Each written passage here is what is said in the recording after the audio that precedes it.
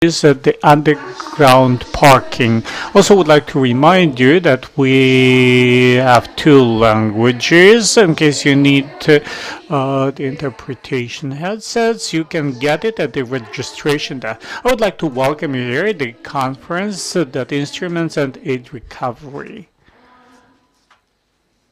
My name is Anastasia Foreign. I'm a Chief Manager and Communication Manager. You see the project Financial Sector Reform, the organizer of this event. This is the first conference in the series of the events which our project carries on to promote the discussion on the capital markets developments and their role and engage in the investments in the post-war Ukraine. And today we're going to have a discussion this development strategy for the capital markets from the perspective, and we'll focus on debt instruments. I'd like to thank our partners, National Commission of Securities and Exchange, investment companies, Investment Capital and Dragon Capital, and American Commerce Chamber for their support. For the opening of our conference, I would like to invite the Chief of the Financial Sector, Dr. Robert Bond, who has more than 30 years of experience in the financial markets.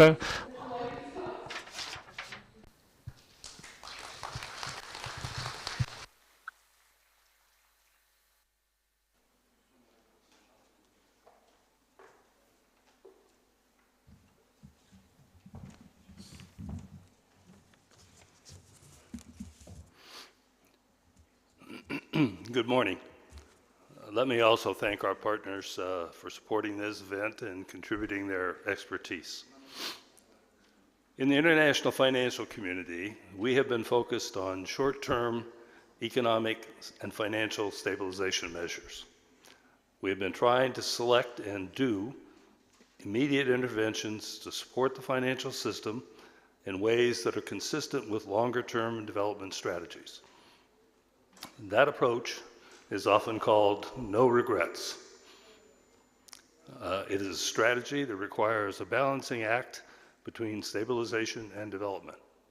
Speaking for our own project, I can tell you that we've been active for about a year, and we have been more transactional than we have ever been before here in Ukraine.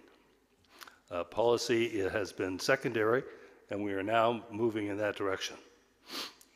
Today, I would like to emphasize the development side of the equation, and I will focus on two simple words: recovery and legacy.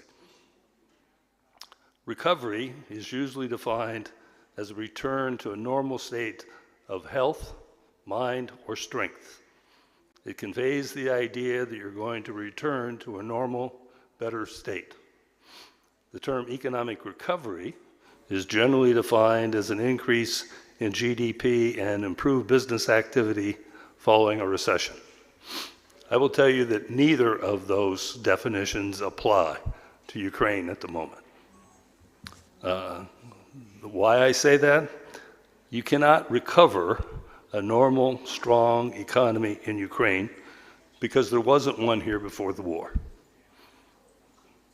Rather, there was a system of oligarchic capitalism characterized by anemic economic growth, low levels of investment, low wages, corruption, and a lack of both property and rule of law. As the World Bank report stated in 2019, the old economy in Ukraine, with its rent-seeking ways, delayed reforms, and lack of rule of law, was blocking the investment necessary for the new economy to emerge. The World Bank concluded in that report that, absent policy changes, it would take Ukraine decades, not years, but decades, to catch up to present-day Poland.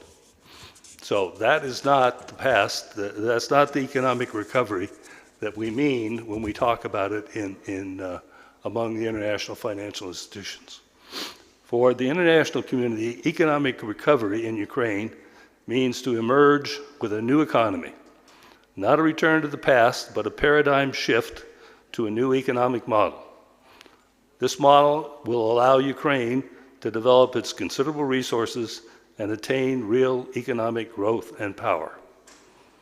This notion is often captured by the idea of European Union accession. So for international community, economic recovery means that Ukraine needs to, in an American phrase, build back better.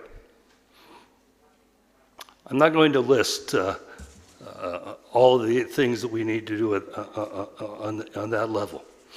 Legacy means a long-lasting impact of events or actions in the past that influence the present and the future.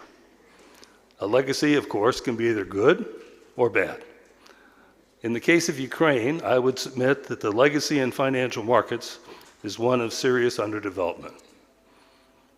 This complicates the ability of the country to build back better.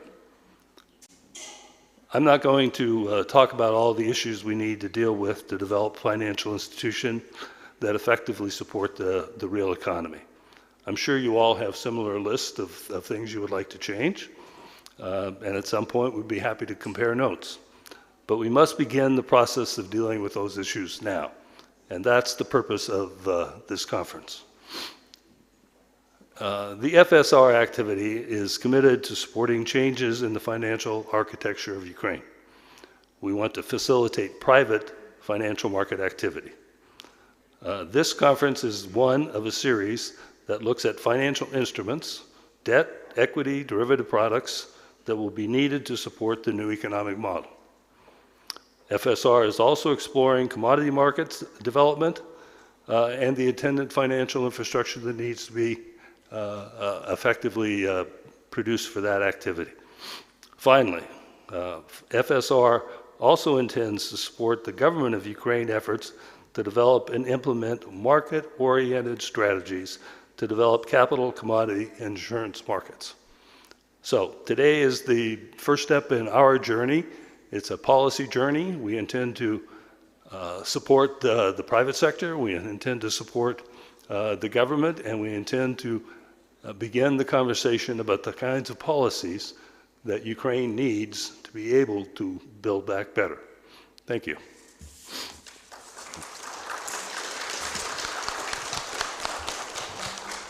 Thank you, Dr. Дякую. Bondu. Thank you, Dr. And the chance for the capital market recovery. We'll talk about the situation, about the legacy, about the strategy which Ukraine needs to the recovery. I would like to invite Yulia Vitka, Deputy of the USA Financial Sector. Yulia would be the moderator for the panel discussion on the capital markets development. And I would like our dear speakers, Ruslan Magomedov, the chairman, National Securities and Exchange, Yaroslav Zhelezniak, member of parliament, and Timofey Milovanov, president, Kyiv School of Economics. Alexander Kaver, Deputy Minister of Finance, will join us online a little bit later. Yulia, the microphone is yours. Hello, dear guests, friends, colleagues. Probably this is the first event on the capital of Marx during the war, at least offline and of the general. There were some subject events more narrow, but as a general strategic, probably this is the first one. It's very happy to see you here, and it's really a pleasure to have this community. As Robert mentioned, this is the first of the series of the events, 3 to 4. We expect some in full, and there will be alternative investment mechanism and commodity markets and derivatives. So let's start with that instruments today, but we'll talk about this strategy. Since it's the first event, we'll start where the capital market is, what's their role in economic recovery, which tools can promote that, where the growth points can be what's missing. And we'll listen to our dear panelists today and representatives, the government, scientific community, the parliament, and looking through the strategy, reviewing the strategy of other countries, there is no better strategy. The capital markets like the US, and there is a quote 80% of finance corporates in the US happens through the debt instruments from the capital markets. This sounds as entry phase to the strategy, and they're very proud of that because outside the US, the access to the capital 80% through the banking finance. 95%, which is good to have that. But would like to have more diversity in funding.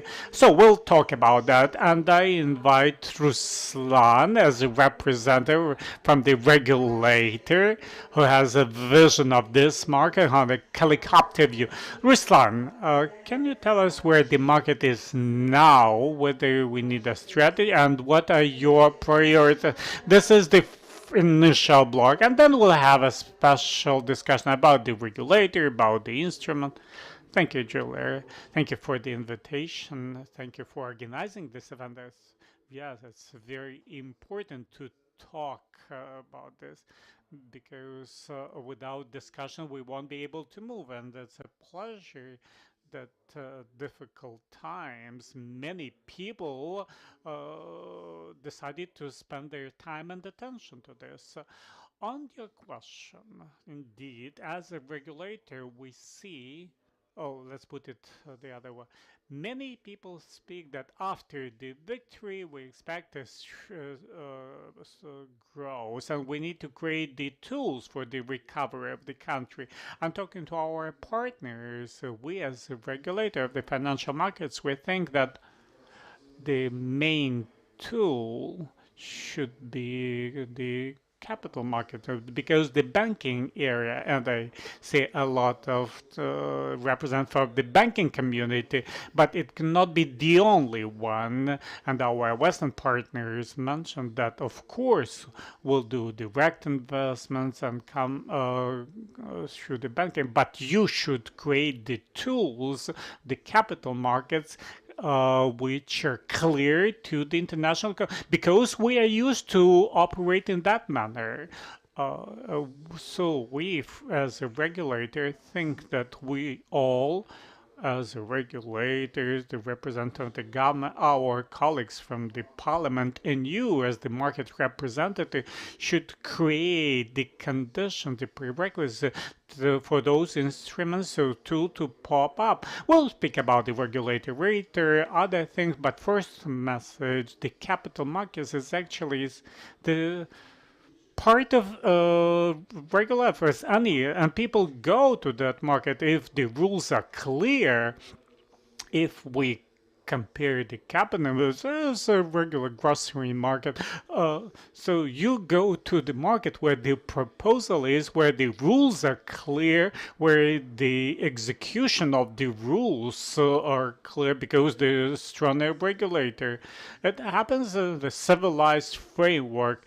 Definitely you would not go to unclear market, not to buy, but something may happen to you personally. Same with investors. They would come to us, to Ukraine, to the securities market, if we create the conditions which follow international standards. I think this is our key task, our goal for the nearest future. And considering that this is not happening overnight or even over a year, and we need now to get ready for the victory, and after the victory the tools, the conditions for the and I think the national tools would appear before the end of the war. So now we are There's a government program, and the president of Ukraine gave an assignment to develop mechanism for the development of the capital markets of Ukraine. We're considering many streams, and I'm not going to elaborate now because the process has not been finalized. But the message is the government understand that without capital markets, domestic local market, that we may use a Western platform, Warsaw or London, but international partners and we as a government understand that we need to have our own capital markets and we're going to work on the development. I would like to use the opportunity to thank Yaroslav from the MPs. This session brought forward about past 20 years, spent a lot of time for the development of the capital market. It's really a great contribution. Thank you, Yaroslav. And thanks to Yaroslav, we have the law 5865, which is focused on the creation of the project for a fast growth. Thank you, Ruslan. Can we make an announcement that the Commission would lead the development of the strategy process, will assist from the donor community with expertise, and this effort, joint effort, the Commission, the Ministry of Economy will merge, and by the end of the year, we'll have a certain strategy and the priorities. Yes, we can make this announcement. And now, the discussion is very active. This 3 months today, I'm going to have a working session, and I think even earlier than before the end of the year, we'll have the strategy. So not later than September. And do initial stuff. So we need to do a lot after we have the strategy. Thank you. Now I'd like to invite Alexander online since he asked for a specific time slot. Alexander, are you with us? Yeah, hello, Alexander. Thank you for finding the time to join us. You, as a professional and an experienced person, not only the capital markets, but in the infrastructure, what's your vision of the future of the application of use of the capital markets for the recovery of our infrastructure? We do understand that the ruins and billions are huge, the needs, and it's obvious that it can be covered only with the private capital. Whether private capital will go through the capital market too. So what's your vision? What's your vision of this? Hello, dear colleagues. It's a great pleasure to participate in this event, and I'm very sorry that I am online, not offline with you. A very busy schedule. And from my experience, before I joined the public sector, I worked in the financial sector. So biggest UBS Swiss bank. And for 3 years, I'm a deputy minister of finance, dealing with the development of the infrastructure and cooperation with international institutions which fund this sector. Indeed, our country is in a very difficult situation because the hostilities continue for a year and a half. A lot of ruins been to our economy, and we work actively in the development of this strategy, the tactics, and we have the discussion on the engaging of finance for the recovery of the country. Recovery refers to the public sector, social municipal objects which had been ruined during the hostilities, And we should not also forget, and we keep in mind, the need to create the job places, and most of them, these are the challenges in front of the private capital. So for the government to create a prerequisite which would engage private capital for the development of our economy, so we can we built settlements, villages, which could be completely ruined. But if we don't secure the jobs there for the people, these settlements, those villages risk to become depressive, and people, respectively, would not be willing to come back on the tools which will be used. First of all, we are actively working with the European Bank of Reconstruction and Development, European Investment Bank, with the World Bank on the project to engage the finance, the debt finance, which on the government guarantees for the implementation of the project with government and municipal companies.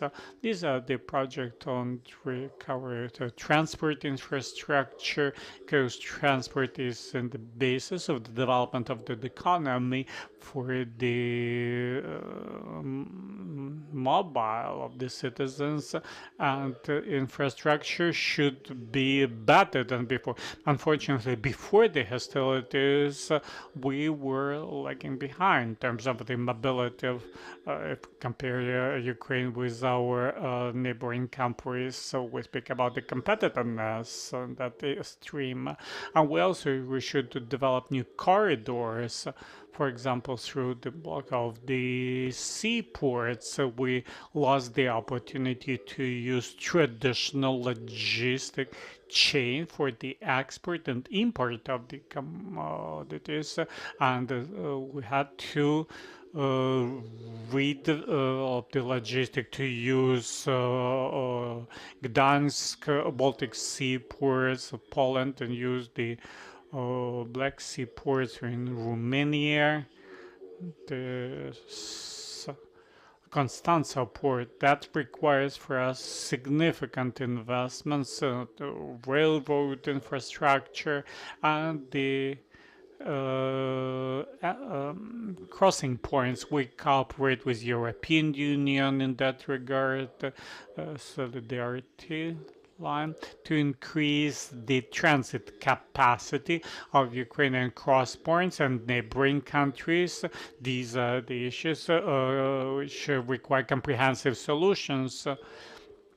And last week we got the funding under SEFT project from European Union to the development trans-border infrastructure. 50% funding from European Union grant. This is the first case in the modern history of Ukraine, and 50% either from loans from the European Investment Bank or from the public budget. So this is under consideration now.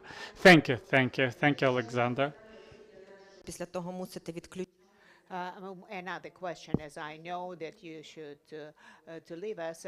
In terms of municipal infrastructure, in the previous there were more or less successful municipal bonds, but taking into account the decentralization of governance and finances, and I have heard that on the results of the conferences of decentralization and local self-government, they were talking about the signals of threats to the decentralization reform and risks of curbing the reform. What is your vision of the prospects of these municipal bonds? Can they compete when the Minister of Finance will be ready to think in those, like, what should be the prerequisites? Municipal infrastructure and development of the small communities, it's a very important portion of Ukrainian modern policy because development of local self-government is needed for the normal recovery of Ukraine. And we are working on the issues of attracting funds of European Investment Bank, for example. We have already several projects in the pipeline that the Ministry of Finance attracts under government guarantee. For example, urban mobility projects. And we also urban transport 3 will worth 400 million euro, and then there will be subordinated loans for the self-government bodies under the affordable interest. With EBRD, we have the programs of the direct lending to local self-government for the under the local guaranteed for the local purposes. There is demand, and these are mostly transport projects as well as water supply and heat supply, and this local self-government actually are participating, and local bonds is very interesting line, and we need to move that way because we do understand that risks with respect to them are higher than government bonds, and interest there is not enough interest from the investor side, but we do our best that this local the bonds are instrumental and operational to develop local infrastructure because we need to bring our towns and the quality of life, living standards would be similar to the capital level and the level of Europe. Unfortunately, we still face this divergence, and we hope to make use of this instrument to equalize the quality of life. Thank you very much for your participation. And when we were registering for this event, there was the communities were very much interested and registered, even the small communities, but financially capable, specifically those that are working on the basis of the relocated business. They're very interested, regardless the fact of lack of information and knowledge, but this will be one of the prospects of our discussion. Yaroslav. Ruslan has already introduced your actually impact as the person who was involved in formulating legislation. And can you say a few words about the priorities of your committee? What's on your agenda? And can we wait passing this the draft law this year? Good morning. So I should say that Ruslan exaggerated as to my person, but nevertheless, it's my pleasure to greet you. When I saw that when our panel starts at 9:20, I expected only us four to discuss, but I would really surprised that there are a lot of people. Some of them are here in their birthday. Gudai Volodymyr is here on his birthday. On one hand, it's really surprising that we are discussing these financial markets while the war is in full swing. But on the other side, I would like to say that several times we were talking that through with the foreign partners we'll be having some instruments that might involve local communities. Some mechanism that we think necessary for recovery should be existed together with the Commission, with the USAID, with the World Bank, with the experts. Much has been done, and will be still. We're working in this direction. I will just mention a few. First, this is the law on IOSCA.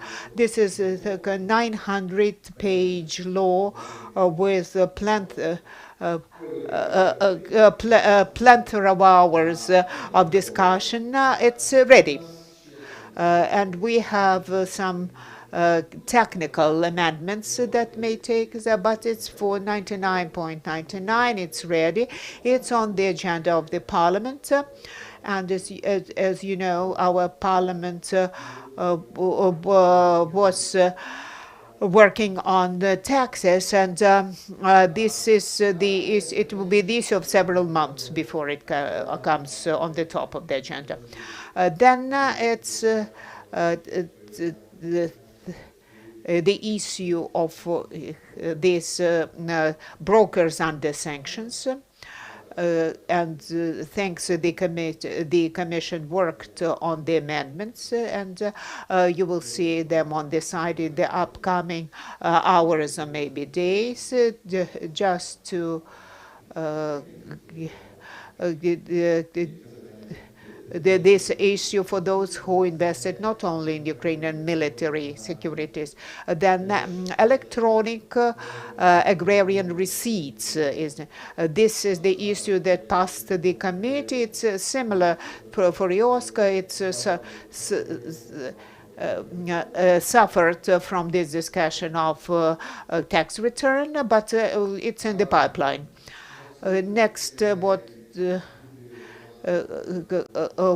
will be getting ready for the second reading about rating agencies.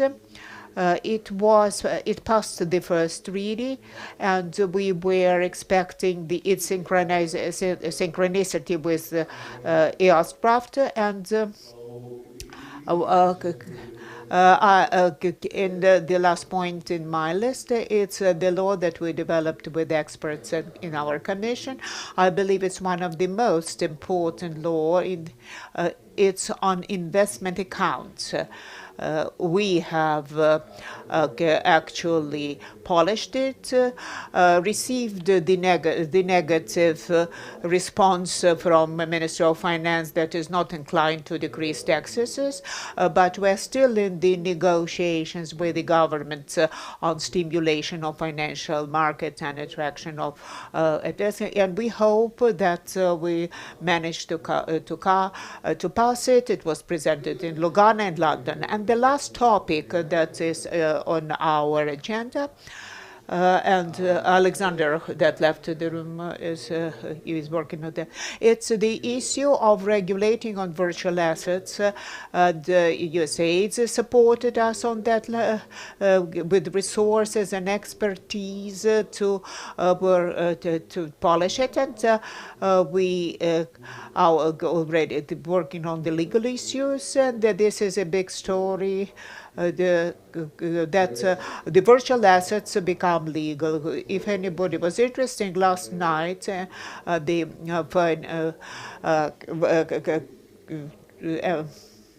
regulation and taxation of crypto was published, and I hope that step by step we'll incorporate it in our 4-year program. And I hope that Ukrainian Parliament will be quicker in looking into the issues. I shouldn't say that we are slow because of some opposition, but it's more of the technical side.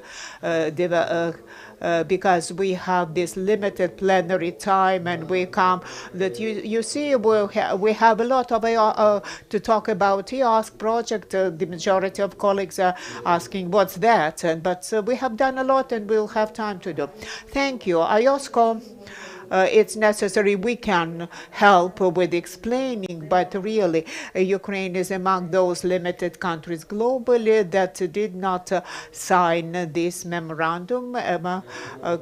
I'm sure I'm sure that Ruslan already has the needed pen to put his signature, but so this story really needs to be corrected. Timothy, as an economist, as an academician, and the person with the big experience in governance, I remember you were saying that the basis of the economic growth is the land market and the capital market. So what's the role of the capital market for Ukraine, specifically in the context of war and recovery? So maybe we can live without that, and the sector of bank-centristic, that to say, is it a problem? What you see the prospect for the capital markets? Thank you. You have cited something that was in the book.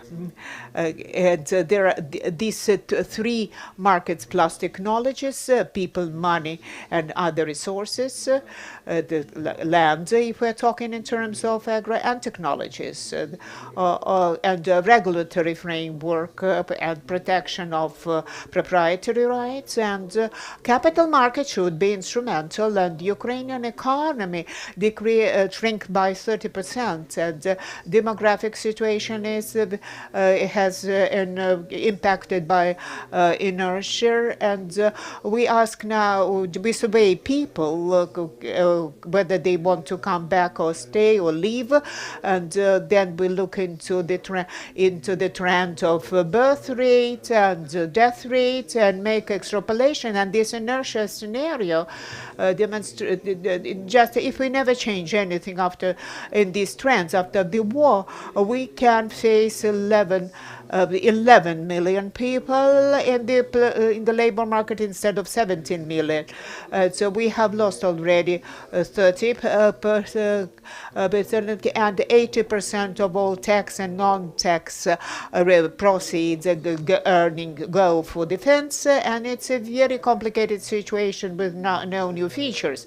And it demonstrates, by the way, that regardless anything, people pay taxes, economy is if we actually get out from here, the services are there, coffee is served. In Kharkiv, that I visited yesterday, the enterprises that were never bombed are operating, and some of these enterprises work under the sky because their roofs were bombed. Several enterprises were renewed, there are enterprises that were hit by 20-30 missiles, but they're still recovering. They're just relocating to another locations, and it's not easy. Economics is on the march, and regardless the 30% shrinkage, but people are mobilized, and beside the fact that we expand and need to concentrate our economy energy for defense, and we are really grateful that our armed forces protecting us, and every person that is risking their life or already gave their life, this life was given for the future of of all of us. This is our responsibility under the war to work to develop economy. Without capital, there won't be economy. That is capital markets exist to invest into economy. This mechanism can be positive, can be negative. There is the capital market in Ukraine currently, but I can go to my sister and ask her for $20,000, and maybe she will give it to me to start my business. And in this private equity, as people are joking, the people who gave this money have the task to start fighting to recover this money someday. But without this comprehensive protection of proprietary rights, without the trust that money can be given in a simplified way, we won't see any investments. Investments will not come where there are not the protected, simple, transparent instruments that are protected at least against inflation for 100%. Any deposit never covers inflation, any instrument, non-deposit instrument, if we take not capital market but the property market, it's very risky. In the war times, there are no risk high earning instrument to cover this risk. Practically do not exist here.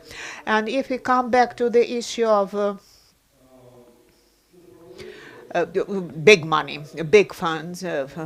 If you want to, if we need $1 billion and build a plant, people from street or from London City are assessing risk in Ukraine higher than risk in Egypt, regardless the fact that this probability that Egypt will face the coup, military coup in 5-10 years is perhaps two-digital one, at least more than 10%. But people are ready to easy invest into Egypt, and simultaneously Lviv and Frankivsk in Ukraine is considered not the investable place, because in their mind, when you talk from a person from New York, the person cannot understand the difference between Kherson, Bakhmut, or Lviv. They say they perceive it as the black hole, and if anything that goes there will disappear. But on the other side, there are people that are building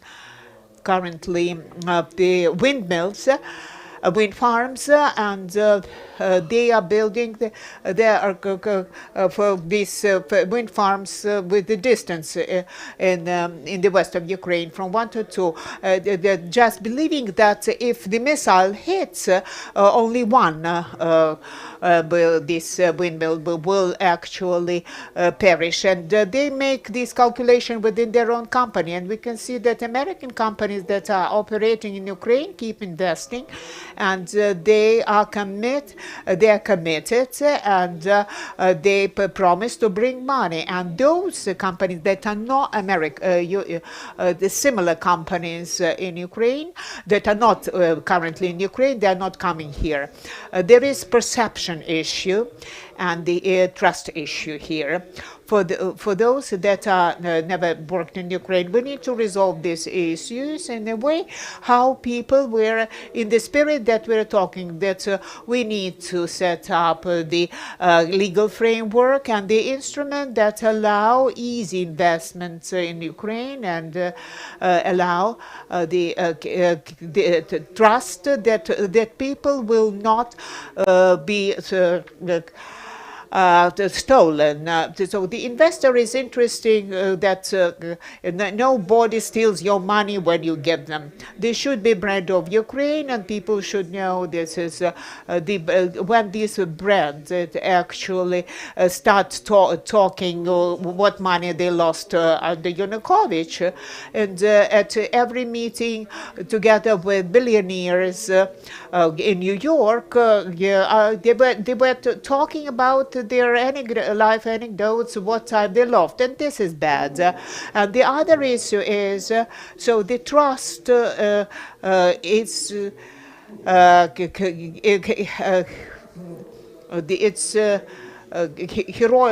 supported by the heroic work of those who were fighting for this trust. And second point, where are those people can go into New York? Where are these CEOs from Ukraine that can come to London or Paris and actually negotiate with BlackRock, or let's say Capital something, that would say that even know actually the terminology and talk the same language. There are not more than 5-10 people, but the majority of these people were working with oligarchs, and they have their own heritage. And in the upcoming years, we need to nurture those people that will be talking with investors on equal terms. It's and without this professional human capital inside the capital markets, we won't be. We actually have this enough of those professionals, but now we're partially lost, partially people left, and there is no usage. And currently, the young person that want to work in the investment market, where is we have Dragon, we have IC, Concord, several private, there, but they won't be. They're not in quantity enough to have the headcount of this for these young people that will start now and in 5-10 years will become seniors. Seniors are limited, and for the recovery level, this 100 billion, we don't have it. People inside will be that means that people will come from outside Ukraine. It makes the Problem with education and training is, and these should be solved in infrastructure. So you work on this. And second part is that I see no one is thinking we need cadre. This is the basic thing. Without cadre, we won't have the capital market. Thank you. Very interesting comment on cadre and the upgrade of the education and financial markets and the trust. We always keep mentioning, and basically, if we have the discussion, like in the U.S., the regulator should establish the clear rules and protection of investor rights. Ruslan would be talking about this only, but now the government actively participates in the development of the tools, promotion measures. Ruslan, your opinion, what other tools may be used here? And we're going to have a discussion. There's some releases, current mission. So, division on the tools. Okay. Maybe most of you already know that recently we launched a pilot. It's not a fixed income instrument per se, but a kind of a hybrid, like a hedging and fixed income instrument. I think we launched, exaggerating, it did exist for 2 years already, but Maxim, who is there with us, finalized the regulation that it should be used on practice. There is a pilot, and we're going to finalize it, that it should be available to everyone. It's just an announcement. It's fixed income tool. There's a condition like having this tool get additional bonus in case there's an insurance case. So you buy the bonds with low, but the difference between the market profitability and yours is a kind of a premium for insurance in case something happens. So you'll get a premium additionally. And it is a very popular tool in Europe. It was not developed here. And coming back, there does not make sense. This is in line with what Timothy said. It doesn't to invent something very, very new of our own. Let's consider what exists worldwide. We should look around what people are using for the needs of the capital markets and use it here. This is what we're going to do in the nearest future. What my message is to you is, if there are any instruments you are interested, come to us, come to the regulator, and we'll develop the regulations. If we need to amend the legislation, our colleagues from the parliament will be glad to support that. But what is the tool, what it gives, what are the risks, how to regulate it? So we just look around. We're not inventing something. So, and again, we're working for the money from outside. Just let's look around what they're using. We can do that for you, but I'm a regulator. I cannot tell you how to do business, but the tools are the instruments for your business. So that's this is great. It's actually true. There's market engagement. We would like to have it in an active manner. From our side, we do the analytics. So we started what's not urgent now, but housing finance. This is for the future. That might be a future for the. So there might be synergy. Ruslan, about the regulator, a couple of comments. Your vision of the in a year strengthening the role of the regulator. I understand that the regulator should activity should be in line with the market, but this process should go in parallel. Of course, we go in parallel, and we speak about the vision, how the regulator should look like, should be modern and be in line with current requirements. Today, I should acknowledge that the Commission is not in line. There are objective and subjective reasons why it happened, but we want after the law 5865 is adopted, as Yaroslav mentioned, 90% plus is almost ready. But we want to finalize it in a proper manner to transform the Commission. We want to be flexible, more digitalized. We live online. Internet penetration, thanks God, in our country is rather good. And quality of internet is also good. So we should be online regulator, but we should be a strong regulator. If we just portrait of VAP in your office, everyone is afraid, but no one is listening to. If you don't have a modern administration, so we won't have a supply demand sufficient. So in order to do something, we should start from ourselves, and we want to transform the Commission and transform the whole market. The current Commission historically happened. We had privatization, post-privatization period, minority shares, and all the processes in the country, they were designed to deal with all those funds. Currently, we have to do a huge jump. The Commission regulates a lot of money and virtual assets, which Yaroslav already mentioned, and we should be very, very more. We should be ahead of the developments, but not just catching up.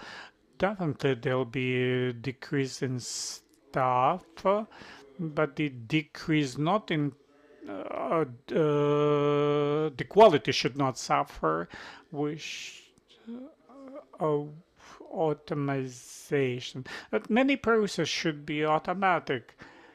It's not a very difficult thing. Do manually, this is a lot of work. If it's automated, the person simply controls the key points. If we manage to do that, I think that you, the market participants who are here with us today, and those who would appear in the nearest future, the market is missing not only the tools, but quality players. The regulation is not transparent. We have many licenses, but real market players. We know that most of the players of the capital market, these are the banks. Non-bank financial, if we're not talking about the asset management company, up to 10 very active, unfortunately. And our goal, my personal goal, is to transform us as a regulator, and without the market should transform with new players and transformation of the existing, maybe some consolidation. I do hope that foreign players before the end of the war would join us.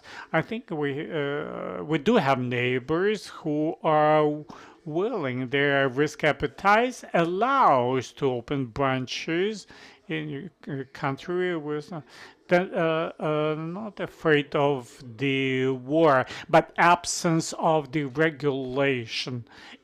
They would definitely come before the end of the war. There was an interview. If the war is approved, Ukraine will feel the outcomes before the end of the war. Thank you, Ruslan. I think this is the point in time we should use all the opportunities, including the donor systems, if there is a political will from the parliament, the regulator, to move forward on the strategy, the legacy. We should fix that. I think we can count on very good donor systems. Of course, they should speak the Donald language. Those who are in New York speak the same language. Yaroslav, question to you on the independence of the financial commission that should be done at some point. Yeah, the government the tax increase, your opinion, how that can be so in the IOSCR law or outside the framework of this law, and what are the tools to be used in the nearest future? I fully agree with Ruslan. The Commission, as any government body, should go on the transformation. Definitely the staff should decrease. This compensation should be increased, and we have the discussions how it should be done. So as you notice, the compensation is not the most popular issue the parliament, but political will is there. It's very good that the populists in the parliament so to have no clue what the capital market says. Oh, that's very good that they're not entering this field. This is not the land market. I think we'll be able to finalize and everything will be okay on this draft law. On the market, from my personal experience, I'm a co-chair of the Friendship Commission with Japan and Australia. And after the visits, we got several requests from their funds, private and quasi-private, how they can join the recovery of Ukraine through the interaction of the capital markets. Unfortunately, the only case which I can tell you about, the Canadian case, when they and the 600 million transferred through IMF.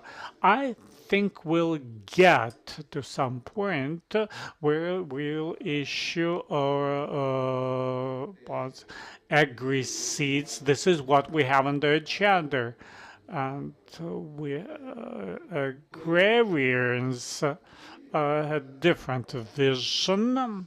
Now I feel the push, very active push from their side. I think municipal bonds, of course, there also with the discussion about with the Ministry of Finance, the communities. There's a conflict of interest, of course, there, but it's moving, it's moving.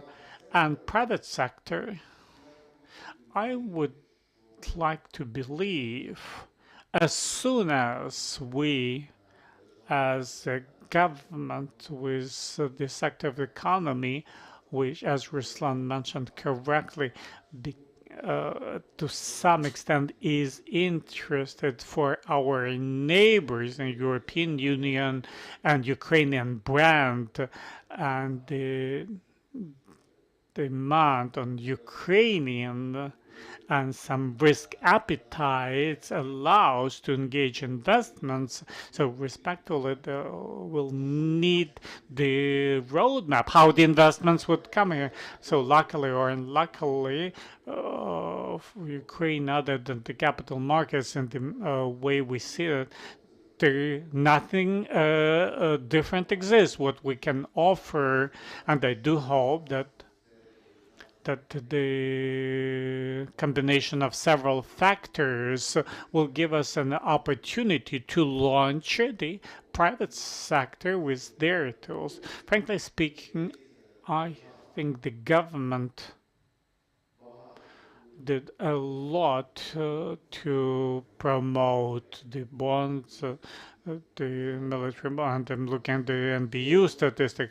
We have hundreds, thousands of individuals, owners of the security, thanks to the commission, thanks to the bank, digital channels. They did it very fast. Now we have to move forward. The cannot be the only driver. So I think our case, Nova Posta issued the bonds. I think something else. Yeah. This is something we're going to talk about next panel discussion. And of course, the protection of the ownership, right? Minority shareholder is not the subject of this conference, but later. Timothy, what Yaroslav mentioned, I would like you to elaborate on this. With our discussion of foreign partners, players, we've heard about the interest in the interest mechanism to support micro and medium business. If we believe that SME would be the basis of economic growth of Ukraine, that oligarchs, business would not be that strong, and foreign investors are interested to support Ukraine in that stream, and it would be more clear to work with SME other the corporations, which in the court would be using corruption scheme, but finance of SME is not sufficient. They're working like bees. They're going to, but the banking system is not sufficient with the programs like 579. European access of SME to the capital would it be the basis of the growth and how they can engage this capital on SME. Firstly, an individual after the war would like to be free. For many of us, that would mean financial independence. This is on the level of feelings.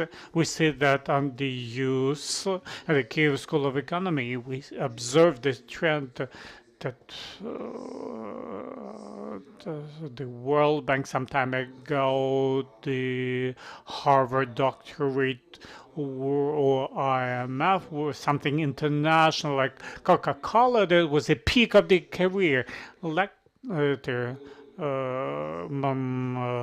Big Four, McKinsey, IT companies later. Now people are ready to risk, not to have a career, but have their own business.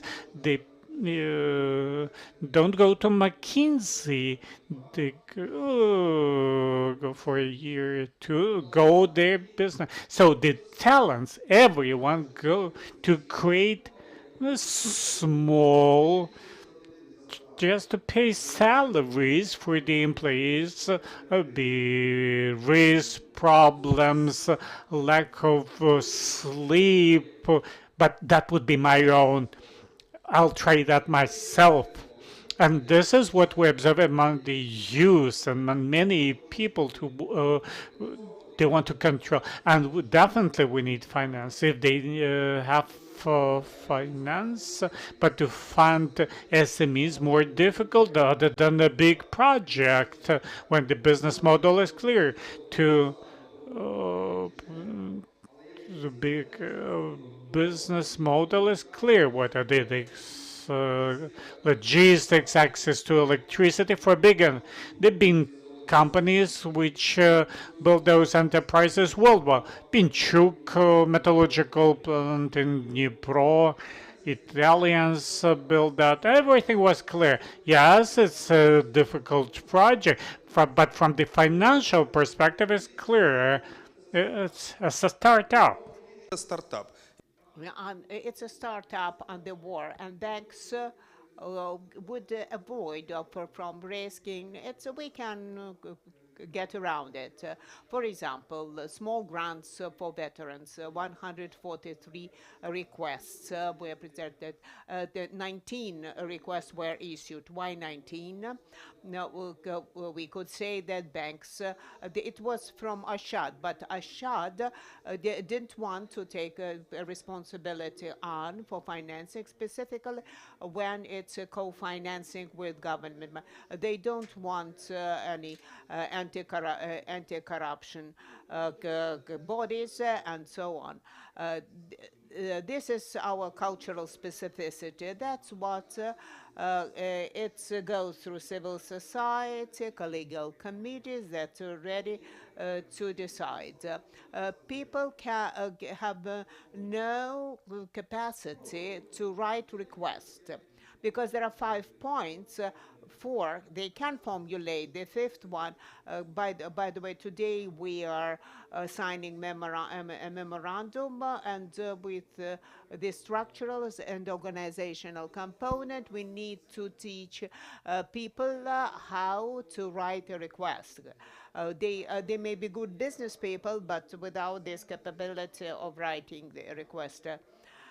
For example, one of the business person honestly told that he paid money for a business plan that has nothing to do with what he is really doing, but he got the grant and he set up the jobs.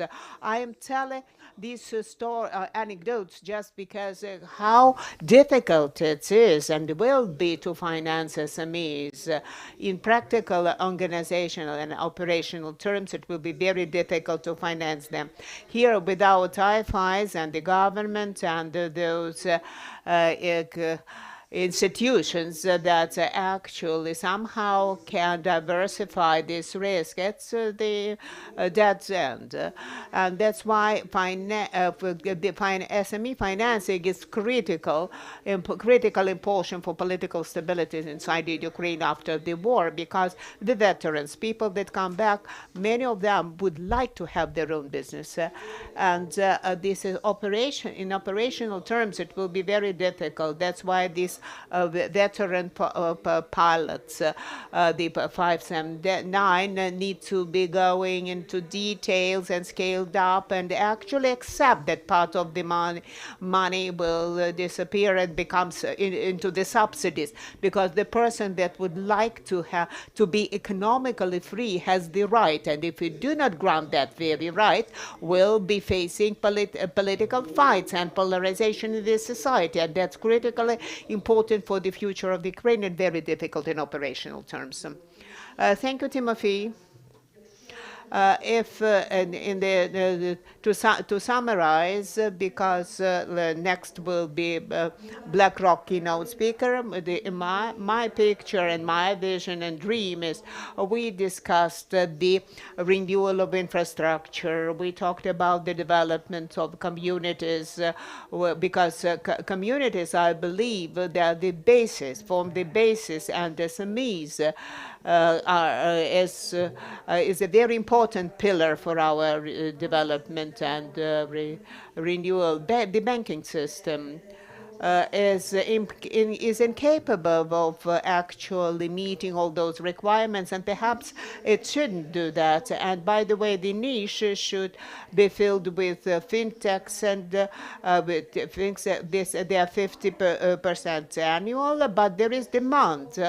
It's very quick and 2 clicks, and we would like that these infrastructure municipalities and these SMEs could make use of these instruments of capital markets. And I believe that will result in very good synergy, and specifically digital format, it will become cool. And naturally, we'll have this current digitalized regulator that will follow up these developments. Yeah. We will ask also to involve the artificial intelligence. And I'm just describing the vision, and I would like also to implement. I ask the panelists if you can stay another 10 minutes for the TED Brock presentation, because after that we would like to open Q&A. I ask you to stay with us because there will be a Q&A session after the keynote presentation. Excuse me, but this operational business issues, artificial intelligence, it's not the joke. It's just can be part of processing huge, big data, and actually and processing huge masses of information, and we need to work in the direction. By the way, they will face the issues with regulation, because let's say AI is racist and ageist.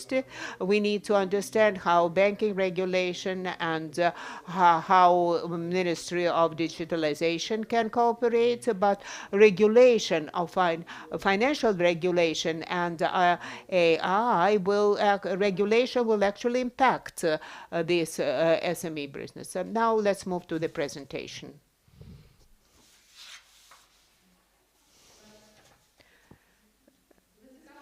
Thank you for the interesting. And now it's time for our special guest, Matthias Verwohl, who is the managing director in BlackRock, the group that is consulting both government and private sector, including central banks, those development financing institutions, and commercial banks, in a complicated issues on Matthias is part of the steering group that has oversight from the BlackRock together with Ministry of Economy for the Foundation for Development of Ukraine and its role of this financial institution. And how to mobilize this the additional investment in private sector. Matthias, are you with us? Hello. Can you hear us? Hi. Good morning, everyone. Great to have you here with us. Yeah. Please stay with us after your presentation. We are going to have a Q&A session. Please, now the floor is yours. Welcome. Thank you very much. And just to be sure, can you hear me okay? Good. Excellent. So it's great to be here. I hope everyone's okay. I hope your families are staying safe. I'm here to talk a bit about the role of private capital and international private capital in particular in the reconstruction of Ukraine. As many of you know, BlackRock's advisory group is working with the Ministry of Economy of Ukraine to develop a framework to coordinate private sector capital flows into the reconstruction of the post-war economy on a pro bono basis. We're also working with others, like JP Morgan, for example, but also some legal support that we're getting. It's not an easy task. On one hand, we see great, what we call spiritual momentum from stakeholders across the ecosystem. But at the end of the day, we are realistic. The flow of private capital into the long-term recovery of Ukraine is going to be based on a cold-eyed risk-return analysis. I'm not saying anything new to this group. Obviously, the estimates are somewhere between $400 billion and $1 trillion in reconstruction needs. The needs expand beyond just reconstruction. Ukraine has the opportunity also to elevate its development, to leapfrog in terms of its role in the climate transition, education, food security, and other topics. To fund such an amount, obviously, a large amount of private capital will be required. And we've spoken to a number of investors about the prospects also of allocating capital to Ukraine. At this stage, realistically, the appetite to invest is limited, despite the significant effort by the Ukrainian government, but also the international community to identify early stage investment opportunities for reconstruction and recovery. The concerns that investors express, I think, are well known in this room. There are uninvestable risks beyond the war itself that I don't need to list here. But also an important aspect is the small and somewhat immature capital market in Ukraine. It means, for example, that investors, or for many investors, Ukraine has never reached the scale and size needed to make it an investment destination for institutional capital at scale. So under existing circumstances, we see some opportunistic capital that is likely to come into Ukraine, but it's at limited scale. And so this calls for public and concessional funding. And thank you for Charlotte for bringing up the presentation. So the consequence of that is that whilst there are impressive and sizable important efforts by IFIs, donors, and Ukraine itself, there needs to be a complementary tool to drive the reconstruction of the country.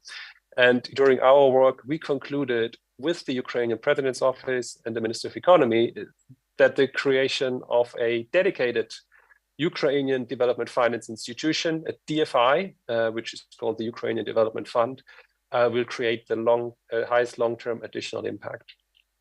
There are a number of reasons for that, and this is illustrated also on this slide. First of all, as I said, the need to mobilize additional private capital at scale. The second is that Ukraine needs to play an active role in attracting investment into the reconstruction and complement the international programs. And third, mobilizing capital is half of the equation. There is also a need to create an additional pipeline of bankable projects where this capital can go. And so that international capital finds its way to invest in Ukraine. The UDF will focus on 4 areas. The first one is it will provide de-risking instruments to private investors and also advisory services to help increase the project pipeline. 2, it will align the Ukrainian government behind projects and ensure skin in the game. The third one is it will ensure continuity of investment beyond the reconstruction. We need to keep in mind that international priorities naturally change over time. There will be other crises, there will be other focus areas, climate change, and so on. And that will also need the attention of the international community. This institution will focus on Ukraine in the long run. And last but not least, it can also serve as an industrial policy instrument for Ukraine in the long term. I will not go into much detail on the next page, but what's important is that the UDF will work in tandem with the established IFIs, DFIs, but also with the local players, including public institutions, the financial sector, and investment platforms. And of course, there's a whole ecosystem around the UDF, including the Ukrainian government, who importantly will provide skin in the game. Now, how is the UDF going to do this? This is on the next page. The UDF will provide concessional financing to address financing gaps and de-risk private and public investors and demonstrate support from the Ukraine government. It will support project preparation and widen the pipeline of opportunities. It will systematically engage with financial institutions and other stakeholders to identify and address gaps and opportunities. And it will assist private sponsors, for example, when it comes to regulatory support and elevating documentation standards, just to give examples. I just give a historical example that's not in Ukraine, obviously, but what this could look like. the European Investment Bank, as in Europe, has done a remarkable job when it came to the creation of project bonds. So that was an asset class basically that was non-existent around 10 years ago. The EIB provided de-risking to the investors initially, and then as the market developed, this de-risking need decreased significantly over time.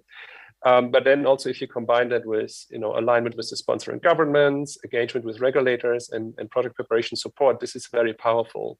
And I think without the support of these type of institutions, IFIs, DFIs, the market would not have developed that way. I'm not saying that there will be a project bond market in the near future in Ukraine. It's more to illustrate how important this catalytic role of these type of institutions is, in particular when there is the on-the-ground expertise. The UDF is going to focus on 5 key sectors across infrastructure, energy, manufacturing, agriculture, and IT. And the total addressable market, we estimated to be around $50 billion. That is not the size of the fund. I have to stress this, it's sometimes misunderstood. It is the total amount of private capital that the UDF, in tandem with the other institutions, the IFIs and other Ukrainian institutions, is aiming to mobilize into these sectors. So the fund itself will be significantly smaller than that. To give an idea of the instruments that the UDF is going to deploy, you see it on this slide. It's really across the capital stack on the left-hand side, from debt, mezzanine, equity, credit enhancements, guarantees, and so on. Importantly, I want to stress this is not a BlackRock fund. We're advising how to set this up, but it will be a fully self-standing Ukrainian institution with its own employees, its own management, its own operations and investment capabilities. That's really important because what we can bring is obviously international experience. We have done this in other jurisdictions and can bring all these learnings and our capital market expertise. But it's the people on the ground, it's the Ukrainians who know where the needs are, where the money needs to go, and that have the deep understanding of the local market and ecosystem. And that's what we want to help enable. We can move to the next page. So this is just a quick overview on the different channels of capital deployment of the UDF. I'll try to explain it in a simple way. Everything that is black here is fundamentally public or concessional capital, maybe philanthropic capital, but it's not commercial capital. And then what is red is the commercial capital, and the UDF is aiming to invest in a way that mobilizes, private capital downstream. So the UDF is the black rectangle on top. It has different portfolios that represent the key sectors, like infrastructure, manufacturing, and so on. The UDF will be able to make direct investments. That is what you see in the lower part on the left-hand side, direct investments into projects or transactions alongside private capital, and de-risking private capital so that they can come in at scale. In the middle, you see another way of deploying capital, which would be via what we call risk-sharing funds. So the UDF can de-risk at the portfolio level an investment fund, which is commercially oriented, but this recalibrates the risk-return equation for the, say, the LPs or the investors into these funds. And these can be funds run locally, can be international funds. But what's important is that it helps mobilize more institutional capital. And then thirdly, it can also go through financial intermediaries that can be the local or even international financial sector by providing maybe portfolio level guarantees or de-risking for specific lending activities.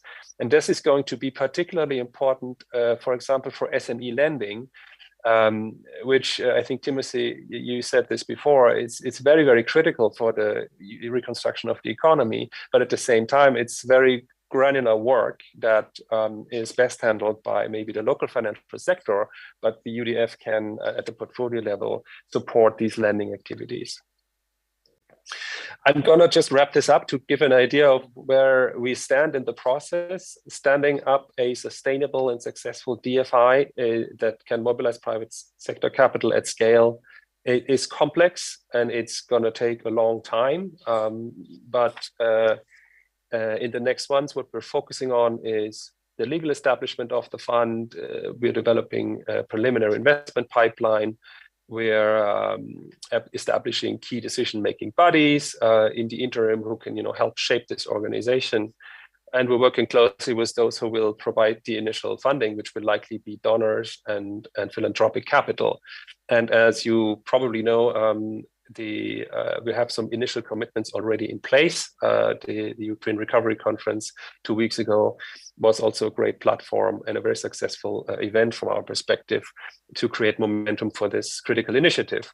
And the last thing I'm going to say is it's really imperative that we're ready to deploy capital as soon as some stable peace is struck. So that means we really need to start setting this up now, and that's not a moment too soon. Thank you very much.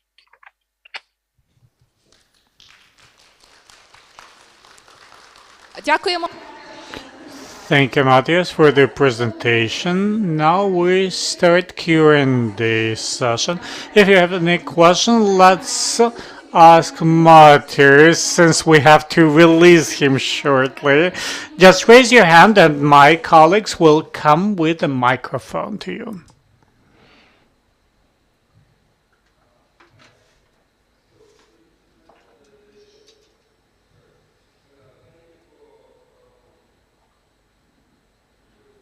Setting up the fund for Ukraine. So you just mentioned that you're ready to deploy the.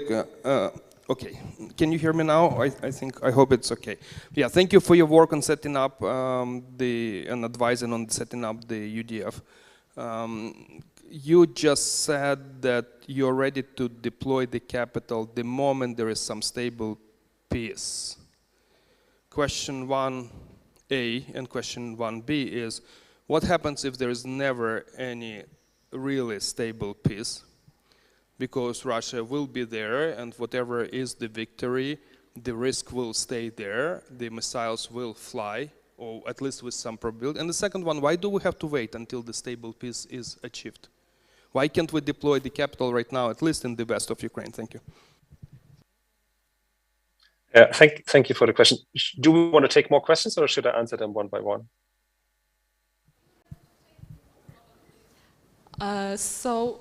You would like to answer these two first. What's your preference?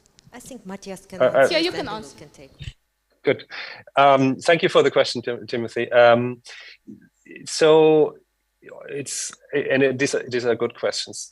Obviously, first of all, what does a stable peace really mean? And there are various ideas and people that are much smarter about this than I, that have I say very specific notions of scenarios and what this could look like.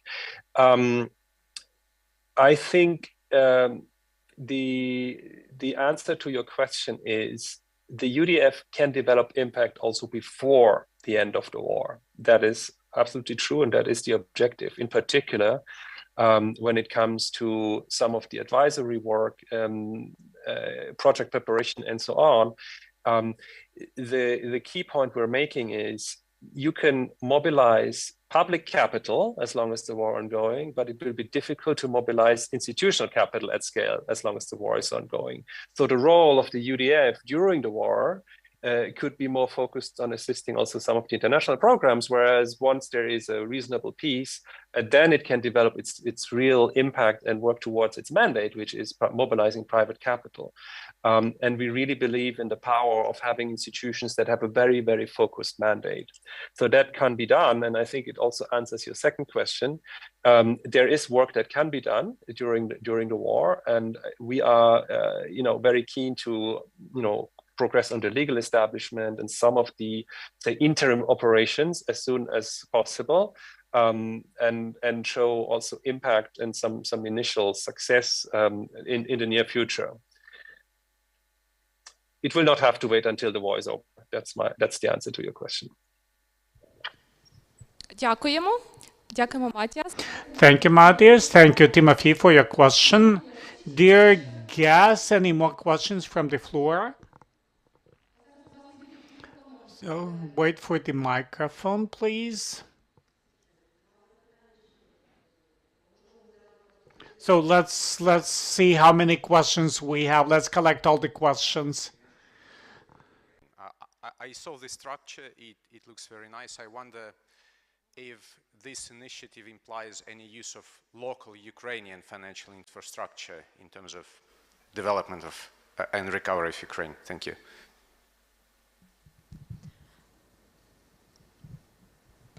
Будь ласка, наступне запитання. Next question. Daniel Tinos, Dalis Finance. So I want to expand on the previous question from my colleague. So while is there going to be a local infrastructure usage in Ukraine, and what are the plans on the oversight over those funds? Because in the structure you mentioned that on the portfolio level there will be a share between public and the private funds. So is there any preliminary works on how the oversight is going to work because of the Ukraine-specific risk in terms of misusage of funds, etc.? Thank you. Дякую. А ще у вас запитання? Ще одне запитання. One more question. Let's take one more question. Bank. I just wanted to complete the questions of my colleagues. Actually, I would like you to specify what mechanics you see of the delivery of the funds from the fund to the regular entrepreneur who wants to build a plant or to expand it. What is the mechanics? What are the steps? What should I do to get those money? Can you explain, please? Thanks. Дякуємо за запитання. Thank you for. Please. Okay, so thank you for these questions. The first question was around how local financial infrastructure would be used. This is a very important question. I think my answer to that will be it's somewhat the objective of the fund also to foster the development of a local ecosystem. And a local ecosystem means, on one hand, the local financial institutions who are going to be key partners to the UDF. But also we do see the UDF as promoting, good governance and good lending practices from, bringing in international experience. But it also involves maybe local asset managers. And there is a whole flurry of things that are outside the control of the UDF that can obviously support this. It's the savings behavior and investment behavior of the Ukrainian population, and maybe things around the pension system that we're not looking into. But all of that can foster the development of the local ecosystem. We're very keen to partner as much as possible, actually, with the local financial sector. Because that is ultimately the backbone of the future of Ukraine.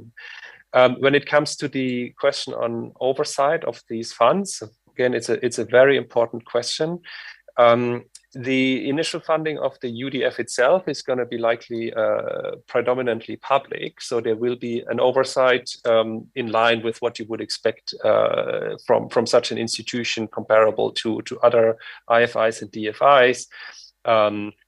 With a two-level board structure, executive management, representing mostly international donors, but at the same time also having representation from the Ukrainian government. Because what we need to do is we need to find the balance between, on one hand, this institution promoting the economic objectives of Ukraine, but at the same time, because the money is going to come predominantly from international donors, they will want to have a say where the money goes. And so this balance needs to be found, and we're working through the governance at the moment, how this will look like at the UDF level, but we're actually making very good progress and have some constructive dialogue.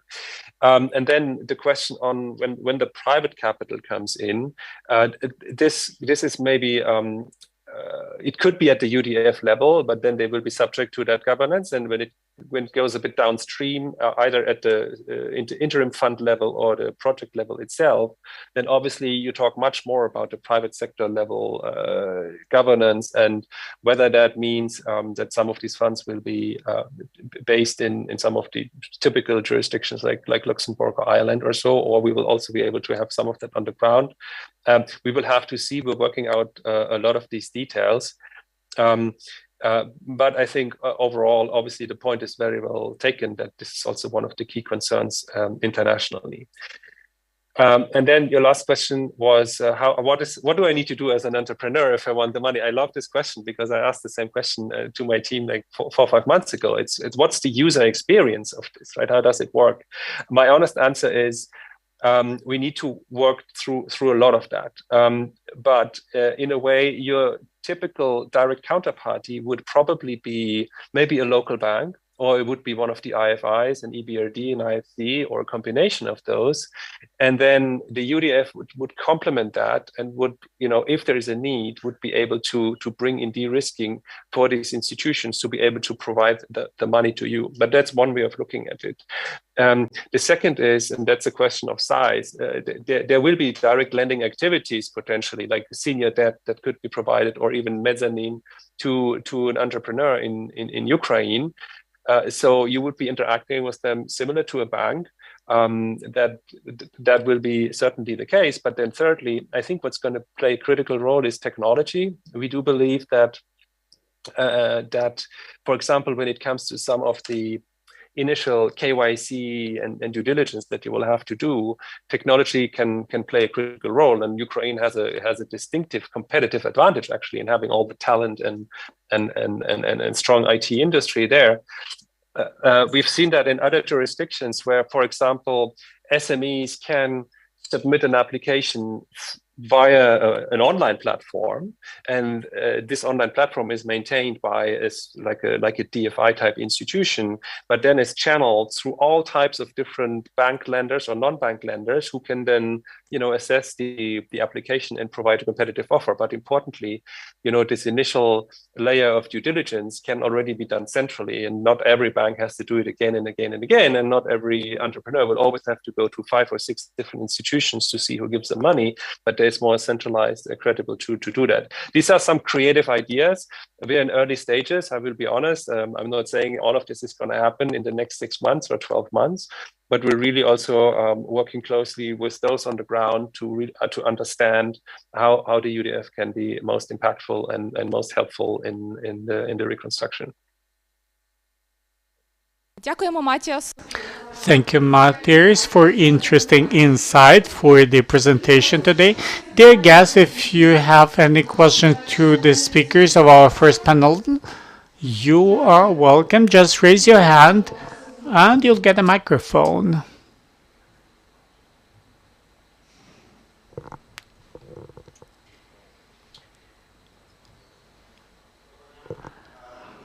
Hello, my name is Dmitro. I would like to ask Yaroslav and Ruslan on the draft floor, the president about the English language. Where did the commission or someone else have anything to say on the English language, or working with the commission for any foreign languages? I do support. This is a great initiative. But whether it would impact the investment climate, and we had already an interesting chat. The compensation should be reflected in the. Yes, it's really true. I do support this idea. I think anyone who has consent that people do need to communicate. This is cool. Language skills is cool, but exchange of the information is important. But knowledge is expensive. So my dream that the commission, the regular, should be a sample. By the way, in the law, that English language courses are free, but if people know English but would not get enough compensation, that might be a challenge. This is what we're facing all the time. My message is that my dream is that the commission would become the best employer in the country, and mandatory the entry requirement, the selection criteria, free English, fluent English. The compensation currently for the newcomer who has no experience, rank 12.5, 18,000 hryvnias. This is net. 18,000 net. This is not enough. I think this is nothing. Nothing. This is why I apply to our parliament. The law is good, but compensation is very important. All of us who are here, we work to earn money and spend money, and all our market. This is all about money. That they should come from one place to another, come from other country. That waste expectations that people who are getting peanuts would be regulating something. This is promotion of the corruption. Secondly, we would never get 100% English speaker staff. But I'm with two hands for. I think that should be a mandatory requirement working for the commission.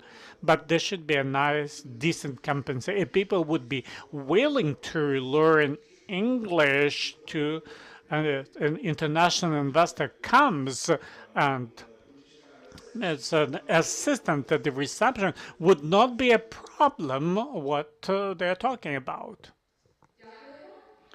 Thank you. We had more questions. Hello, Cherkasy City Council. Thank you, Euler, for the comment in the Ministry of Finance, though he ignored the question. My question to all the speakers, whether you think that the problem that instruments is not clear from the budgetary legislation. Timothy already mentioned that why that way, not the other. Local budgets have no clue about planning for next year, even next month. So from we have pluses, minuses, so planning for 2-3 years. So with the challenge to plan by the end of the year. But we, among the MPs, that they're going to take some revenues from individual revenue. Association of Cities has those ideas. They're running consultations that the individual tax, they want to take it from local. Vodokanals, the tariffs. So this, again, whether you think that the main problem, the main challenge, unclear tax and financial legislation on the national level. People are afraid to go there. Partially, you are right, but I'd like to disagree. On tax, I am the first deputy of the tax committee. We're not going to take anything from you, anything. So there's some runners going back and forth, but we as parliamentary committee not going to take it. No. This is not our intention. This is the first great answer we get. This and you got the immediate answer, immediate response. This is cool. But from your interaction between local governance and the Ministry of Finance, as I mentioned, this is a obvious conflict of interest. We have a case of China, how it works with local governance. There are certain outcomes and huge debt problems. And of course, the local budgets, our local cannot do long-term plannings of their revenues for different reasons. So we are going there, manual regulations are there, so interaction with the Ministry of Finance is not crystal clear. And of course, local budgets cannot execute the function to issue bonds and pay them. But frankly speaking, with the local national budget, the situation is it's even worse with the state budget because MPs are intervening as more often. And here, I believe that the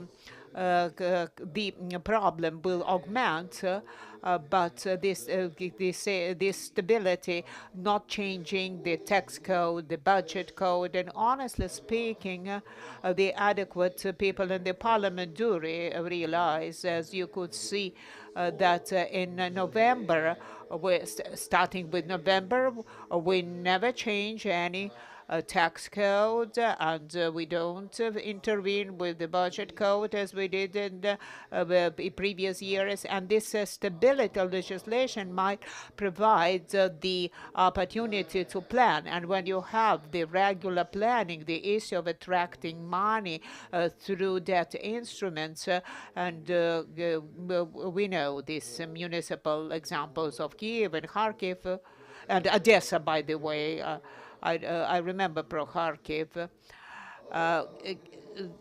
But it will come on the agenda, and foreigners will come that don't know how to support a city or a settlement, but to buy its bonds with low rates and later receive some income. It's a normal practice, and we are moving towards that, and we're talking.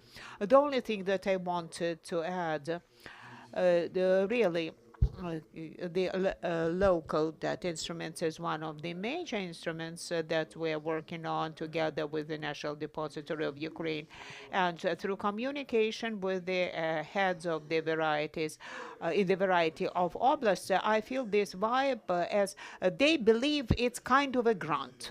I never felt that they will actually give it back.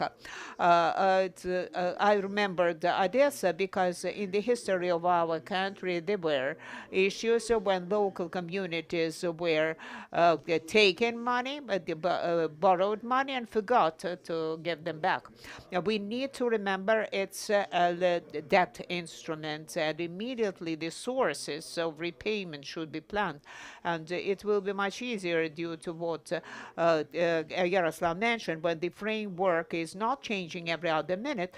But please believe that you actually attract money, absorb it in the most efficient way, and from the very beginning understand how you repay your instruments, because it will be your last chance if you never repay. And I would like to add a few words in the follow-up of this topic. That in the framework of our work on this instrument as municipal bond, we would like actually to be the intermediary, to form the platform in this discussion. For you could give us the feedback, and as we are the partners of the government bodies, and because sometimes lack of information and communication plays the role, your feedback, and we will support to work with the government, with involvement of the Ukrainian depository and Polish depository will be mentioned in the next panel discussion, will be the platform for promotion of this topic. Next question, please. Maybe two questions, and then we have the coffee break. Question to Ruslan. I'm Nova Poshta, Sergei Kapan. Digitalization. I have seen this Telegram page in the on the Security Commission with a summary of all the events. Are you looking into also that the potential issuers of instruments, are you planning the chatbot to actually have a discussion and resolve the potential issues within one day through this chat? That would be actually provide the very tight time for response, and we'll get it. I really want it, and it would be really nice to make a question, this set of questions. But sometimes I will be honest that you ask us, but we cannot formulate the answer for your question due to the lack of personnel, because the majority of your questions are methodological nature, and we lack these methodologies. And for this prompt response, we need the scripts and clear methodology. We need people for that. Maybe will involve perhaps maybe USAID will help us in the framework of a project. How to, because we don't have enough people from enough. This is very specific personnel. We cannot hire it additional quickly, and because this is a very specific field of knowledge, and even these good methodologists can be found in some other branches. Before they were trained in the financial market, it will take time. We are moving towards that, but we cannot speak within the this year term. But for the one of these STPs, this the red threading automation, when actually the people do not one by one answer very typical. And I'm sure that actually New Poshta has implemented that typical question, automatic response, just targeted response for the questions. It should be in their list, and we are now on the way to that. If there are questions to Yaroslav, let's... any questions to Yaroslav? Everybody for Yaroslav? Let's blitz, do blitzer. It's a very popular MP. Yaroslav. It's not very... I wanted to ask... you twice mentioned the conflict of interest between the Ministry of Finance and municipalities in terms of attracting money. To my mind, the risk of the government and municipal risk are different risks. And if we speak in terms of the amount of attraction, there are different amounts we're talking about. Can you actually speak in deals? I was talking about natural it's the story typical for China and USA. There are other examples when municipality was borrowing extensively, not necessarily, by the way, and then they face the tragedy, and as it goes into the political sphere, it's compensated through the state budget. Unfortunately, these are global examples. That's why this dialogue between local budgets and Minister of Finance is actually a long story. And Minister of Finance actually expects that the debt will go to them, and to regulate, to somehow to regulate that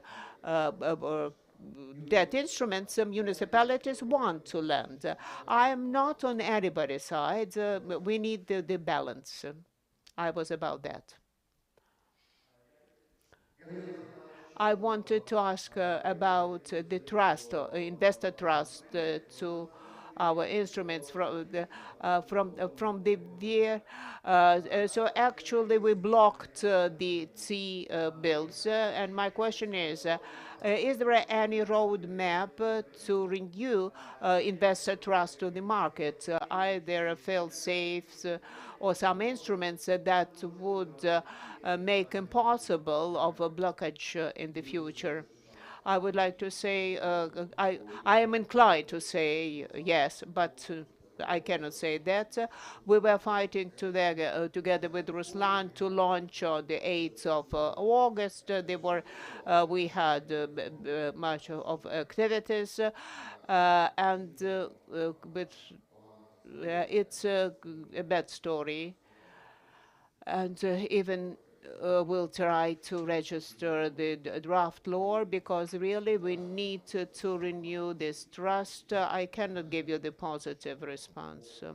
As of the moment, we never brought it to every stakeholder that even the worst and respite of resistance of the effects, we and actually take all the shares of minority holders. It's not good for the business community and the market. We work on that to prevent it.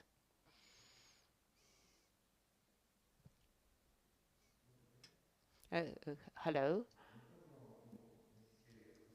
Yeah, it's perhaps not the question, but to propose a proposal on the success stories and the instruments on attraction of international investors.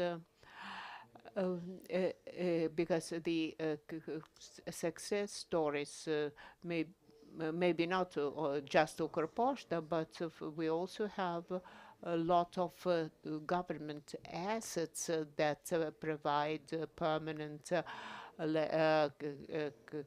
proceeds and on this privatization proceeds and but the issues securitization of this is if we do go this way, it will be the securitization of these monetary flows. They will be understandable for international actors.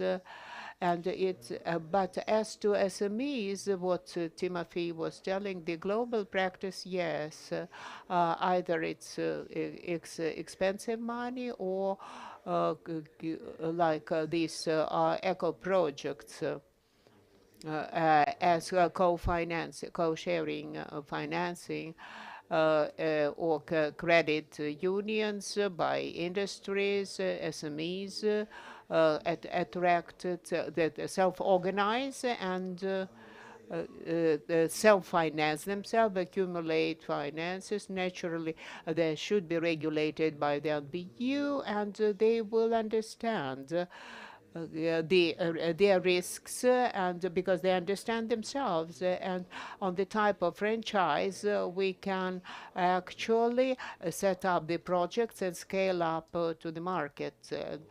Including with involvement of experts. I agree, yes, this is the law on the credit units. What do you think about that? I agree. And really, we are moving towards and I wanted to say this, the recent law on this recent these events in the Verkhovna Rada, like the fire on the dashboard. And that's why it delays our work on securitization, and we also need legal amendments. And yeah, Ruslan and me, we were talking. This will. We were in discussion. We really have much of the assets through the confiscation, nationalization, dealing with Russia Federation, and we were talking about that. But and when the war broke, we come back to this issue. Because that's how the government can be involved.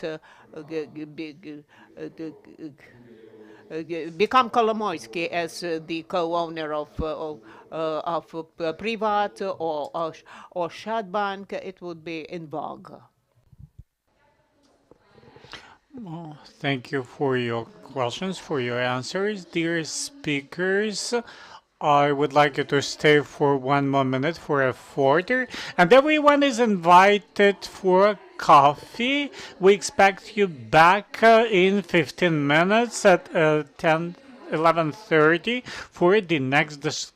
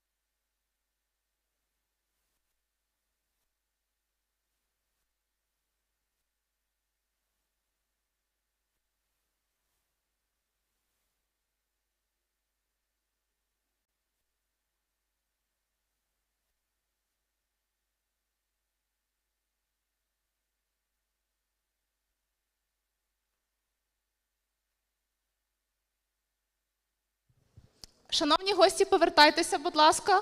Будемо розпочинати наступну панельну дискусію про розвиток ринку.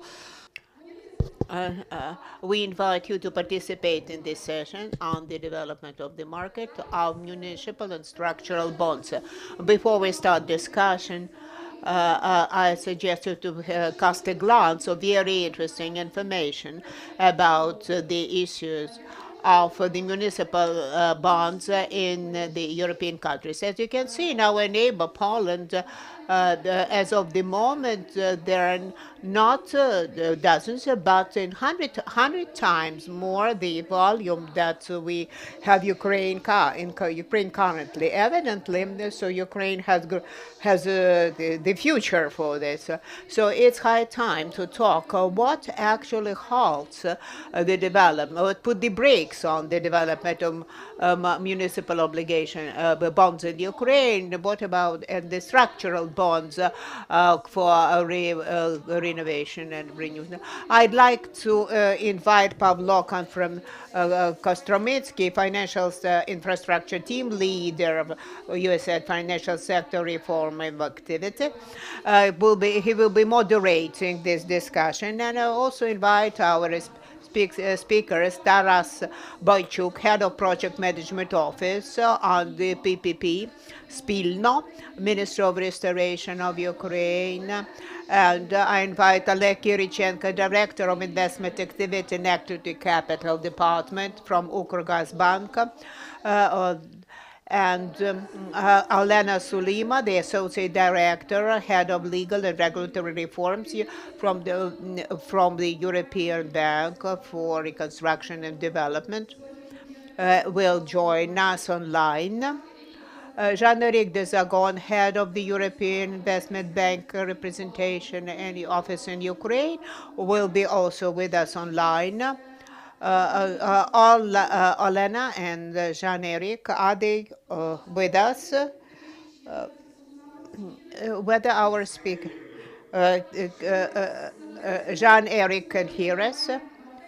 Maciej Trybuchowski, the President of the Management Board of the Central Depository in Poland. Can we start? I give the floor to Pavlo. And Maciej is, I cannot see Maciej. No, he is not here. Should we wait or we'll start? Good afternoon, colleagues. It's my pleasure to see all of you. I'm glad that this talk that we had before this panel actually touched upon the topics that we wanted to cover, and we have seen these actually milestones that defined the market we are discussing today. I like to call this sector quasi-sovereign bonds. They are in somewhere between the sovereign and corporate bonds. That makes them I don't know how to formulate them. It makes them, let's say, complicated. On one hand, investors realize that if anything happens with the issue, there will be intervention on behalf of the government. Usually, it's not put on the documents. It's the feature of all similar instruments globally, not just Ukraine. And that is why the status of this security can be defined in the last moment, because it may happen that it turns out because as some people mentioned, that municipality can forget to repay.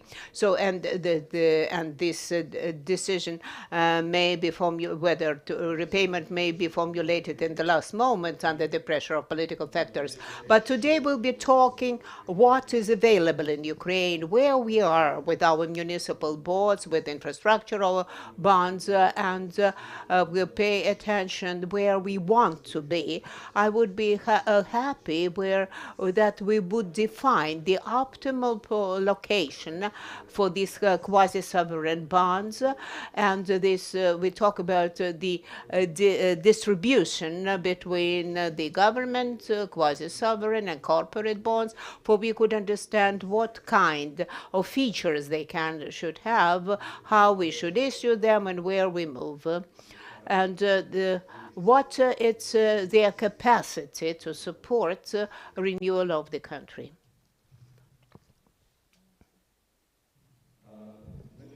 We'll actually go through the set of issues, and Mr. Trebohovsky was planned to open our discussion. We move further to this in discussion. We would like to talk about the trends and development of municipal and the structural bonds in Europe, cover the demand, supply, regulation. I invite Ms. Elena to take the floor.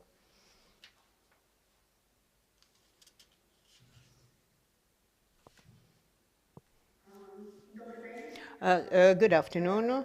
Thank you for the invitation, for this opportunity to join you in this video format. I will start with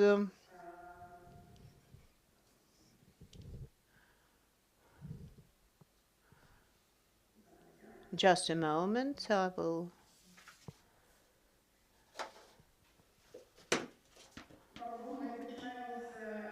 Pablo, should we start with the issues of trends in Europe and demand on municipal bonds, or I may start with my presentation? What do you think? I would suggest to start with the trends and later talk about the presentation, if you accept it. Thank you, Dan. My task for today is to bring this topic on the table, the topic of the growing demand.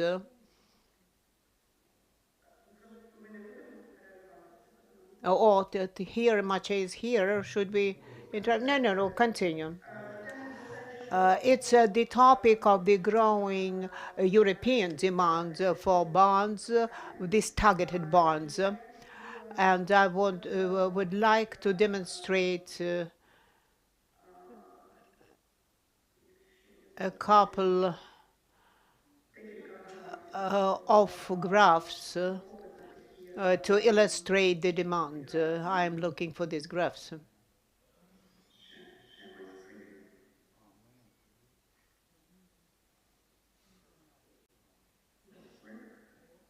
As of the moment, oh, here it is. Can you see it?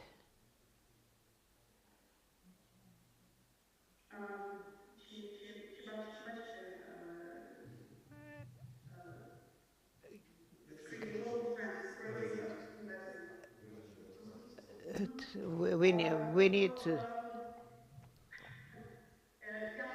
Now, I would like to demonstrate the global trends that are noticeable in the world. It's the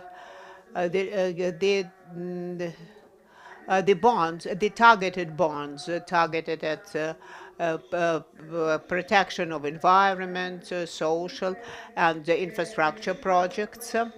If you look for the major trend, you can see that the issue of these bonds was growing by 80% annually, starting with 12-13. It's actually doubled of this market of ESG bonds. And the next the graph can say there is the European market is get the half of these ESG markets. Then it's Asian and North American markets in volume. And by sectoral issue, who are the issuers of these bonds, you can see that municipal bonds keep only make only 6%, but when by the features of these bonds, we are talking about 5% of the market of green bonds and about 9% they're social. project bonds. All that demonstrates the growing demand for this kind of instruments, and we need to take into account this fact, and we need also account for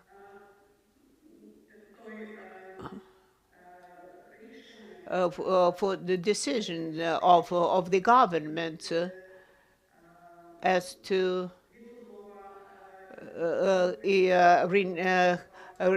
renewal of infrastructure of Ukraine should be based on the standards of environment protection and social protection standards that are already effective in Europe, and municipalities need to pay attention to this very trend and target at issuing these instruments, and EBRD on its side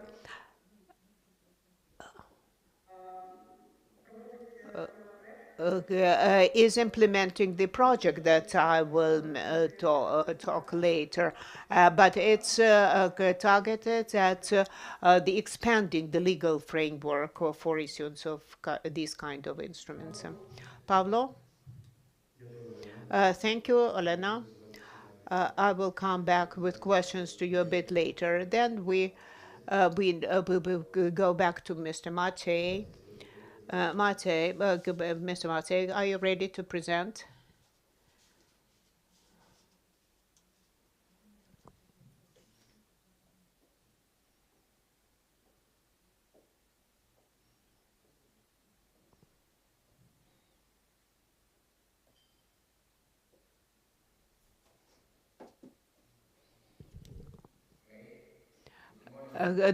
Can you hear me? Good morning, ladies and gentlemen. Yes, thank you very much for this for the invitation to this panel. I have a short presentation, and I feel privileged to share my personal experience and the Polish experience regarding the municipal bond markets.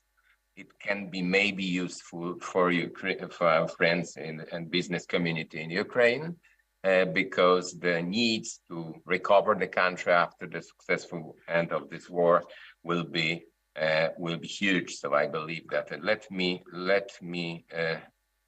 show the beginning of the presentation. Do you see the presentation? It's visible? Yes, okay, thank you. Ladies and gentlemen, short presentation. I'm representing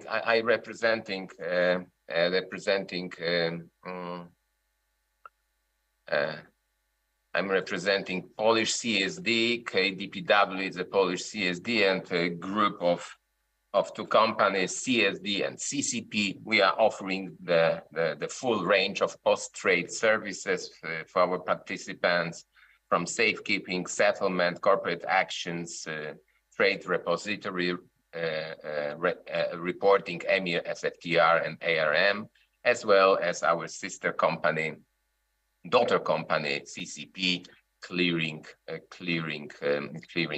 services. Our clients are issuer, domestic and foreign, intermediaries, custodian banks and brokers, Polish and foreign, and of course infrastructure, foreign and foreign CSDs.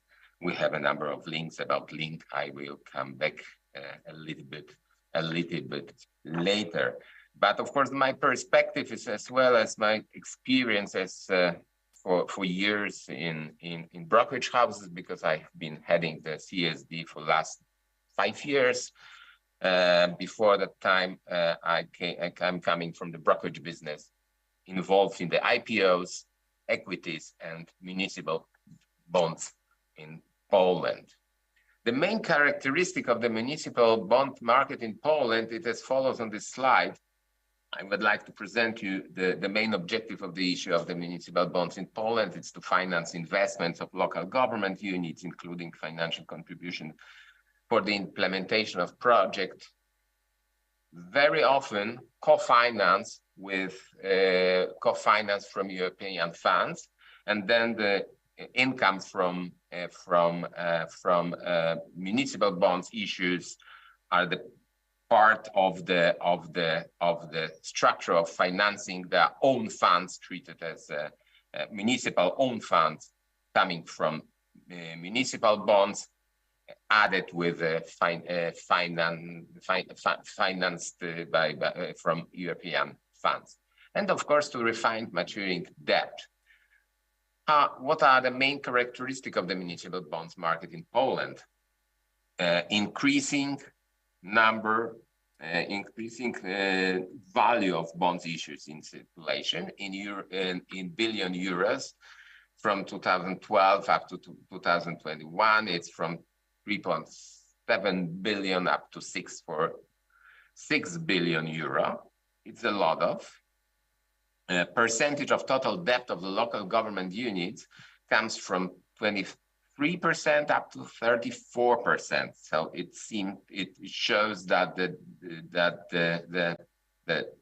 total debts of the local governments, it's moving from the bank credits to municipal bonds issue. The value of new issue is increasing as well, but the percentage of total value of municipal bonds, as you see, from 17% up to 15%, it's more or less stable. What is interesting, the characteristic of the Polish municipal bond market is the average value of the issue series. In million euro, you see from 0.4, 0.8, less than 1 million euro of one series. It means that simply there are very small issues, frequent but very small. Debt securities were placed by 370 Polish local governments.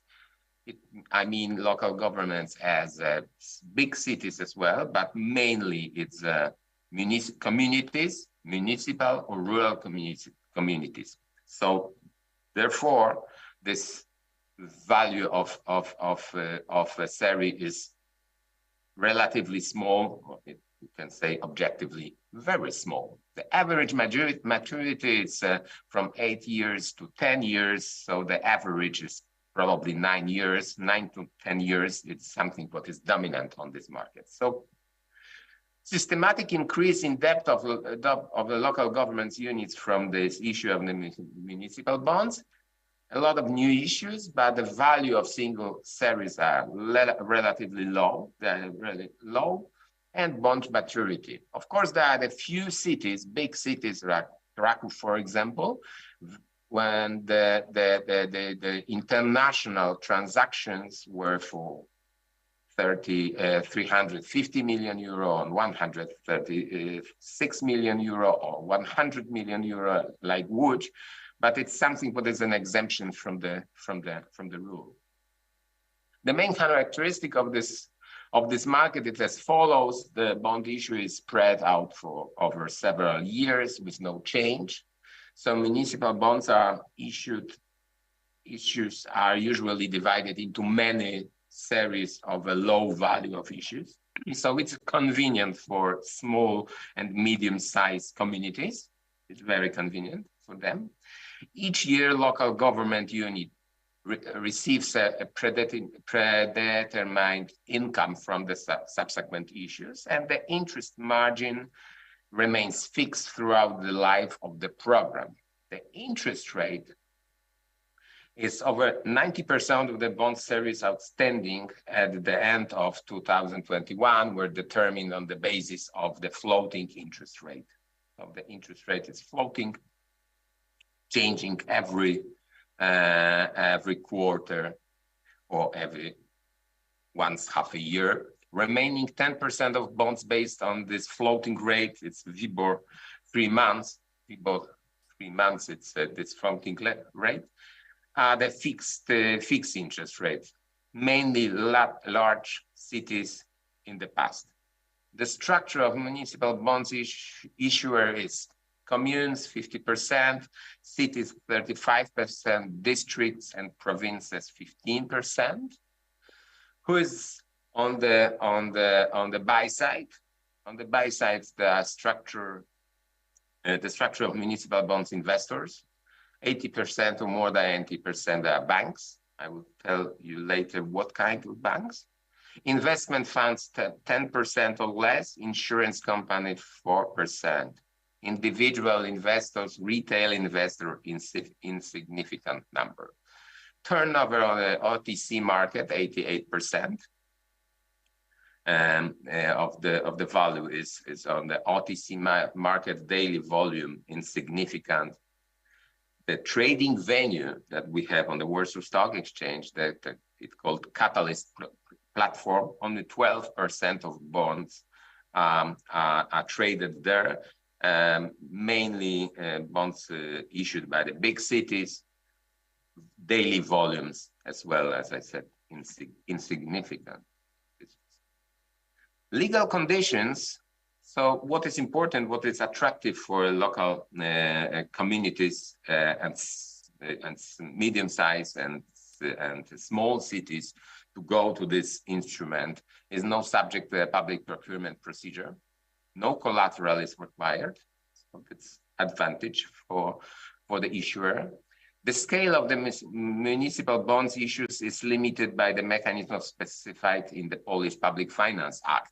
So it's a linking the maximum amount of local government unit expenditures for the purchase and the servicing of incurred debt with the income of these units. So it's some kind of discipline for the issuer. And last but not least, important for the transparency and security reasons, it's a requirement, mandatory requirement of dematerialization of non-treasury debt securities issued after June 2019. Dematerialization and registration in the Central Securities Depository. So we are keeping the register of all issued bonds, as well corporates, but of course also the bonds, the municipal bonds. Issuer mandatory of use of the agent, custodian bank, or investment company keeping securities accounts in order to register these instruments in KDPW, in the CSD.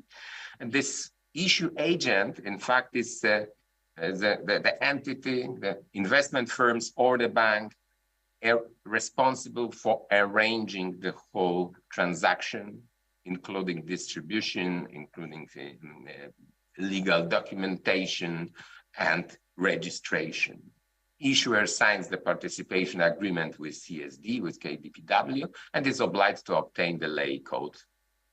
And the implementation of we have implemented the special IT system for registering. So the market is transparent. The access is from the website of KDPW, so it's possible simply to see who issued how many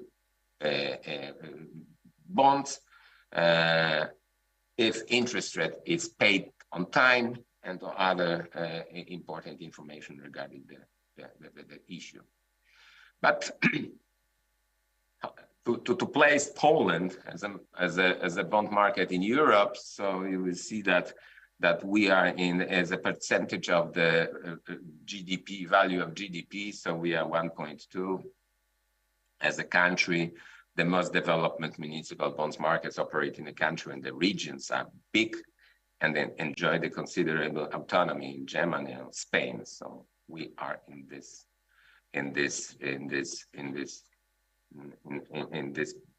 place on the market. And last but not least, what we have done on the end of last year with our friends from NDU, that the free of payment cross CSD securities transfer between KDPW and NDU. So we have direct link in order to trade Ukrainian municipal bonds in Poland. The goal is to transfer of securities prior to a trade between the Polish and Ukraine markets using the direct link. And you have an involvement of the broker custodian on this slide on the left-hand side, and the Polish part on the right-hand side. Ukrainian investors wishing to sell bonds on the Polish market deliver the instruction to NDU, deliver the instruction to receive to KDPW. There is a point 2 and 2B, it's a transfer or the instruction to deliver bonds onto the KDPW account in NDU, because we have opened the account as a CSD in CSD NDU. Instruction to receive bonds, and on the end of the day is a matching of instructions in NDU and booking of bonds onto broker custodian accounts in KDPW. So broker custodians on both sides should be involved in the process, and involvement of Polish CSD, Ukrainian CSD. We think that potentially it's a huge opportunity to use the Ukrainian investors, Ukrainian citizens, being in Poland on the Polish market, working here, having the businesses here. We have probably about 2 million people from Ukraine, and they can be as a kind of diaspora helpful to support recovery of Ukraine. So I think this link has a very important potential meaning for the issues of the new issues of the municipal bonds for the Ukrainian cities or regions or municipalities. So generally speaking, that's the general picture of the Polish municipal bonds market. The specifics I mentioned, I can summarize as a small issues, no ratings, excluding big cities. When the issues are addressed to international investors and Polish investors, especially international investors in international investment funds, there are no ratings, non-public trading, and non-public issues. Up to 150 investors, the issue is non-public. Insignificant liquidity and floating interest rate. Insignificant liquidity means that Polish banks, especially cooperative banks, they keep the municipal bonds to maturity, and it's a kind of for them it's a kind of substitute of credit, but more flexible instrument. That's the Polish market. Maybe it can be for the Ukrainian market kind of not a benchmark maybe, but information that will able to avoid some disadvantage of the Polish market and use the advantages of the legal regulations and market infrastructure. Thank you for this part of my presentation. Thank you very much, Maciej. I have some questions to you, and should I go one by one, or should I mention them all? Okay, let's start. You mentioned that the issues are small. Whether that means that the fixed overhead cost is low, thus nothing motivates bigger volumes, or there are some other signs which impact why there is a small issuance. To translate in English, because I understand, but not. Yeah. Sound line to English. You're supposed to have that option. I didn't know what... This time, yeah, I will just repeat my question this time. Sorry, it's easier for me to actually ask in English, so if that's fine.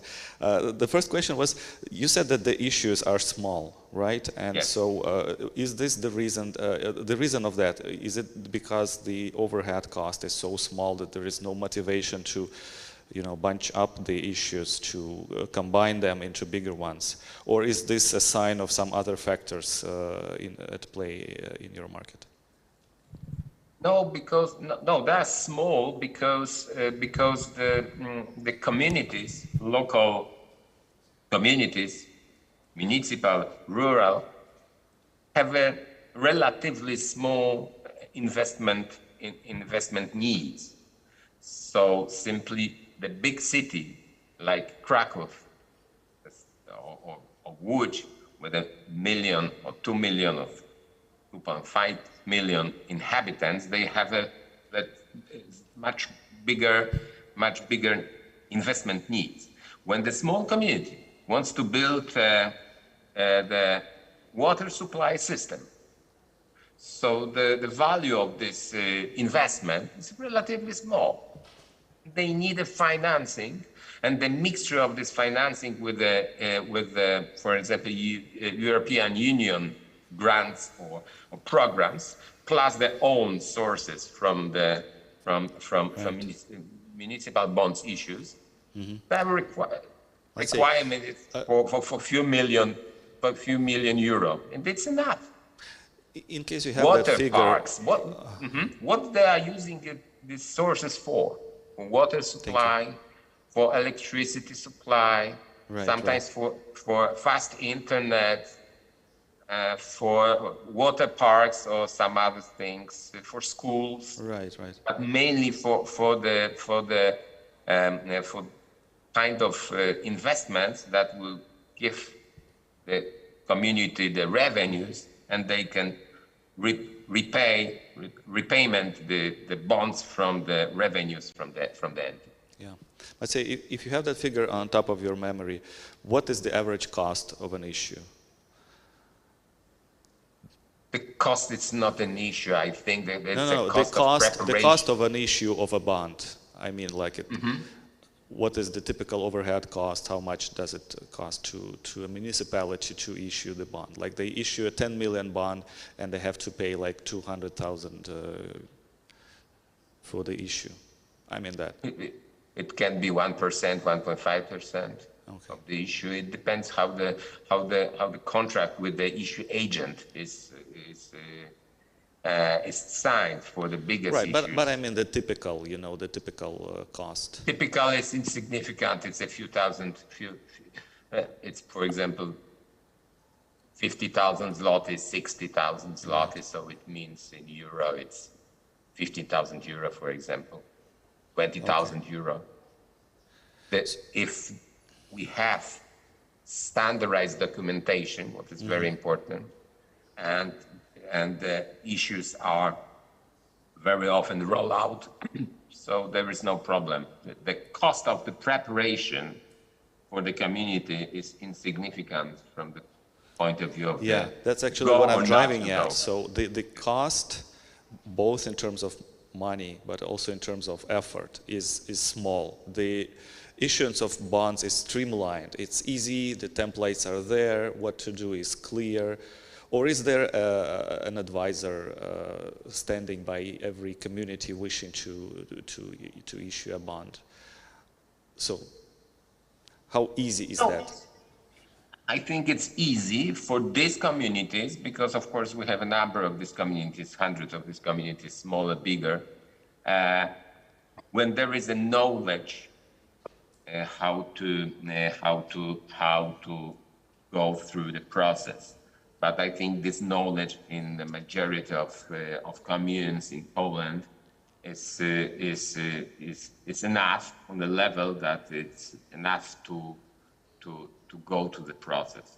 If it's necessary to have the legal advice, but more or less standardization of the documentation helps to prepare a lot of things disclosures coming from the community. It's possible to do by own sources, internal sources, so the costs are not blocking the possibility to issue.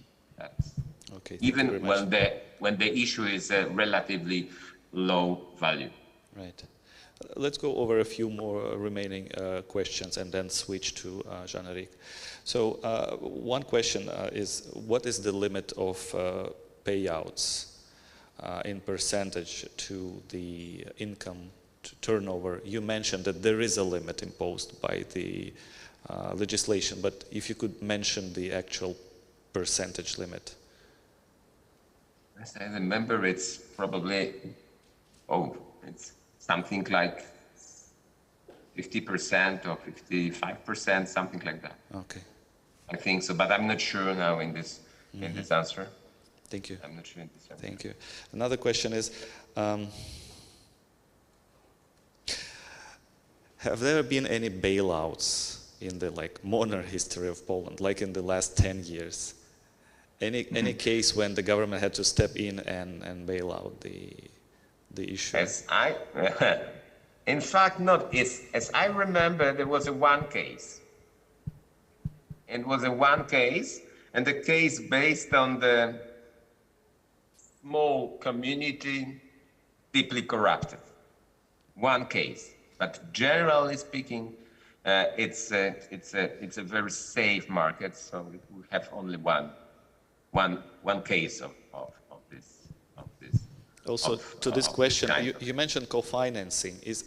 What is that, if you could say a few more words about co-financing? Is that a mechanism to distribute the responsibility, distribute the cost, I mean the repayment of the bond with the central government, or did I get it completely wrong? You mentioned in the first slides about the co-financing mechanism.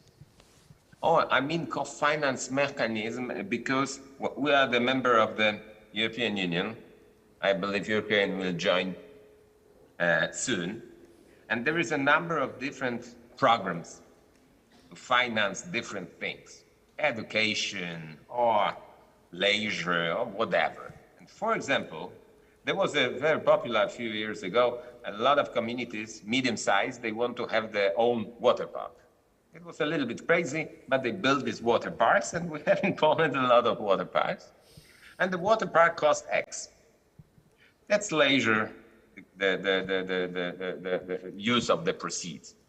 How it can be co-financed? If there is a program, European program, that they can, for example, finance 30% or 50%, but the community would have to put to this basket 50% own funds. What the community can do, they issue municipal bonds and treat it as their own funds. And that's the mechanism of co-finance. Own funds from the municipal bonds, plus grant from European Union gives together the finance structure of the, for example, this entity, let's say it's a water park. But of course there are communication needs, it's more serious things, especially water supplies, what is very important for the small communities, it's a water supply. Thank you. Okay. So that's how I mean this co-finance. Right. Okay, let's move ahead and the very last question, and perhaps we will expand on that later, but just to set the stage kind of, you mentioned about your work with the National Depository of Ukraine, and if you could say just a few words now and perhaps expand on that later about the demand, the possible demand for the Ukrainian municipal bonds through this link in Poland and through Poland in Europe in general. It's a good question. Because of course, you know, when you don't know how to exact answer on this kind of specific question, you can always say that's a huge potential. I believe that there is a huge potential, but there are a few factors that that can prove this thesis, especially a number of Ukrainian citizens in Poland. I think it's a client base, can be a client base for the as investors helping Ukraine, making an investment, understanding the local circumstances of, for example, municipality X. Maybe they are coming from this place. I think it's a huge potential. Of course, there's a number of questions regarding creditworthiness, trustworthiness of issuers, and including rating, a number of things. But I think this potential is very significant. It can be added with the Polish investors and maybe international investors on the Polish market. So of course, we have started with NDU, this link, beginning of this year, in fact. But I think it can be a highway of financing municipalities. I don't want to go into details, but we get, by the way, a few days ago, the question, the letter from the mayor of the one Ukrainian city, addressed to KDPW, asking about the possibility and cooperation regarding issuing the municipal bonds. So I felt on the beginning a little bit that this link can be dead until the end of the war, but astonishing. There is a question. We are answering this question, and maybe the link will be filled with new issues. So I see the potential. Thank you very much. So from everything that you've said, I hear that the potential is not huge. It's huge. That's what you said at a certain point. Okay, so we'll stop here and we'll talk about the issues of the Ukrainian market a little bit later in a more broad panel discussion. So I will ask you to keep your thoughts for that moment. And now I will pass the microphone to Jean-Éric. Would you like to say a few words about this topic of the trends of the development of the municipal bonds in Europe? Thank you. Thank you very much. Yes, I mean, just maybe want to give the background. Before being the head of EIB in Ukraine, I was working in capital markets of EIB. EIB is the largest supranational issuer in the world. We issue about 70 billion bonds per year. And after that, I was head of the asset management of the bank. Now, I'm saying that because I want to tell you that I will give you very much a market view. I mean, how is the market working and why it's like that? Now, if we look at the market, honestly, the bond market for municipal bonds in Europe is very, very small. In the US, you have a market with issuance of $400 billion per year. The outstanding is 5-6 trillion. Therefore, if you look what we have in Europe, you have very little issuance of bonds. Yes, you have Germany, you have Spain, you have Poland, but again, figures are very, very small to compare to a large market in the US. There are reasons for that, and I think you asked me to talk about the trends. I will not go for the reasons, but the reasons are there why this market is very small in Europe. And the main reason, but I'm happy to go more in detail, the main reason is alternatives. There are much cheaper alternatives to the bond market municipalities in Europe today. And that is the main reason why you have a very, very small market. Municipalities understand very well they can do things that are cheaper. That could change. Now, but you asked me about the trend. I liked very much the presentation that Elena did on the ESG green bond, and because that would be the chance, if you want, for municipalities to issue bonds. You see that this market is growing. We are close to 1 trillion. I mean, it has been flattening a little bit over the last 3 years, but that is normal. That's only to do with yield, with the hike of the Fed and the ECB market in general. Bond markets have been a little bit reluctant. So you see that market is very important, is growing very much. Still, also Elena pointed out very correctly that the municipal part is very small, it's 6%. but that if you are even a small part in a growing market, you have a chance to do something interesting. And why is that market? Why is that market growing? The reason is that, well, first, I think that investors take more and more seriously climate change and the well-being of the population in general. I think that is the first reason. But there's something more with this ESG or climate bond market. And that is that investors want more and more not to give a blank check to large municipalities, large corporates and so on. They more and more want to know what happened to the money. And that is the great thing with ESG bonds, is that EIB is one of the largest issuers of ESG bond in the world, but everything with what we do with the money is audited. So every year we publish a report saying, okay, we received so much, I don't know if we got in 15 billion or whatever from this kind of bonds. We have to justify every year what we did with this money. And that is key, because that's something investors are very keen to see. And if you start to issue, for example, in Ukraine, municipal bond linked to ESG investments, I mean, the investor will be happy because he will see exactly what happened to his money. It's not only going to the general budget of the municipality, but the municipality will have to justify exactly what they did with that money. So if you want, I think that the municipal bond in Europe is very small market, and again, happy to answer why.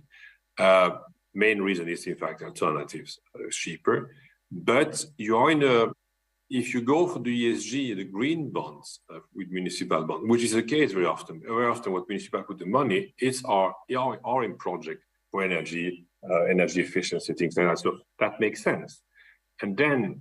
The good trend is that you will have to justify, and that will give a lot of confidence to investor. I don't want to go on the reason because that could be another question, but I mean, why is Germany the largest one for issuing this kind of regional bond? Because Germany is a AAA, so there is a confidence in Germany in general. When you come for a country which is lower rated, you will have to justify more. And therefore, this kind of green or ESG bond are a very good tool to be used. I stopped there, happy to take questions and also happy to answer to more why I see this difference in Europe and what are the alternatives. Thank you. Thank you. This is very interesting. I think the biggest takeaway, at least for me, is that just blank sheet financing is kind of getting out of fashion, and investors demand more and more of clarity about the purpose and to have more control over the way the funds are actually used. And so, at least to me, I don't have a firm understanding. Actually, I want to get that understanding during today's panel. But what I understand that we're moving from what we can call municipal bonds to infrastructure bonds, because the key characteristic of an infrastructure bond is the fact that there is a target, a specific target for that bond, right? It's not just a blank sheet. At least this is my understanding, which may change by the end of this panel. So if I may ask you now just one question, and we reserve the rest of the questions for a later discussion. The alternatives, you mentioned the alternatives. So if we talk about a municipality, and if we have Ukraine and Ukrainian recovery in mind, though speaking about the European experience, what are the options there? Are they available? Are they going to be available in our case? Please. Thank you. Yeah. Okay. So, I mean, if we take Europe, what are the alternatives? You have different models. What is different very much in Europe is that the banking system is working a different way than in the US. You have large banks that lend money to municipalities for this kind of project. And for example, EIB is one of them, but we are not the only one. Very often on a national level, you have kind of development bank doing that. The Scandinavians have a totally different model. The Scandinavians are putting together by country municipalities. They create a kind of agency that is then issuing bonds in the market, and that agency then on-lend this money to each municipality. And that's a very powerful model, because when you're an investor, you are just confronted to one credit risk. So you're an investor, like I was heading before. We just have to analyze this agency. We don't have to analyze 200 municipalities in Sweden.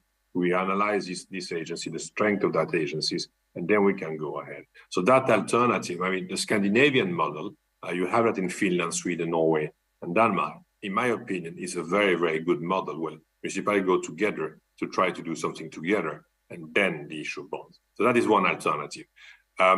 The second alternative, in my opinion, would be that in Ukraine, you try to create a kind of municipal bank or development bank where municipalities can get money.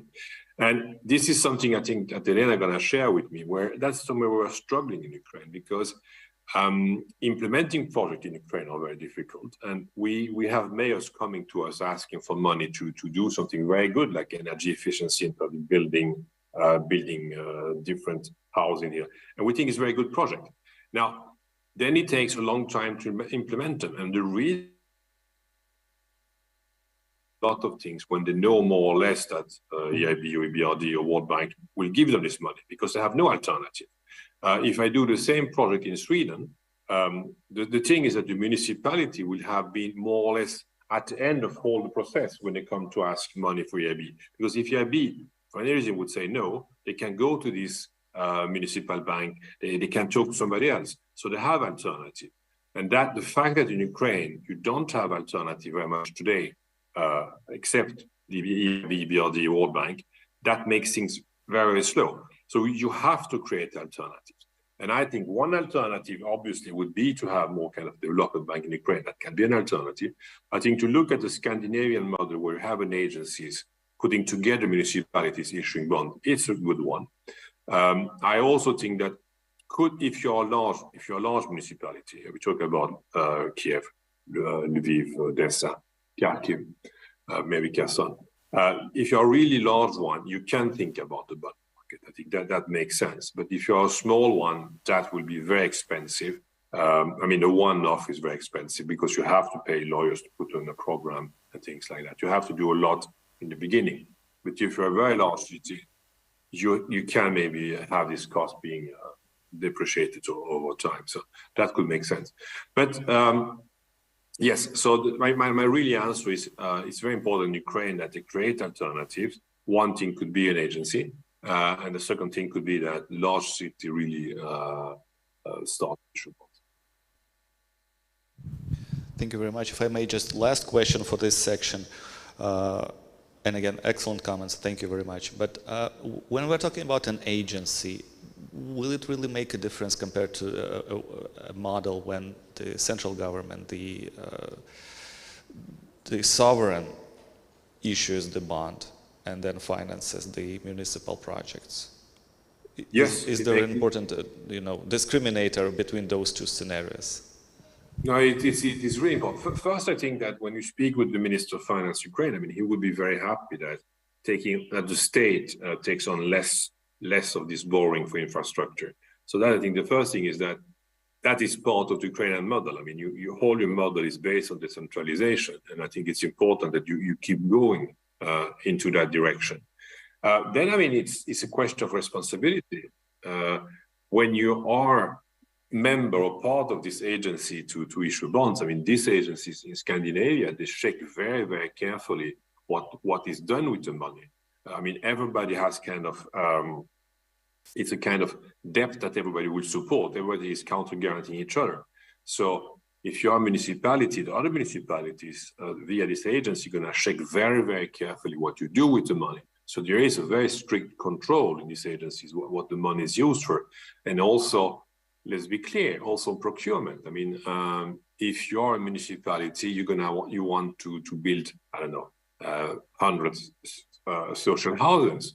Well, you're going to be benchmarked against other municipalities who know very well how much it costs to build these kind of houses. So there is a virtuous circle to having this kind of agency because first are more independent from the central state, which I think is in line with the Ukrainian model of decentralization. And the second thing is a very strong knowledge in these agencies, how much something costs and how the money should be used and things like that. So there's a lot of virtuous thing in having this kind of agency operating. And then obviously, then you're going to pay the market price. I mean, if this agency is working very well, this agency issue, and this bond's going to cut the market price, and then there's going to be a small margin for operational cost that will be charged with the agency, and that is it. The government of Ukraine, it's more difficult for them to assess every time what your project is, because that they don't have the people very often. I mean, the capacity building in this agency would be a fantastic thing compared to having the central government having to do that.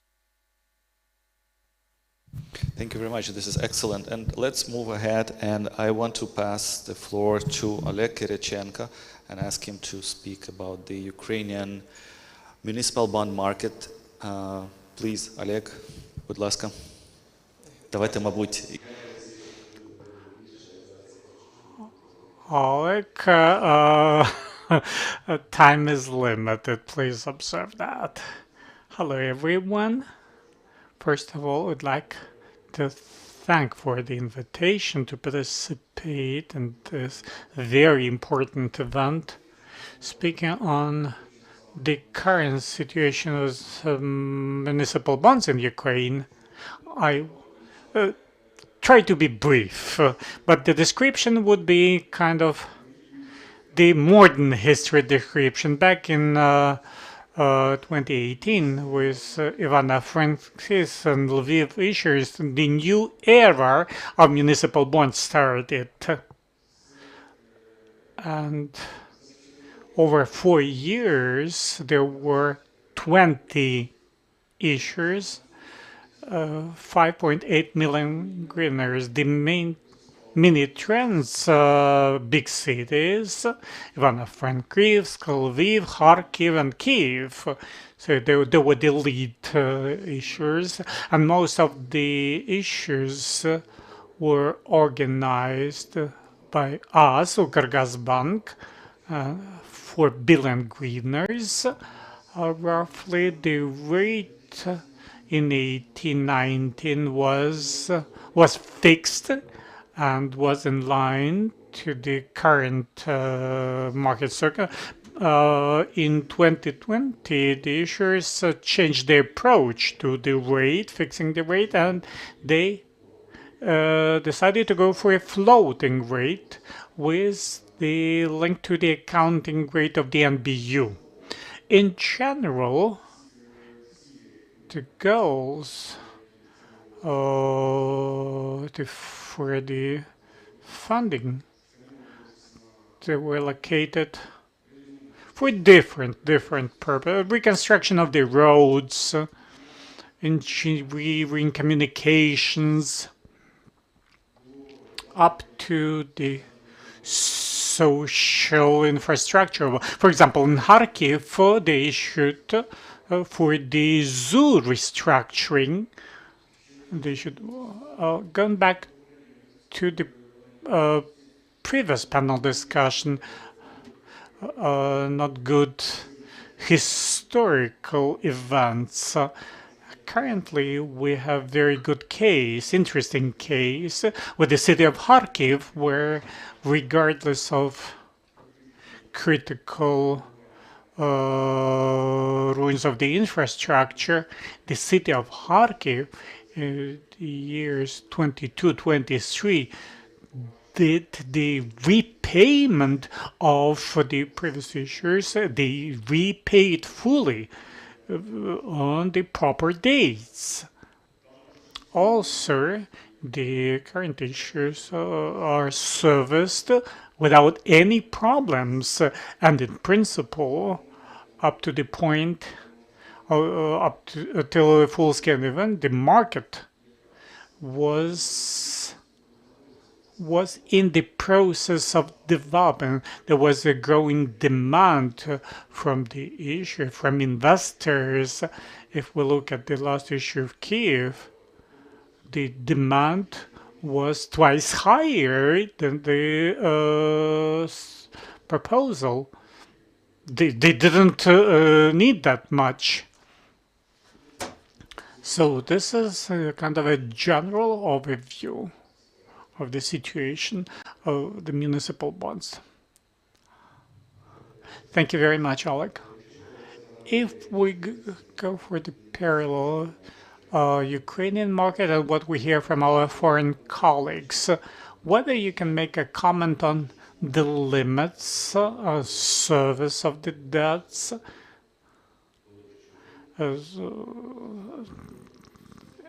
on the concept which our colleagues have. They're rather attractive construction when they engage some funds from the borrowings, internal borrowings, and then they go for the alternative investments, and thus they optimize the expenses to service a very, very attractive construction. Unfortunately, here, and this is for the initial stage, there was only big cities that had enough courage to service rather big for if we, again we compare the city budget and the borrowings, but the funding was directed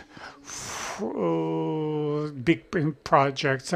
Some municipalities had co-finance, but again there were around some specific projects and were the ability to service. If we speak about the load, the cost and the efforts, time, can you make a comment on this? Currently, the cost to issues same as our Polish colleague mentioned. Just very symbolic at the initial stage when the first issues were, oh yeah, initial ones were rather difficult. So we had to start. Now it's rather symbolic, symbolic payment and the compensation of the expenses for the public registration. If we speak about the city, big cities, probably they have higher capacity, if we may speak, whether it's true or not. I mean, compared to the communities. Let's assume that small communities considered it. Would they be facing same challenges? Look, the organizer, us, we take this, provide this support from the insurance until they come to the budget. From the community side, they are responsible for the planning of the budget, and they are responsible for the goals. So then we provide the whole support. So same as with the loan, if you have a problem with 2022, there were lots of issuers, potential issuers were interested, but everyone was afraid because that was kind of writing a master Caesar's scientific research. But they have to do the budget first. If they take a loan, or a loan or issue the bonds, they have to service that. And the organizer takes, provides a, okay, got it, let's move on. And I suggest we go to the part of our plan when we speak about specific projects, specific tools, mechanism which can make municipal boards more efficient. And I would like to pass the microphone to Elena. Are you ready to take the microphone with the part of your presentation? Can you hear me? Thank you. Yes.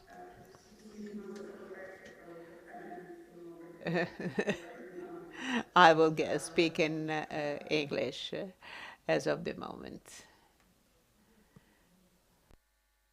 I have to share my screen first.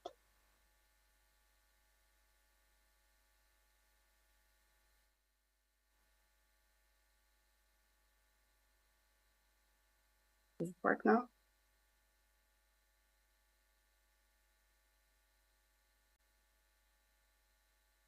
Should work, right? Yeah, as I would like to bring the ESG topic back into our discussion because, as I mentioned, this is one of the very serious global trends that we see in the global bond market and specifically in the municipal bond market. The commitments that countries took at COP27 and in Paris Agreement, they're going to affect the bond market going forward, and the long-term influence of sustainability is going to stay with us. That's for sure. We see the trend towards expansion of sustainable bond issuance in public sector as well as in the corporate among the corporate issuers. And we see the increase of this public issuances in emerging markets. The growth in volumes, diversifying the use of proceeds of sustainable bonds. The constraints that we can see are obviously the macroeconomic and market conditions, inflation, rising interest rates. The most important one is the robust ESG regulatory and political landscape. And when we are talking about the regulatory environment, we have to take into account that, in fact, the European legislation has to catch up with the development of the products themselves. But there is a process, and there are some standards, internationally recognized standards that we already can take into account in order to develop the legal framework in Ukraine. I would like to show you a couple of more graphs. The one that you see now on your screens is the municipal bond, the growth of the municipal bonds, in especially the sustainable bonds. And you can see that it repeats the global trends towards impact investing. And as Jean-Eric mentioned, on the right-hand side, the biggest issuers are obviously Germany, Spain, Belgium, and Sweden. Sweden is very strong especially in among the municipalities in the area of green and social bonds. And maybe it has something to do with the structure that you mentioned, Jean-Eric, the aggregation of the issuance in the one agency entity, and this is something that we definitely need to consider for Ukraine. Interesting slide that you can see now. You can see how the municipalities are using the proceeds of sustainable bonds, and I have to mention that this mostly the figures from Moody's report. They're usually used for renewable energy, for green housing, and clean transportation. And this is exactly what Ukraine will need in the efforts to rebuild the destroyed infrastructure post-war. So what do we need to do to have these products right after our victory? We have to make sure that we have a robust legal framework for municipalities and for other issuers to be able to issue these instruments. EBRD, together with the National Securities Commission, and with the help of our consultants, Sayen Kocharenko, launched the project which aims to develop the legal framework for ESG and infrastructure bonds. The benchmarking, first, what are ESG and infrastructure bonds? If you look at the slide now, you can see that the green, social, and sustainability bonds, they have the use of proceeds factor, which is very important. And usually it's, the name talks for itself. The proceeds should be used for green or social projects, whereas the sustainability-linked bonds is basically the bonds which are issued for the general corporate use of funding, but with the set of certain KPIs and the so-called sustainability performance targets. The infrastructure bonds, similarly to the use of proceeds bonds, they are bonds that require the proceeds to be used to finance infrastructure projects. They are typically long-term products, and they are used for big infrastructure products like building roads and building long-term huge infrastructure projects. Here you can see the examples of the use of proceeds. As I said, the sustainability-linked bonds, the proceeds are used for general purposes, but there are certain KPIs. And one good example is the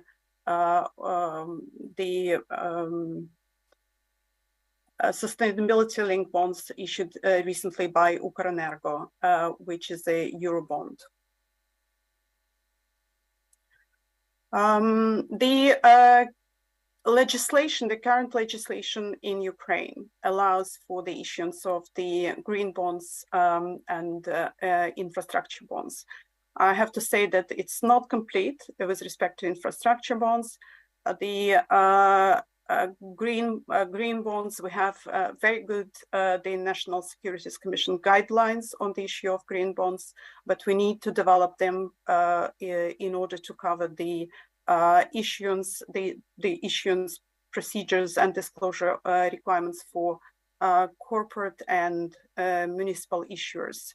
The benchmark we're using is the ICMA principles on ESG bonds and the developing EU acquis. And at the moment, we have no provision in Ukrainian legislation for issuance of social sustainability and sustainability-linked bonds, and this is something that we will ultimately develop.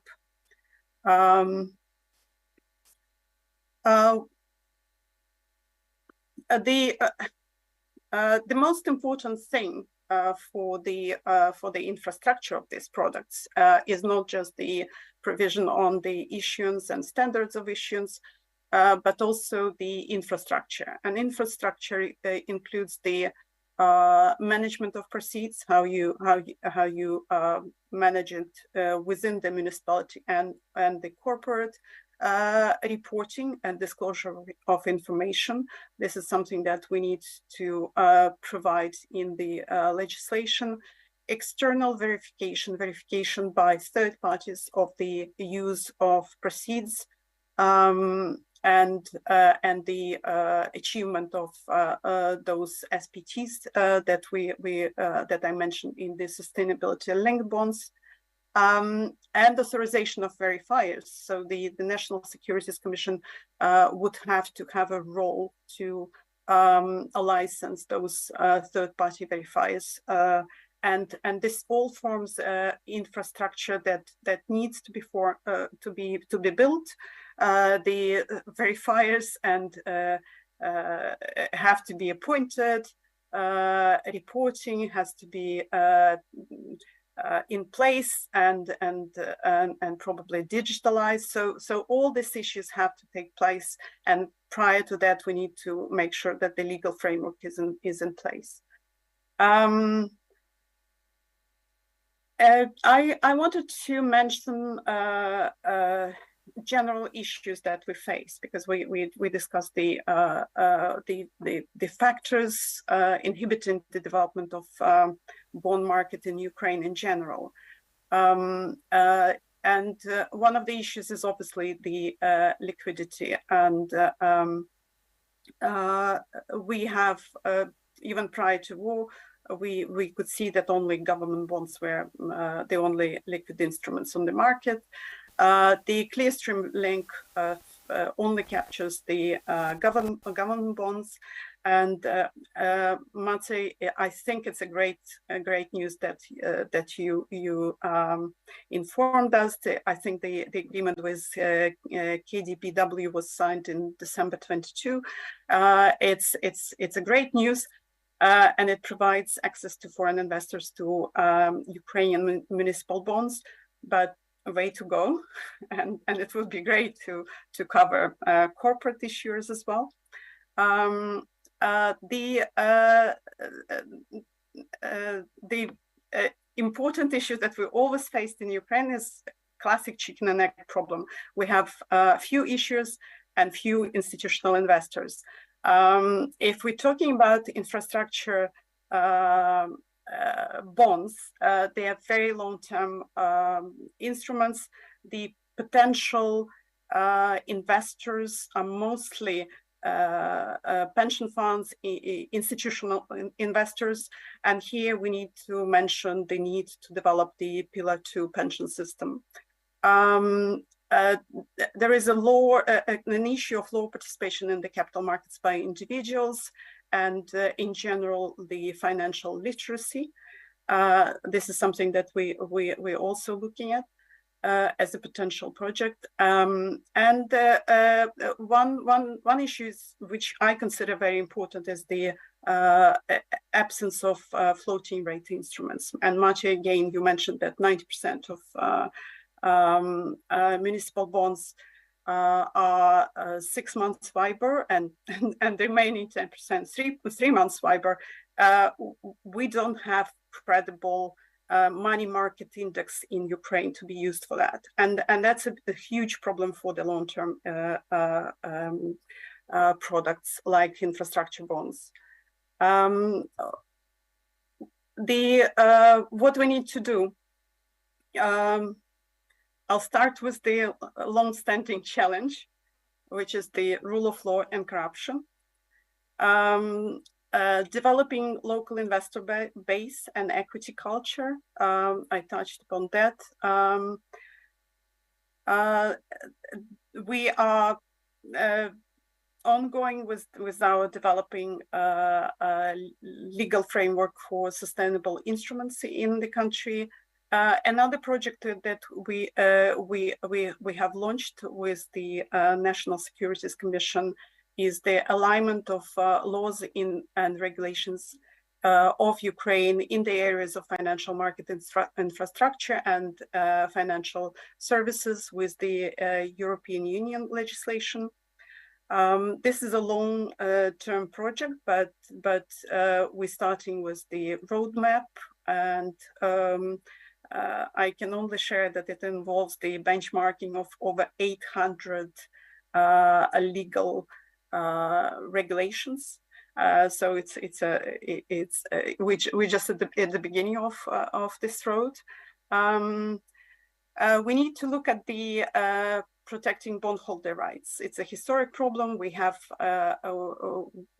the legal framework in place, but we need the established practice of collective bondholder actions and certain secondary legislation on trustees.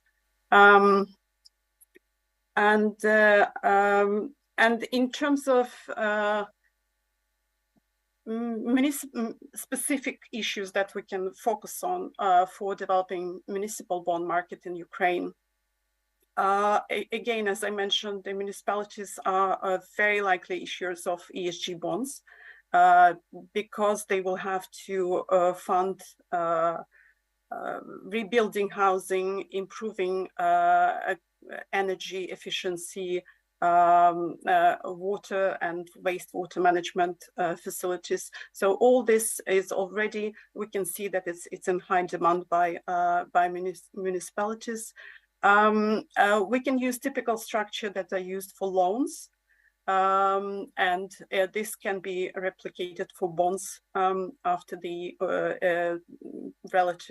after the appropriate amendments are included in the capital markets law. We can see now that the public budgeting rules can cause some complexities when structuring the municipal bonds. And can be seen as a detriment by certain investors, and we have to look into this as well. The issues like expertise, governance, cost, and volumes, as Jean-Eric mentioned, can be solved by aggregating the financing. So the umbrella entity or the so-called agency can issue bonds and then disperse proceeds to municipalities to finance certain eligible projects subject to the prior agreement. So these are things that we can that will have to be resolved in order to see the resilient municipal bond markets in the future. Thank you very much, Elena. I wanted to give an announcement to everyone that we try to finish in the next 20 minutes, so we are very behind on our agenda, and so I will ask everybody to be shorter on their parts, and I also want to have a Q&A session, not just my questions, so that the audience can also pose questions to the speakers. So just one question from my side, Elena. I'm sure you know about the recent URC conference and the pledge of the European Union for 50 billion euros, which is coupled with very strict requirements on the side of transparency, control, etc. Do you think that this mechanism will simplify your life and the work that you're doing right now? Is there a chance of synergy? Will they do faster that what you are trying to do right now? Or is this going to be just a very separate stream that will not help you in any way? Thank you. Well, we have seen excellent commitment from all sides at the URC, and I think it only facilitates what we are doing. And the bank is also committed to investing in long-term investment in rebuilding Ukraine, and we are also looking to invest in the green bonds, SLB frameworks, as long as those instruments are eligible under the bank's requirements. Thank you very much. Передаю слово Тарасу. I pass the microphone to Taras. Thank you, colleagues. I'm very pleased to introduce some ideas which we at the Recovery Ministry, together with international organizations, we're working. I'll try to be brief. I have a presentation. I have the slides. It's interesting to see how we're going to finance with understanding the local market which can be mobilized, and we spoke about this. At the same time, we should understand that there are limitations with municipalities. They're small. They were undercredited historically.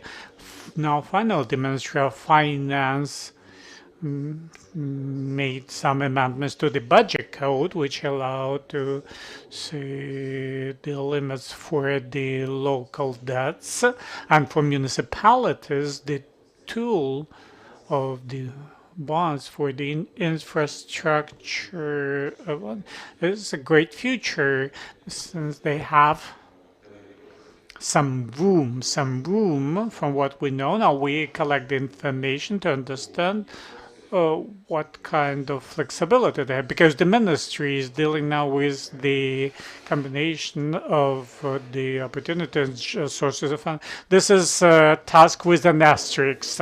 I would like to tell you about the ideas which we have discussing with the international institution for about a year.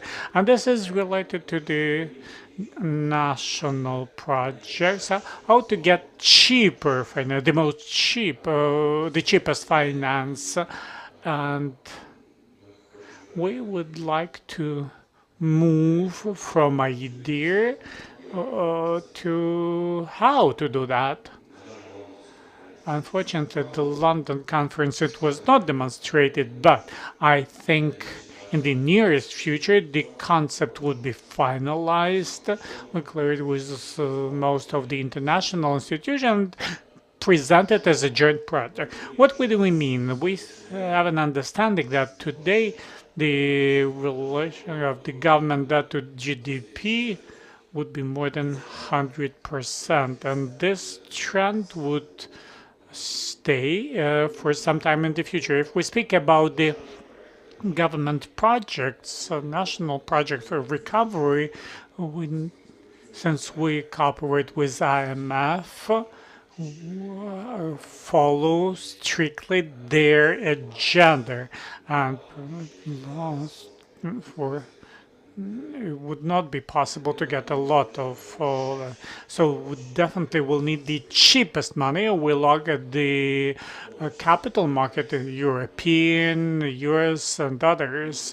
We want to move from Ukrainian risk of GDP drop down from our triple C in worse to get the international funding and provide them with the tool which they understand. So take the money from European and the US money under their rest and propose a tool to cover the liabilities, which would allow to mitigate the risk and get the investment trade status.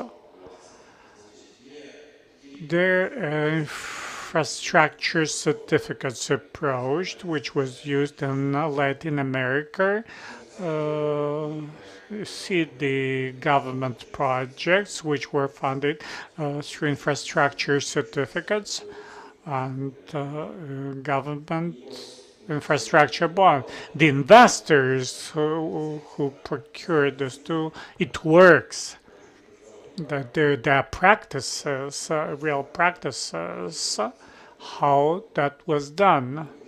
And we want to adjust this tool based on the assistance from the donor community, from international organizations. So for the projects which are not self-sufficient, like energy project, and we speak about the public social infrastructure like housing, hospitals, schools, roads, transport, public municipal transportation very often, waste management,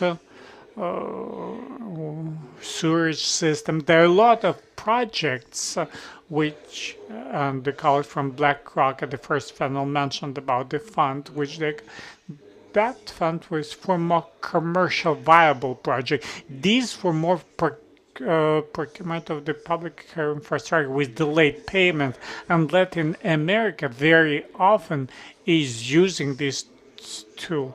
We want to engage private capital, including private investor invests and gets for this work infrastructure certificate. My slides are a little bit complicated, but interesting. So the source of repayment, Ukrainian budget, is not able to cover that now. And this is why we're talking about long-term perspective. The first international agreement, this is in the core, should be signed between the government and donor community to create a certain fund. I would call it Ukraine Recovery Fund, with the focus on social infrastructure and infrastructure which we need to restore the livelihood on the territories which will be deoccupied. Of course, we should prepare well those projects following the best standards, and the government should prepare with the assistance of the donor. But again, based on the international agreement, the fund should be created. This is an idea so far. So the fund and basically the government takes an obligation to define the pipeline of the projects and makes its own contribution to the trust fund. So Ukraine also participates in funding and contribution to the fund to confirm it's an engagement, it's commitment, demonstrate the commitment, and some sources which would be linked to the project specific. It could be concession payments or other revenues like the road for fee. It could be a part of the contribution, like annual contributions from the government and linked to the specific project if they're able to generate certain cash flow. Also, the government will take some other obligations, like pay when you can. That's something similar GDP warrants. So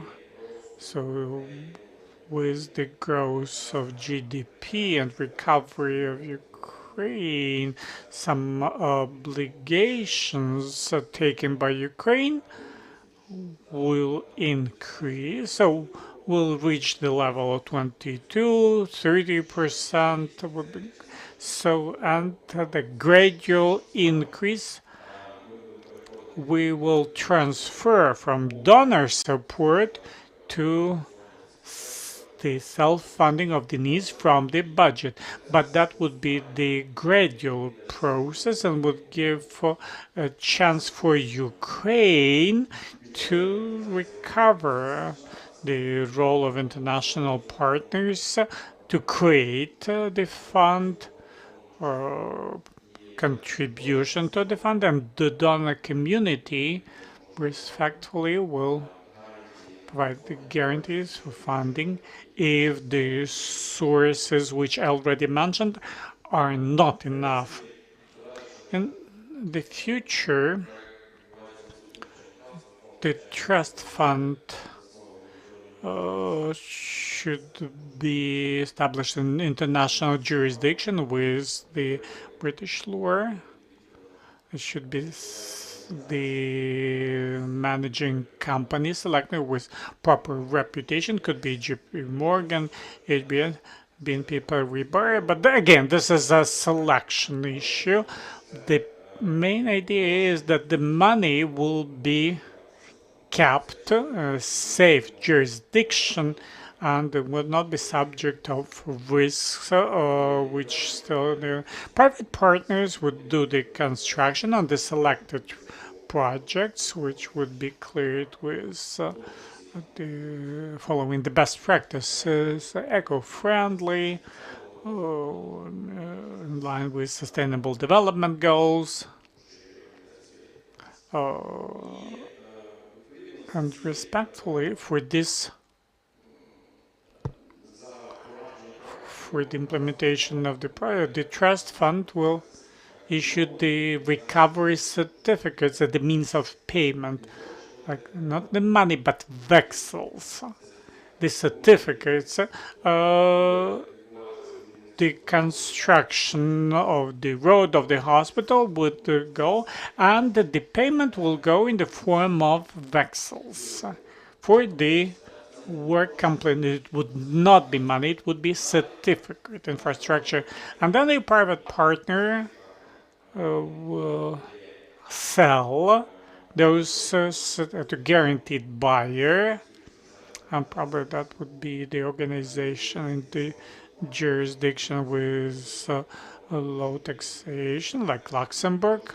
For every project, there will be a guaranteed buyer, and respectfully, they will buy those.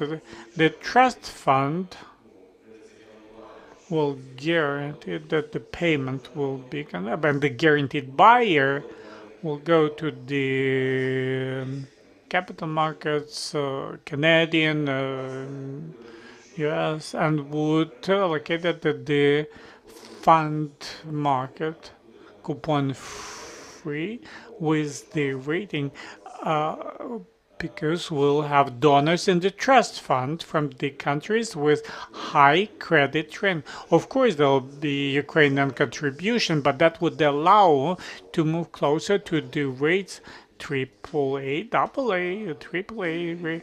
This certificate mechanism, since it's known in Latin America, it was tested. How it works, it's not rocket science, something which is not clear, but something which has been tested by billion projects, by $1 billion projects, and the trust fund pays to the institutional investors. It could be several years of obligation. So what we get as an outcome, certificates are given to the private partner through the course of implementation of the projects, and respectively they will sell to the guaranteed buyer, and they would go to the capital market. So the burden would be spread through the time. So the donors, Ukraine would not in one-time so that would be evenly spread through the course of implementation of good projects. Lifetime of good projects which are meeting high criteria. So we expect that institutional investors already have some experience, and we expect that this is a just adoption with the trust fund, with the countries, with the donors with high credit rating. They'll be ready to provide donor support, which would be monitored, and there's no need to create new legislation because this follow the international jurisdiction. Of course, we'll have to do some amendments in Ukrainian, just say, but the use of the tool will allow the allocation of the payments of the pay when you can. There'll be some regular revenues from the payments from the budget, and obligations of the donors would be higher than they would do. And at some point, and this is something to discuss, from some point in time when Ukraine reaches certain level, Ukraine will take bigger part of the obligation on itself. And we do understand that we'll be able to pay our obligation when the recovery happens, and we'll be able to cover higher share of the obligations. 100%, 120% that the GP will not allow us to go for higher borrowings. So this mechanism is fair, we think, and allows Ukraine, because of recovery, to take more responsibility. There could be reparations, could be a source of payments of the obligation. But this is in a nutshell. So though the presentation is complicated, but there's a substance. So the government gets a source of funding for the project, which and that would be the cheapest or one of the cheapest the donors get clear and reliable to funding for the long-term perspective with no need to allocate significant resources immediately, but spread through the course of time. And the projects will be selected in cooperation with international financial institutions to meet the best standards, and investors will know where they invest. Private business will take 10, 15, 20% of the cost of funds, will risk their capital. So that's a PP partnership. And the profitability would be clear. This is not charity. There'll be respectful payments. They'll have their own rating. It would be investment rating, and thus will be able to fund the social infrastructure, which is likely not to be funded by the fund which we already discussed. Thank you very much, Taras. Very cool presentation. I have millions of questions, but I will reserve them. And just one clarification. How far you're from the program be announced formally? What's left? What are the milestones? What should happen before it's formally announced? Let's put it that way. It had to be presented in London, but because it's not cleared with all the stakeholders, I think Ukraine should demonstrate courage and demonstrate their idea and discuss and improve. In case we don't offer the mechanism funding of our needs with clear who would do that for us? Who would do that instead of us? So I'm glad that I can share this today. But what should happen? I think there should be more courage. We should have more courage from all these stakeholders who are already in the development of this concept. But to articulate this as an idea, to promote it further, to finalize, to liberate, it's not a new tool for the capital. I understand that Ukraine will take obligation, but there are some limits. Of course, municipalities are undercredited. The potential is high. The ministry is looking at that. If the cities can do their projects with their funding or co-funding or municipal bonds, but the national needs how to meet them using the grants. The grants tend to expire, so we need to have some tool for the transition period. The budget.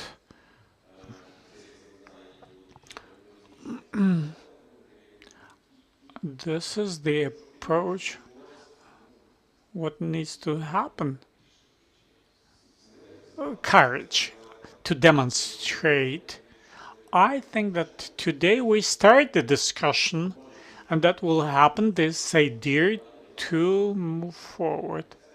This is a conceptual level so far, but there are a lot of international organizations and ministries were engaged, and they believe in this concept. Taras, I understand the fact itself that you were allowed to make a presentation of the concept is a great step forward. Thank you very much. I would like to ask Alec to speak about your experience in ESG. Your bank has lots of experience, and share your ideas with ESG and municipal bonds. Thank you very much. True. The Okrug's Bank is working with in the green energy domain and sustainable development projects. No doubt, we are the front runners and trendsetters, if you like, of the sustainable development in Ukraine. And we have built a clear and understandable system of assessment of the respective projects and of their implementation. We accumulated capacity for analysis and expertise, and we have done all that through our partners in the international organization who are with our bank. And coming back to what Alena was talking about, as of the moment, and accounting for these current challenges of the market and the need to rebuild the country, I would like to build a better idea. Build build green, that we would like to add. That's why we need to rebuild everything and make it much better, as Mr. Bond insisted. We need to make it meeting the current challenges and requirements and respecting the global trends. And we, as the bank that is no doubt is the leader in this sphere, we are ready to be part of these projects, similarly as we were the drivers, among the drivers in launching municipal obligation. At that moment, I remember nobody was interested in that. But in the similar situation, we are ready to launch this municipal project to meet all the necessary requirements and assessments. We want to get involved in developing, to formulating this project and enjoying the necessary expertise. That will bring us to our goal, that is the sustainable renewal, and stage by stage will be coming to this major purpose to meet the interest of international stakeholders to invest into our renewal and rebuild. Was I right? If not, just correct me. Is ESG component is not a differentiator that our participants of the market would like to use. Do I understand it right? It's a must that yes, this is a must-have feature this way and no other way. Thank you. Thank you, colleagues. If you have questions, you're welcome.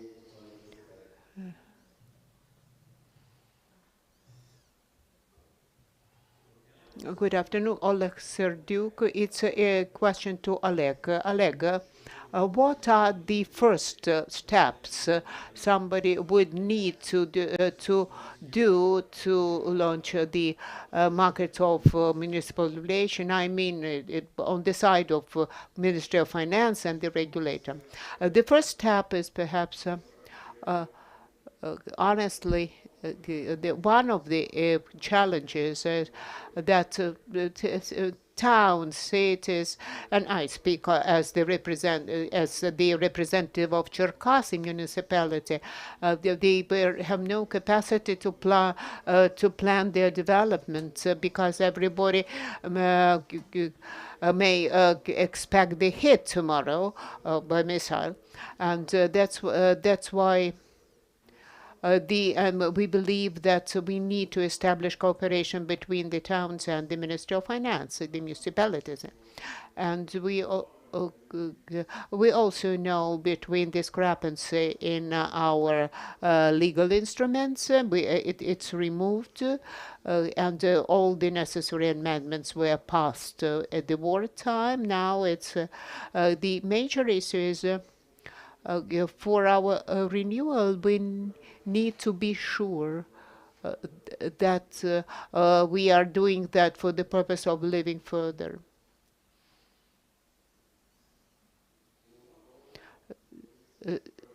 So we need certainty. That's the major point. Alexei, would you like to add also a few words about some issue? I just clarified. Your question, please. And maybe one or two questions, and we'll curb. To Mr. Trybukhovsky, Maciej, what I heard many times in Ukraine is that the Ministry of Finance and municipalities are competing in terms of debt. At least there is a fear on the Ukrainian side. I wonder if there is some kind of thoughts in Poland in terms of competition between the two type of entities. Well, of course, it's a very difficult question because I wouldn't like to assess this competition because the needs of Ukrainian market and Ukraine as a country are huge.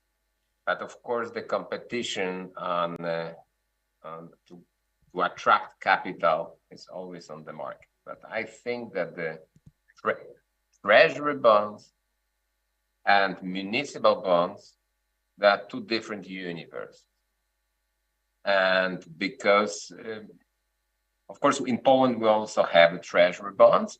The treasury bonds are issued by the state treasury, and the goal is to finance the budget of the country. Municipal bonds, small issues, medium size and bigger issues are completely different goals, and the use of proceeds is focused on the local communities, on the standard of living, for the social local infrastructure. It's the domain not of probably of the country, because the government, central government, cannot finance each specific needs of the local communities. So it refers, as I said, to water supply or to waste management system, roads, public transportation. From my perspective, of course, they are completely different universes, completely different areas of financing. And it's very important not to mix these universes, because this mixture will not help to be focused on the very specific use of proceeds that should be financed by municipal bonds. I think that Lena and her very comprehensive presentation regarding issues to resolve pointed out clearly what is necessary to be done to create the ecosystem for municipal bonds, for local financing system for local needs. I think these local needs are completely, of course, everything, the whole world is somehow complex, but this local system, it's a different rules. It will be a different investors, different needs, different volumes. So I think that's my perspective. I think it's very important to distinguish these two areas, and not to combine them. Of course, there is a role for the government and for the state. It's to create this ecosystem, especially from the point of view, for example, the friendly legislation for development of the municipal bond market, maybe some tax incentives, maybe government guarantees, and maybe some other factors which create this ecosystem. But to combine these two areas is simply insufficient, counterproductive.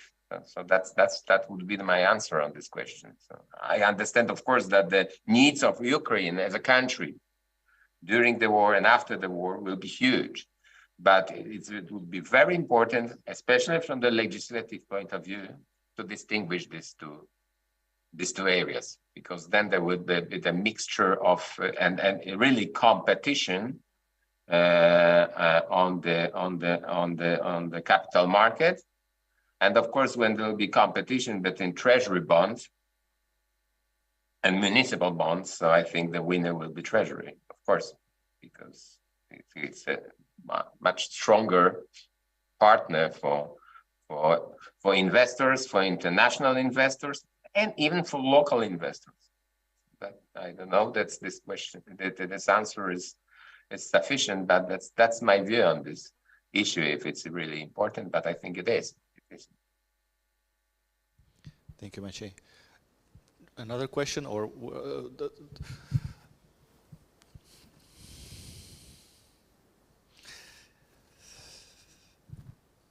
and that is gonna be it, I think.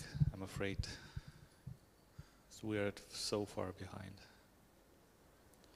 Олександр Панченко, я рад.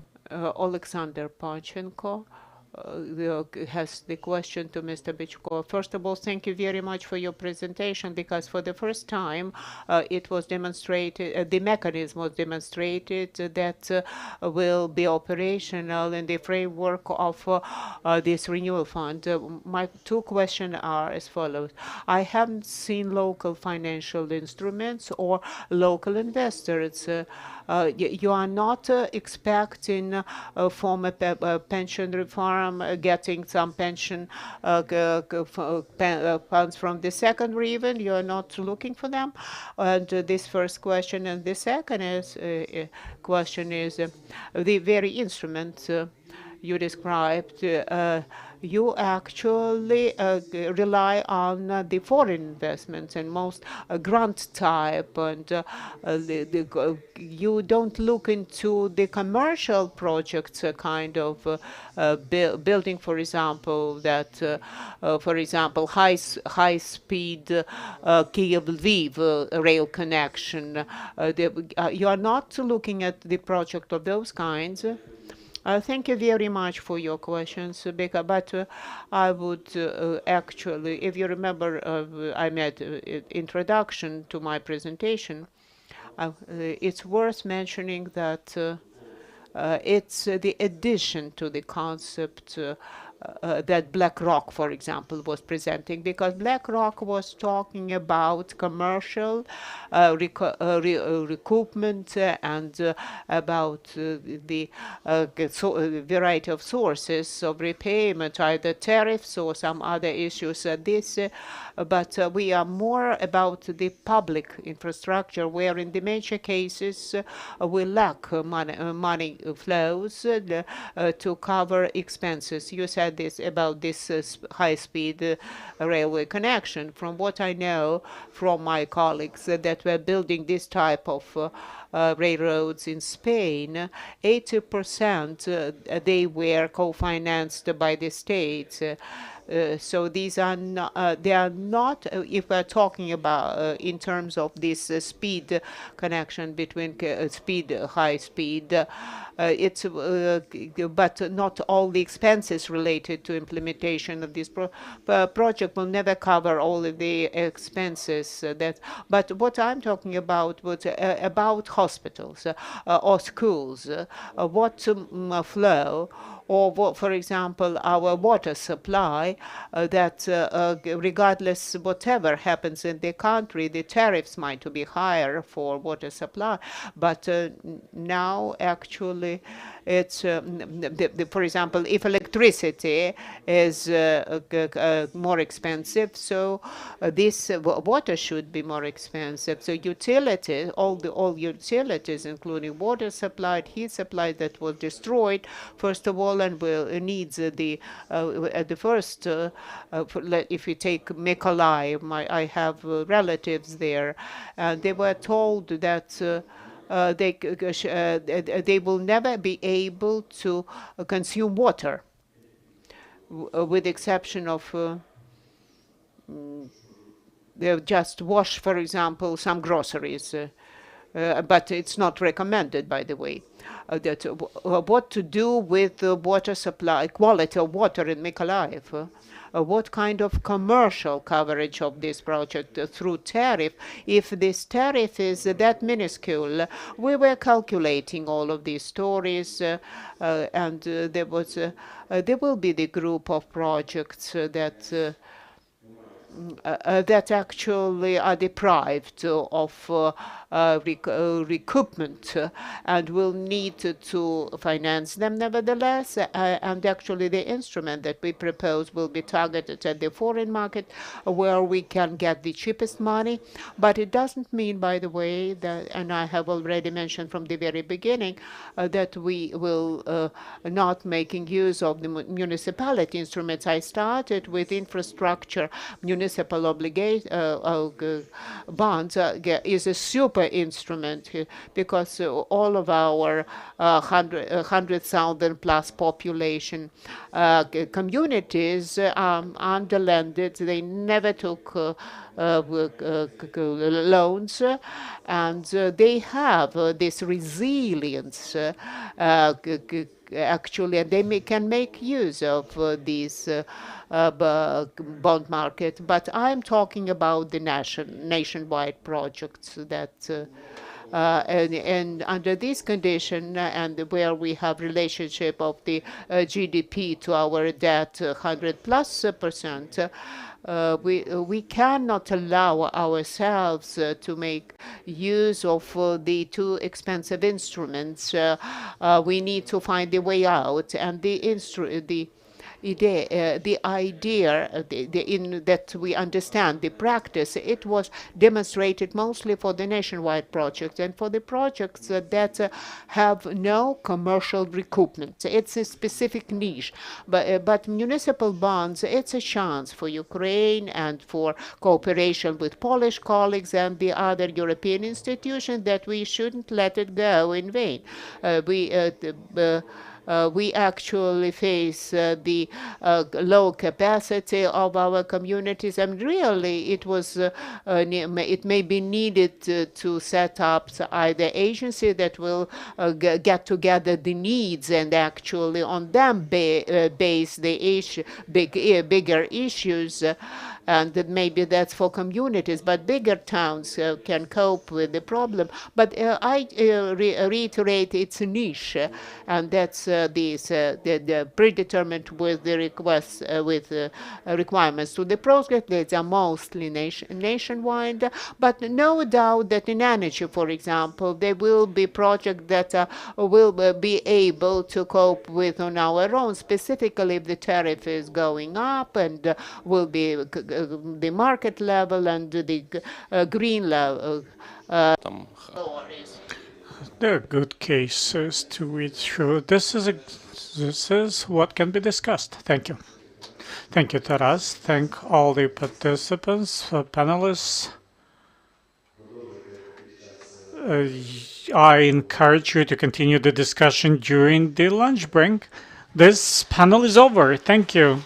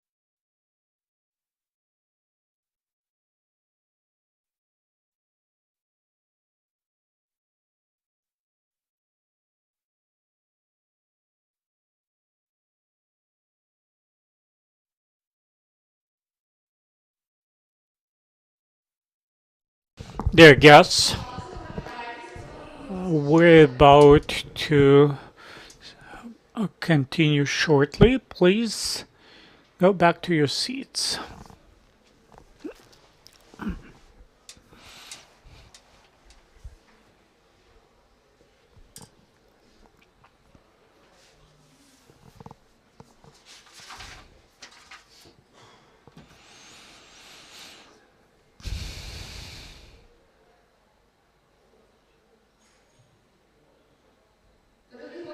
Dear guests, we're waiting for you.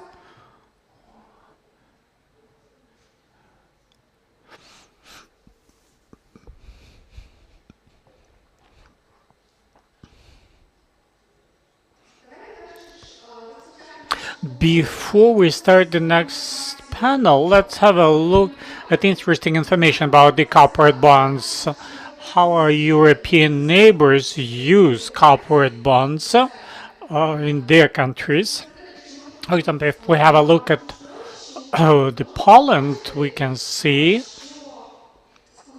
that the companies issue corporate bonds mostly relying on the domestic market, on domestic investor. In Ukraine, on the country where the domestic capital markets are not developed yet, the euro bonds, the corporate. So, how to push corporate bonds market in Ukraine? How to engage investors for the corporate debt market? And I would like to pass the microphone to Ruslan Kilmuhamedov, the head of the debt capital markets Capital Ukraine group, who would moderate the next panel on the corporate bonds market. I also would like to introduce our speakers. Maxim Rybanov, Commissioner, National Securities and Stock Market Commission, Sergei Forsa, Deputy Director, Dragon Capital, Sergei Yermolenko, Head of Corporate Finance from Nova Poshta Group, Yuri Alexinko, Head of the Investment Department, OTP Asset Capital Asset Management, Alex Sergiuk, Head of Investment Department, Ukareksim. Looking forward for an interesting discussion. Ruslan, microphone is yours. Hello. Thank you very much for coming. Would like to thank the organizers for the opportunity to meet to discuss the topics which we consider important, and I think this discussion, and I hope, will move something in this country. My understanding that mandatory gender is almost over.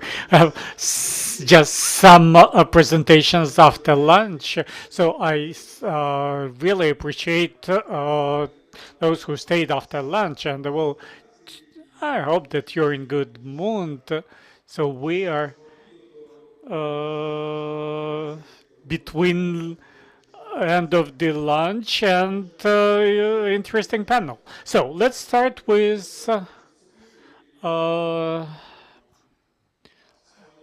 a reminder of Mr. Bond introduction and have a look at what a capital market is, that market, what so we are talking about. As you know, that in general, what we are doing and all this capital market is the trade and exchange of the obligations. So any instrument, deposit, money, bonds, it's just obligations of someone. Money is the obligation of the state to take taxes in that currency. The bonds, these are government bonds to deliver the money to you.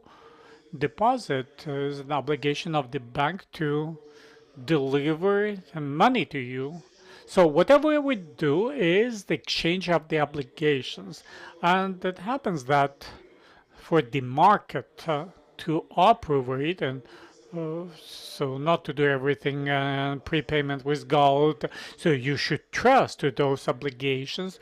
There should be a track record and assurance that the obligations are met. So we'll speak about the details, the strategy, but anyway, we should understand that the main task for the development of any securities market, any fund capital, rule of law, is fulfilling the obligations. If we don't have that, this is my first message to the Commission, to the MPs, to all the donors. We should meet the obligations. So if there are any obligation, we take any obligations, we should do all our best efforts to fulfill these obligations. This is the foundation of the capital market in general. Now let's move to our supermarket and let's talk about to restore it. And again, I fully agree to Mr. Bond that there's nothing to restore in Ukraine. We should develop. So we cannot say that we already had everything, but we still have a lot of ahead of us. We had something. So my question is to my colleagues, the panelists, investors block. Alex Sergiuk, you're excellent. I think Yuri will start. So let's we know how, what did about the achievements by the beginning of the year 2022. Can you describe that? Hello everyone. OTP Capital. This is asset management company, and I'll be pleased to talk about my experience, our experience at the corporate bond markets from the non-government pensions fund, investments fund, and reserves of the insurance company. The assets which we have under our management over in 21 was 1 billion hryvnias. Retail investors mostly, and had to be invested per the strategy which the funds and insurance companies applied for the management. From the positive side, the market corporate started to grow, and it became rather popular tool. We reviewed probably all the issues which were available, or more or less liquid market. We worked about 7 issues, 4 sectors and 6 issues. From the negative side, no, from positive side, come back to positive. The tool became very popular among the issuers, and those who were not able to issue, they were interesting to learn methodologies, the demand, and the mechanism to issue the tools. Also, there started underwriters to appear, which offer to their customers the services to communicate properly with the investors, like us. And at that market, we operated most of a few company with Ruslan and Yuri. You revised the market. 7 issues you mentioned at that time. It just a very limited number, or was it normal? Was it okay for you? And we understand that the amounts are insignificant, but you operate one of the biggest funds in Ukraine, one of the biggest asset management companies. Was it enough for you? whether you had some funds or from where to. Of course, it was a question in the quality of requests.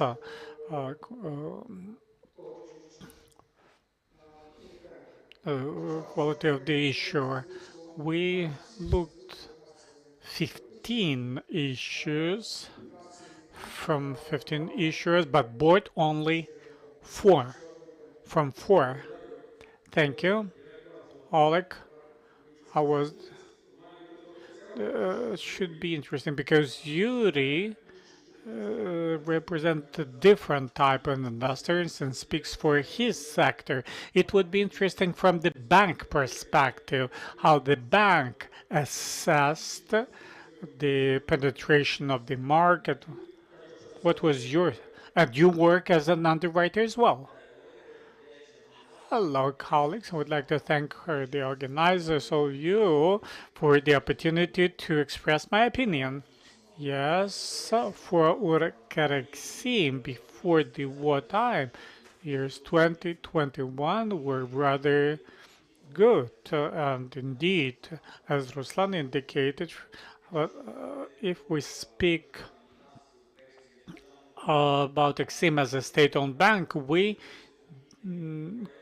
had a rather ambitious project, 5 series of Ukravtodor for more than 12 billion greeners in the framework of big construction program, and those were corporate bonds with sovereign guarantee.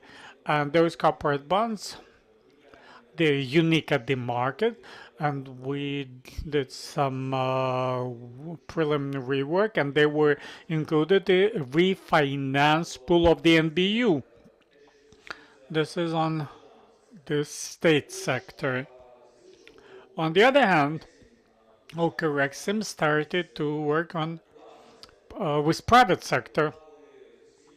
We made some efforts that in the framework of the finance of private companies, some funds provided to the customer in SME business were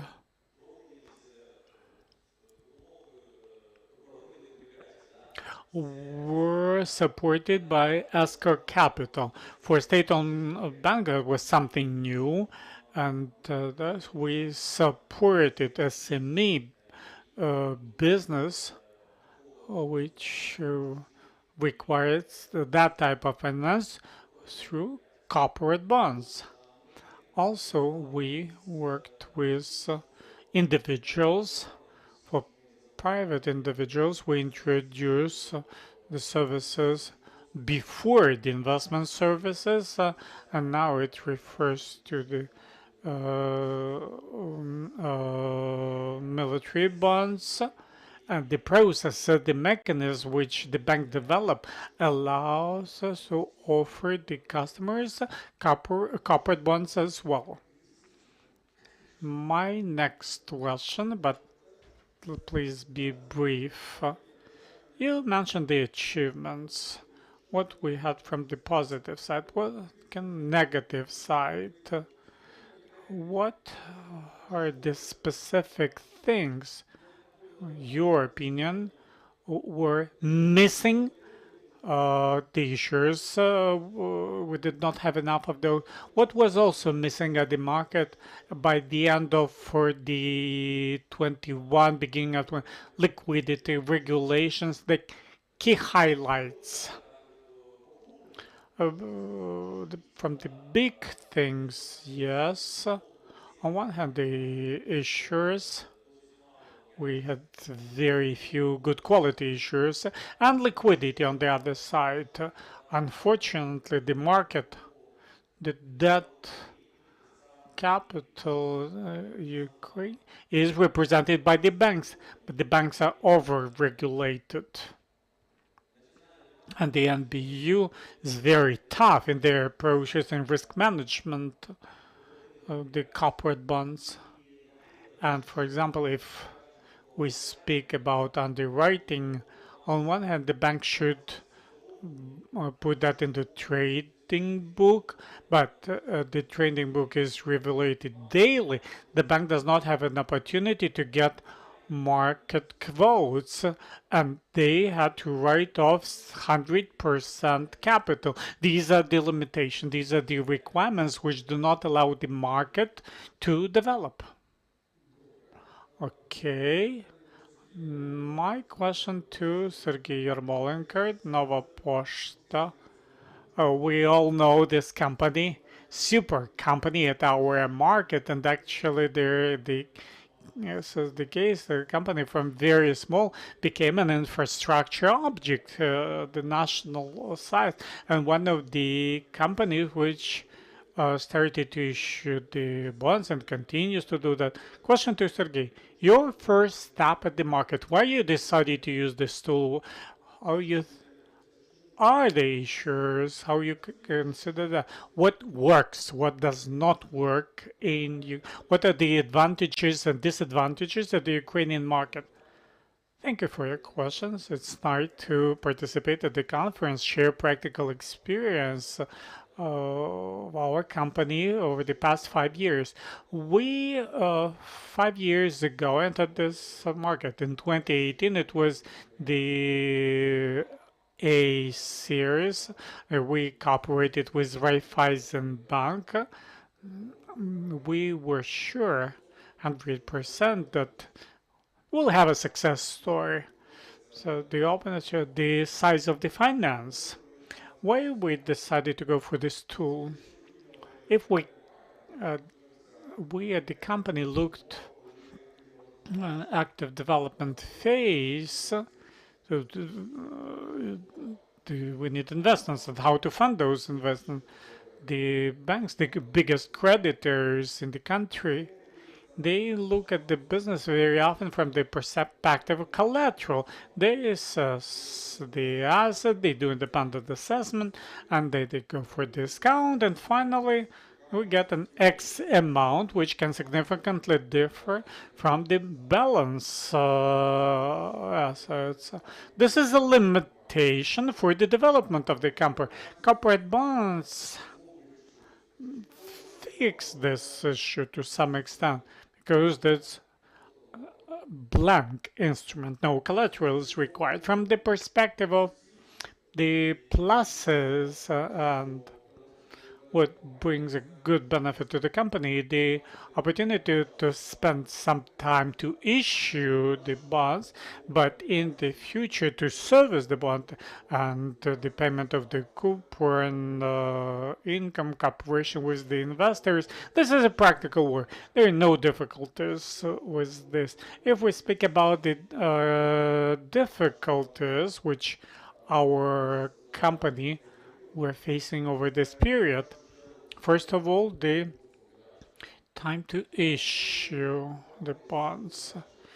The reduced back in 2018, 2020, from the decision time until the temporary certificate, it took from 2 up to 3 months for the company to enter the market. We had to know the profile of our investor. The investor should have a liquidity in 2-3 months for our project. This is a tough work before the actual launch. If we speak the recent issues, which we did in 2023, this up to 2 months time frame, but in my understanding, it should be measured not by months, but maximum weeks. Ideally days. From the issuers which we, for the first entry, they have to analyze the financial reports, cooperation with the auditors. They take some time, but if there's a practice and there are some series of issues, this time can be reduced. This is my proposal. And also one of the drawbacks which I see at this market, that this is the work and payment of the coupon income. According to the legislation, it's not a direct payment, but through the national depository, there's a time lag to transfer the money when the investor actually gets the money. The time lag may 2-3 days. So we used to the service, the banking service, when we the transfer from a card to a card, couple of minutes, and that's it. This is what investor wants, potential investor. These are the best practices which we should look at. And the third point, initial allocation. The investors, and again, we're not talking about if we speak about insurance companies, there's a norm that they buy corporate bonds through the exchange, but the initial market, if there's no public proposals, cannot be done. Potentially, they cannot buy the primary market, the pension funds.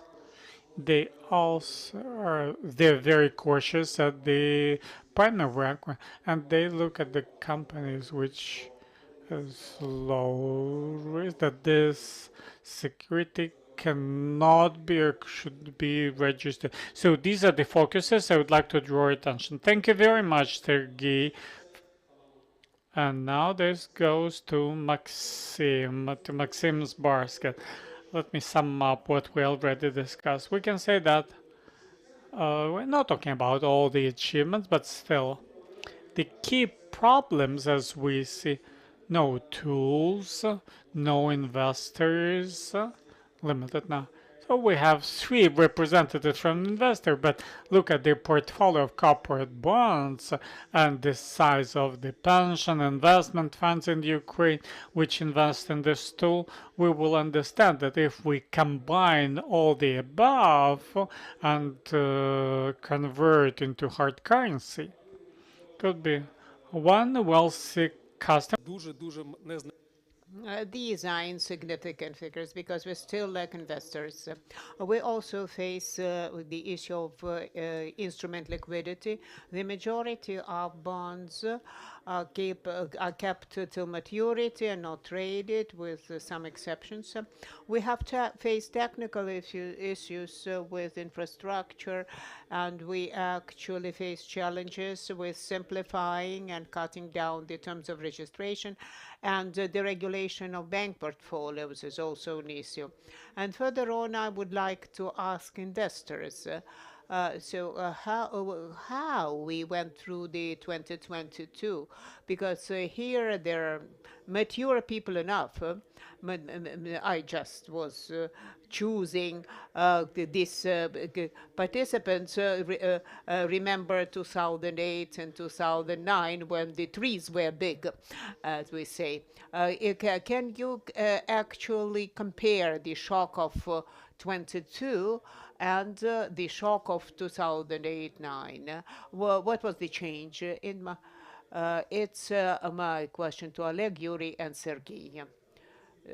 Sergey, perhaps you will be the first one because you were not taking the floor. Let's be honest. In 2022, there was no market in corporate bonds. Everything was splendid. And in 2008-9, the market was there, and we suffered. I remember 2009 when one currently MP was an analytics, and he was issuing a restructuring herald. So who actually kicked out whom? And actually all the market went through the series of default, and we never faced the market. Since that time, there was no market at all. There were this birth attempt, and Yanukovych actually buried this attempt and this question how to launch this market. And we have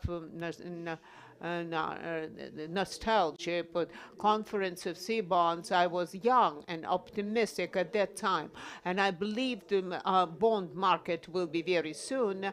And Varelia Gontler was sitting next to me, and she was the vice lady, and actually She actually poked into me as she could, rather tough. She proved that I was not right because there was no market at that time.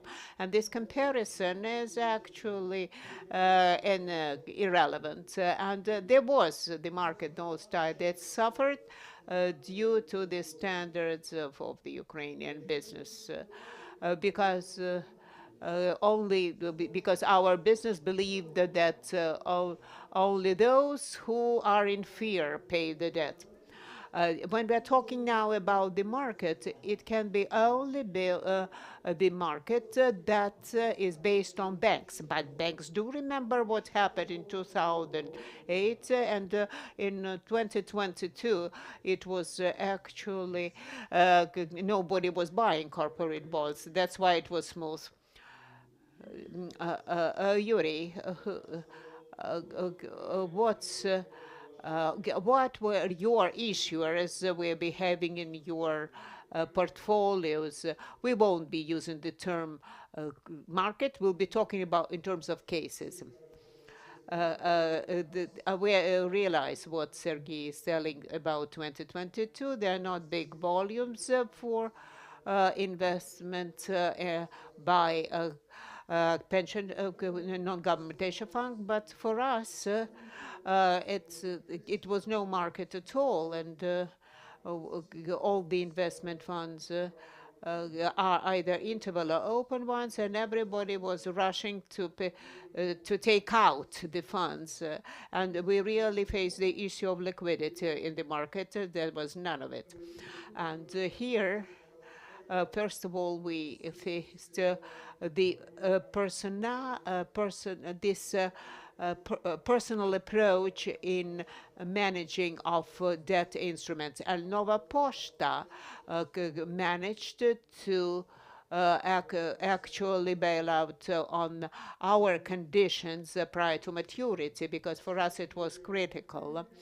Because as a asset management company, we actually need to retain reputation in the face of rank and file interest. But 2022, regardless of the prospect of default, but there were not as a single issuer that were not up to its commitments. There were a necessity in restructuring, and we faced the case stories. We sometimes address the issuer and about the bailout, and they refused and actually argumented that they were still capable to be up to their liabilities and demonstrating their development plans and actually reporting their indicators monthly. And again, I should point out that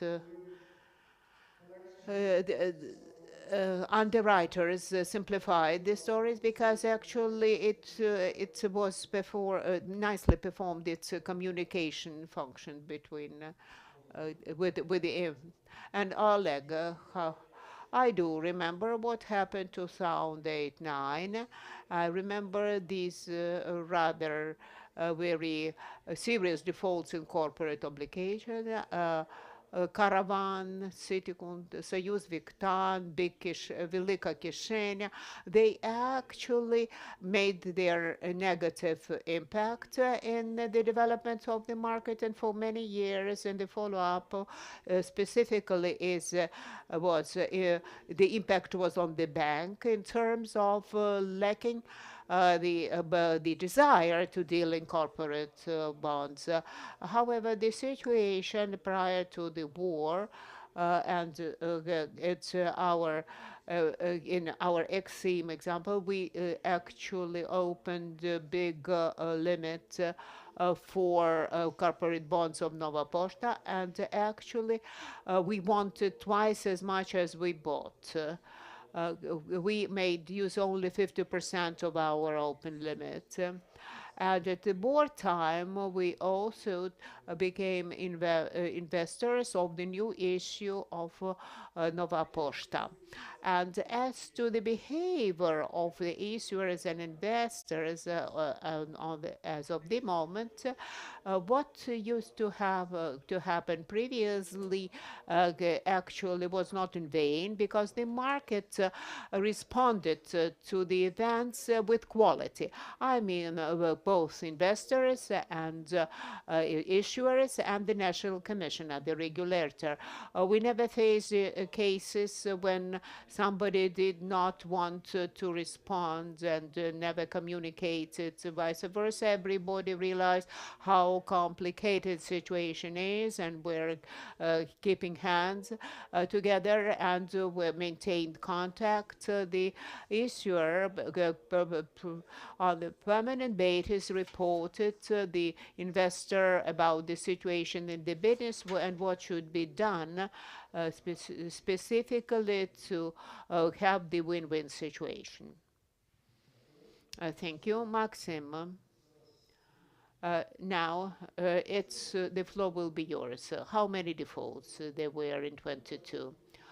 We can see Jow's pieces of the market among my clients, but Caravan and Velika Kishenya, it was long ago.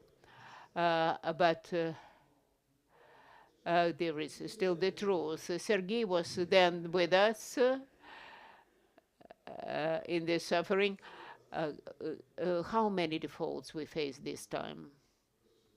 First of all, good afternoon, everybody. And it's the pleasure to greet you at this discussion.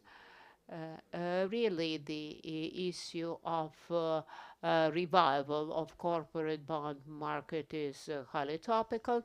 And if we compare the situation with, of 22 with the 2008-9, on the whole, we may state that we have a grown-up market currently.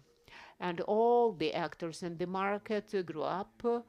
And if to provide the direct answer to your questions, for 2022 and half a year of 2023, about 30 issuers and over 50 issues were supposed to be maturing within the period, repaid. I mean, all the types of corporate bonds, both classical, both discount and with interest. We almost never see this discount, and this targeted for construction. Nevertheless, I wanted also to mention them because as of this day, really, you are right. There is not a single default. And on some issues, specifically those targeted ones, we partially covered this issue by the decision of the regulation of the Commission that stated that for the wartime, this Commission of this construction is complicated.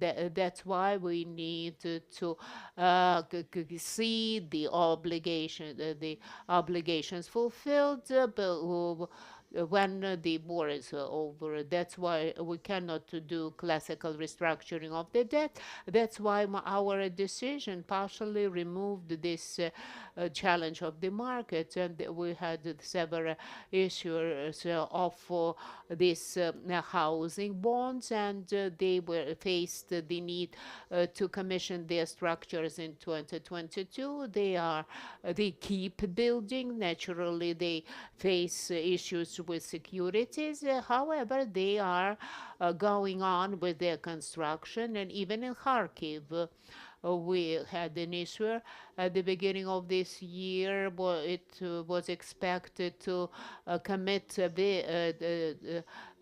big construction. We were not sure something was alive in this construction, but everything is still all right, and they naturally lag behind their schedule. But they are about to complete their construction works, and we actually fixed for them this fact of restructuring. And what I'm personally proud of, that the Commission posed itself in a very simple way, that we do not intervene between the issuer and investor till they feel agree. If they are capable to agree, to reach agreement, we need just to fix this agreement in a very simple way. And we were promoting these negotiations of the issuer with investor, and we accelerated actually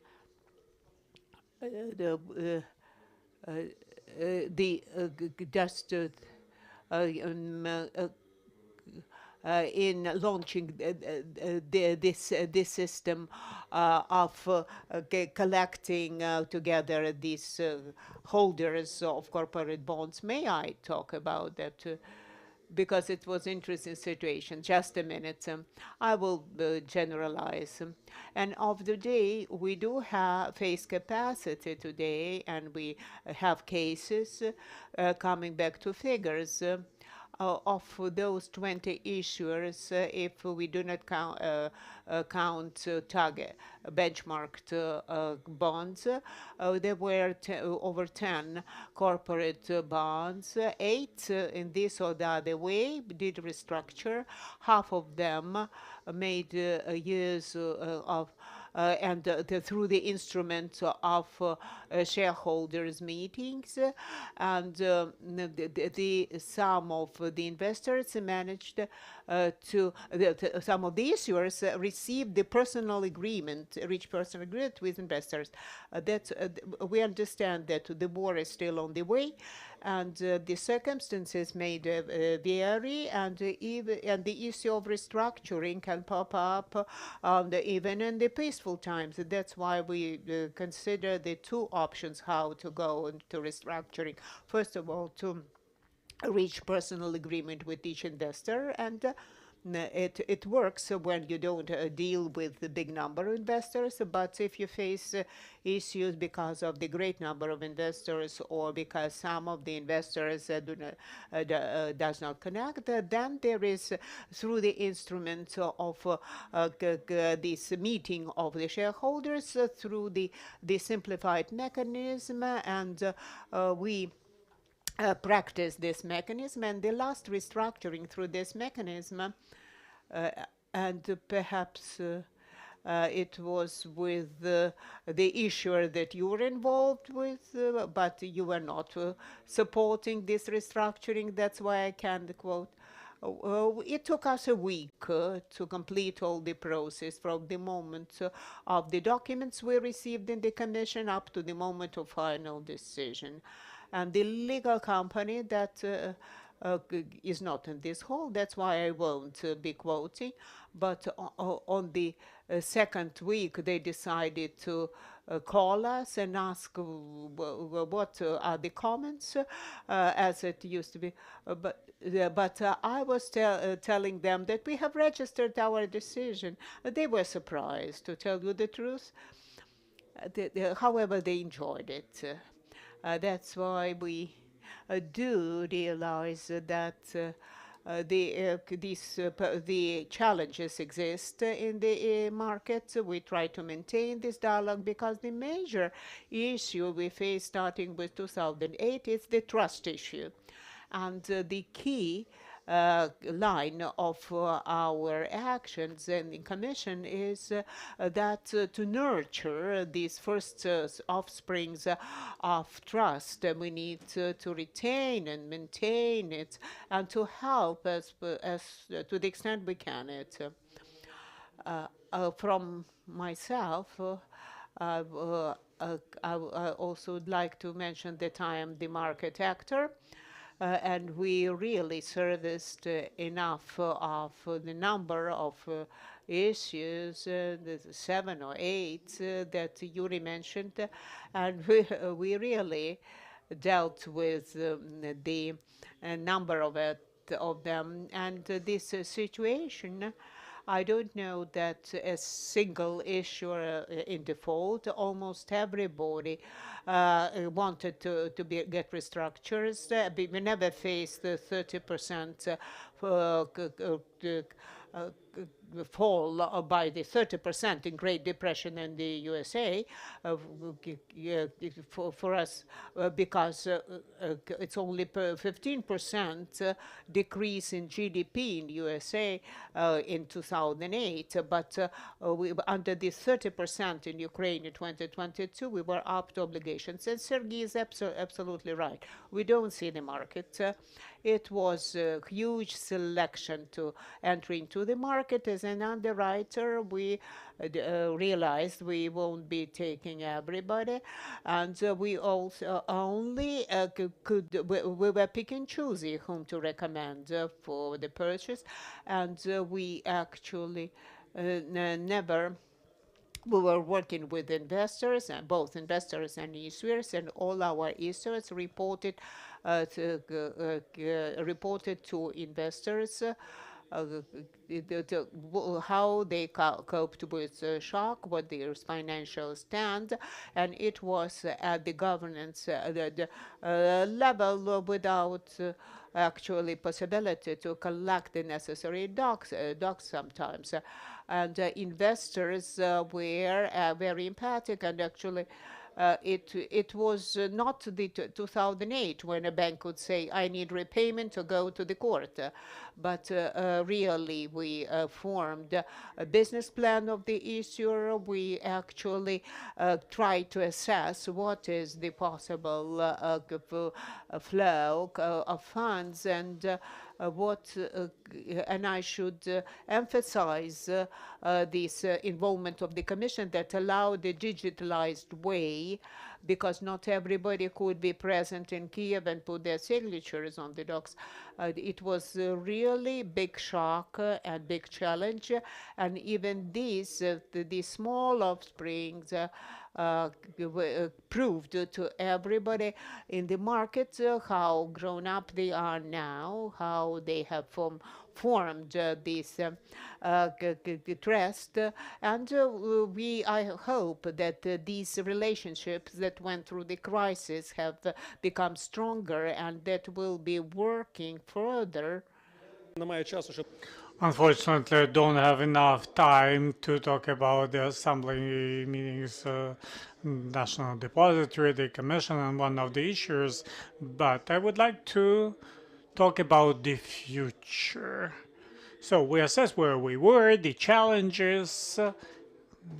We don't have enough investors, issuers, colleagues from Investor Block, Yuri, Oleg.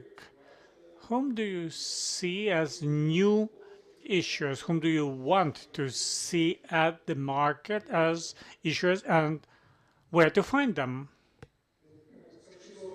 From the perspective of investment funds, non-government pension fund, we would be interested very much to have a proposal from corporate sector, from that instrument.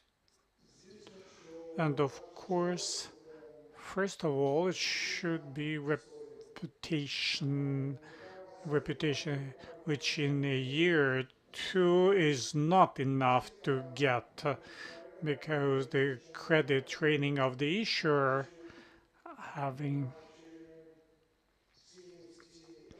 its own investment rating from existing credit rating agencies for our funds is not enough. So we usually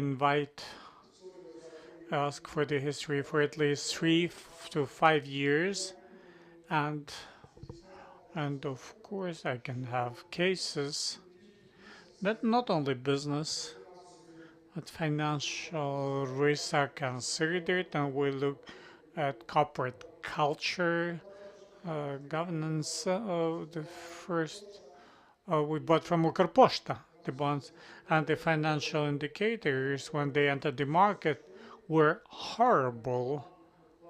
The plan which they submitted, no one believed into it, but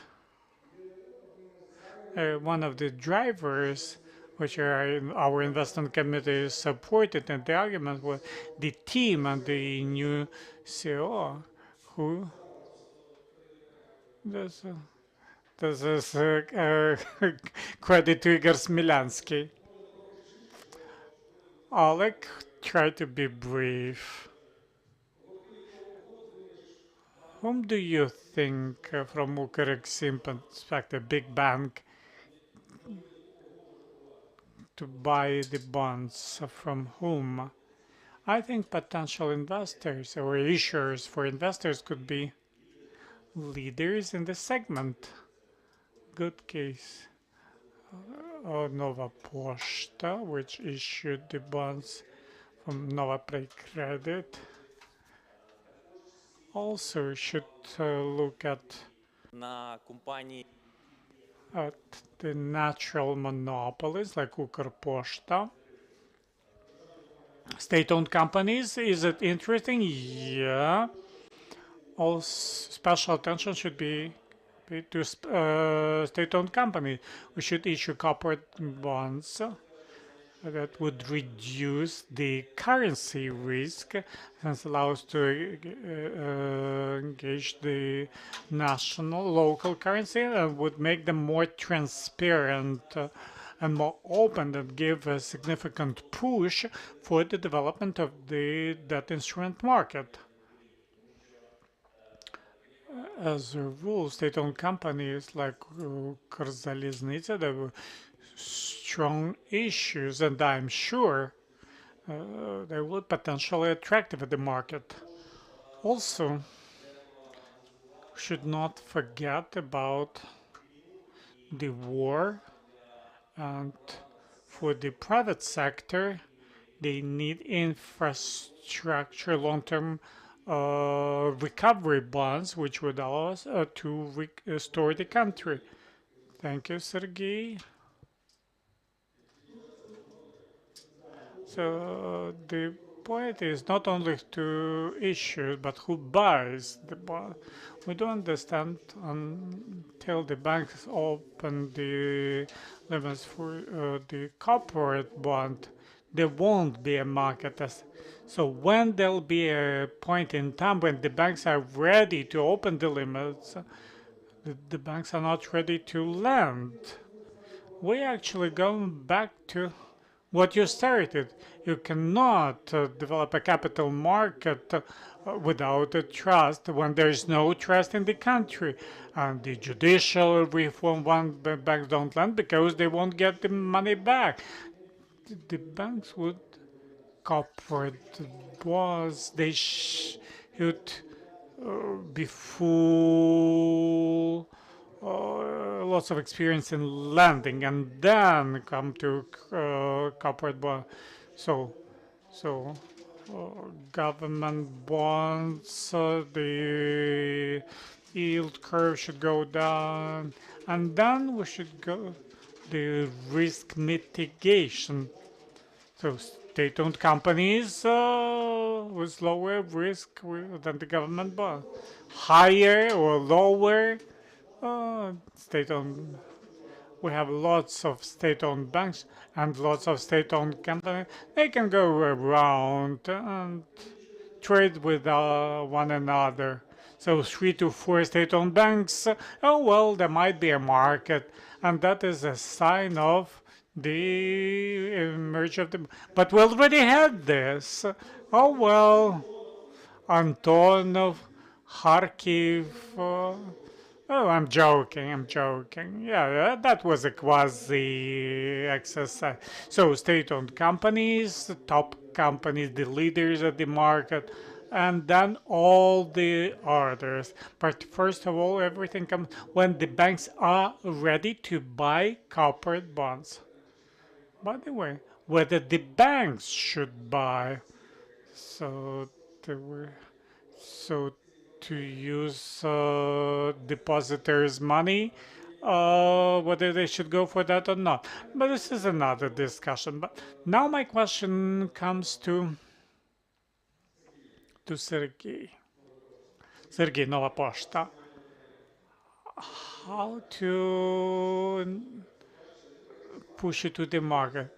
Ukrexim 50% limits. They want more. How to push it to the market?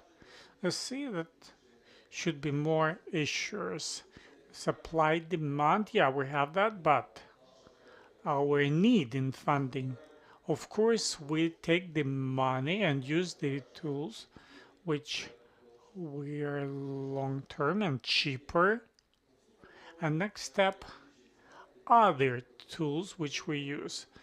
Just to fund our investment program and the loan portfolio of the companies, the bonds 20-30%, and this is a lot. So your company should have business. You should need funding and the need for growth. The pool, the demand. Going back to Sergey, the economy should be willing to demand. People should trust that the economy should be investment attractive, and the business should be willing to operate. It's not just give the money. Everything is crystal clear. There should be business which is interested in investment in developments. Let's keep in mind that the business climate is not the subject of our conference. It should be. Do we have MPs with us? Yeah. A message to MPs. We should business climate and the courts should work properly. So back to the market. What else should be done for you?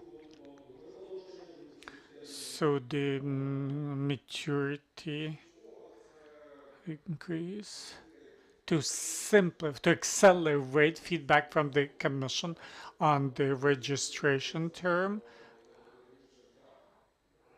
Sorry.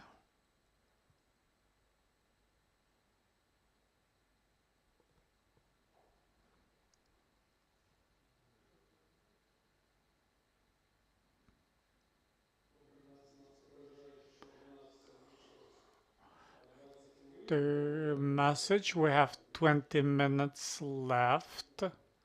We have timing. So the decrease in time is everything. Time is and trust. Investor trust and sure trust. It's very difficult to gain, but easy to lose. The key success of the bond market is trust. I fully agree. And definitely can tell you that we're working on this to reduce the time for issue. We have a working group on this, and we've launched a pilot deposit certificates from the bank,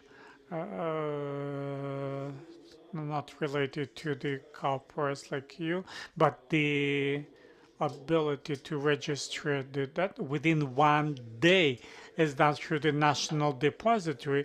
The commission delegated to the national depository, and we did it within 2 days. We're developing we cleaned all the bugs. There should be adjustments.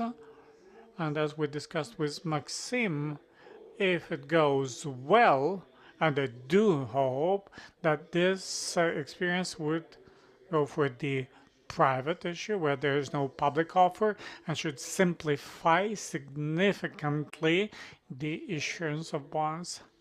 Next, with issuers, it's clear what kind of tools we have. Maxim, question to you. How to fill up the market with new instruments? Basic instruments are still there. It's we have this basic, simple instrument. What else can we involve? You plan to provide into the market for the market could see diversification and alternative choice. Colleagues, for the purpose of having new instruments, naturally we need to have some economic prerequisites in place while the businesses mostly are oriented for their proper sources of financing and coverage of their growth from the private funds of owners, they won't be interested in getting the debt from the market. That's what Sergei mentioned. We have the need in this particular resource and nothing more. So this part should be fulfilled, and on our side, we would like to do everything to actually broader this the set of potential instruments in addition to these traditional bonds. We are actively working and previously at the previous plenary, Yelena Sulima from EBRD was working that there is work being done to complete a legal framework on the sustainable bonds. It should be green bonds, social bonds, will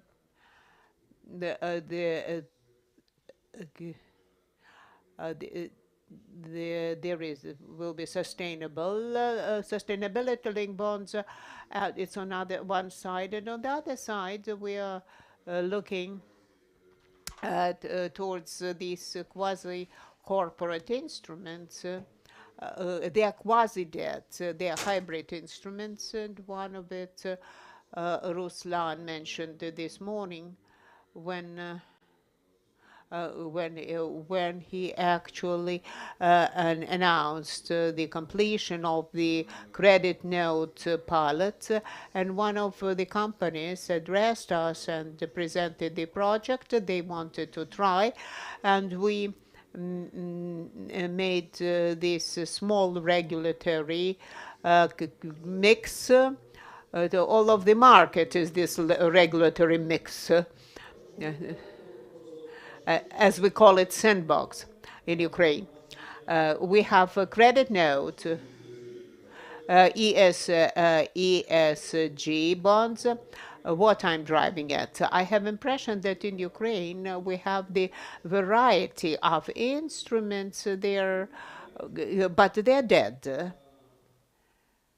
And I agree with yours and Sergei's with two of Sergei's opinions that in principle we need to set up the demand to have these instruments alive. But securitization does not exist as the basic category of instruments. When you come back to this issue, I was just moving in this direction. The third group is just it's a securitization. And actually, this bond, due to the EBRD, we launched the respective project, and everybody who remember, at the beginning of the year, we were engaged in public events that ended up in approving the concept of launching the secured bonds in Ukraine, and now with the partners, we're working on the legal framework, and we are formulating the draft law. Hope that in autumn we'll already could present the preliminary draft law, and the idea is not very new. This it's in the European Union, there are the regulations on securitization. That's why we take them as the basis.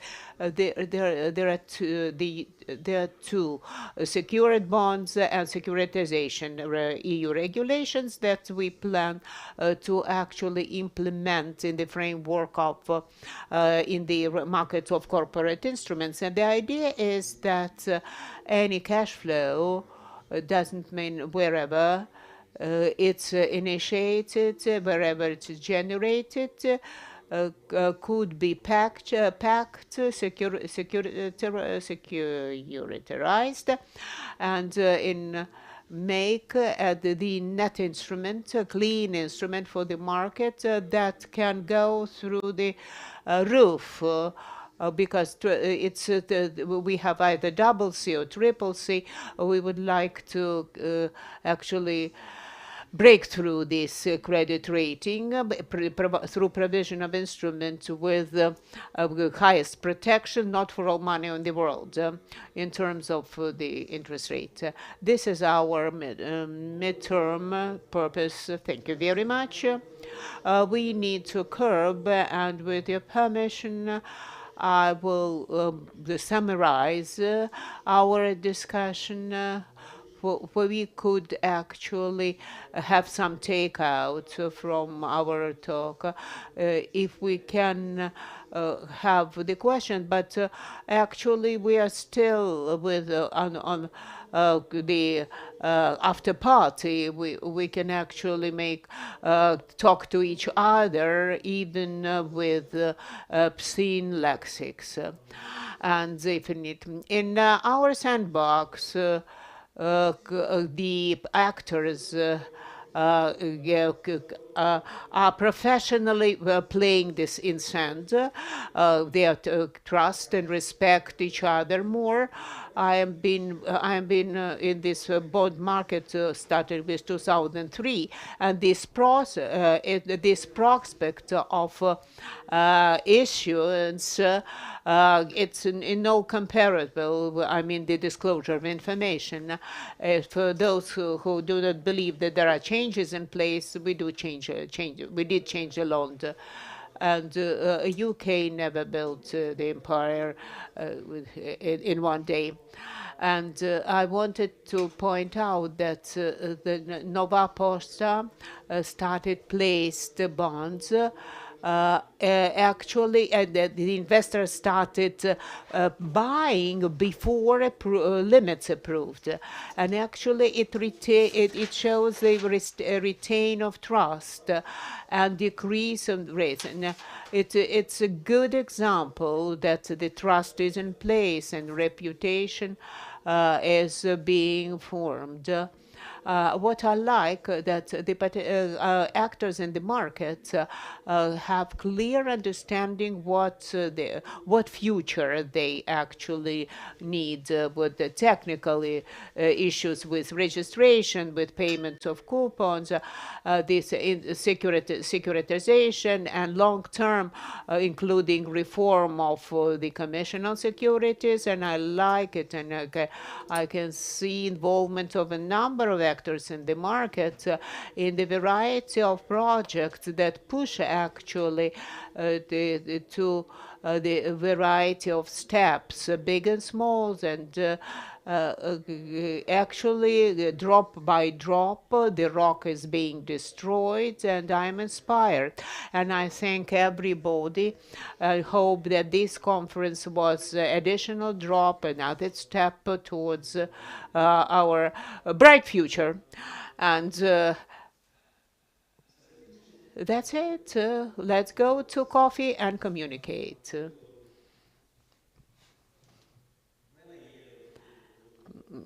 I cannot but add to as to potential investors in an initial pension reform, number one, that will bring us long money.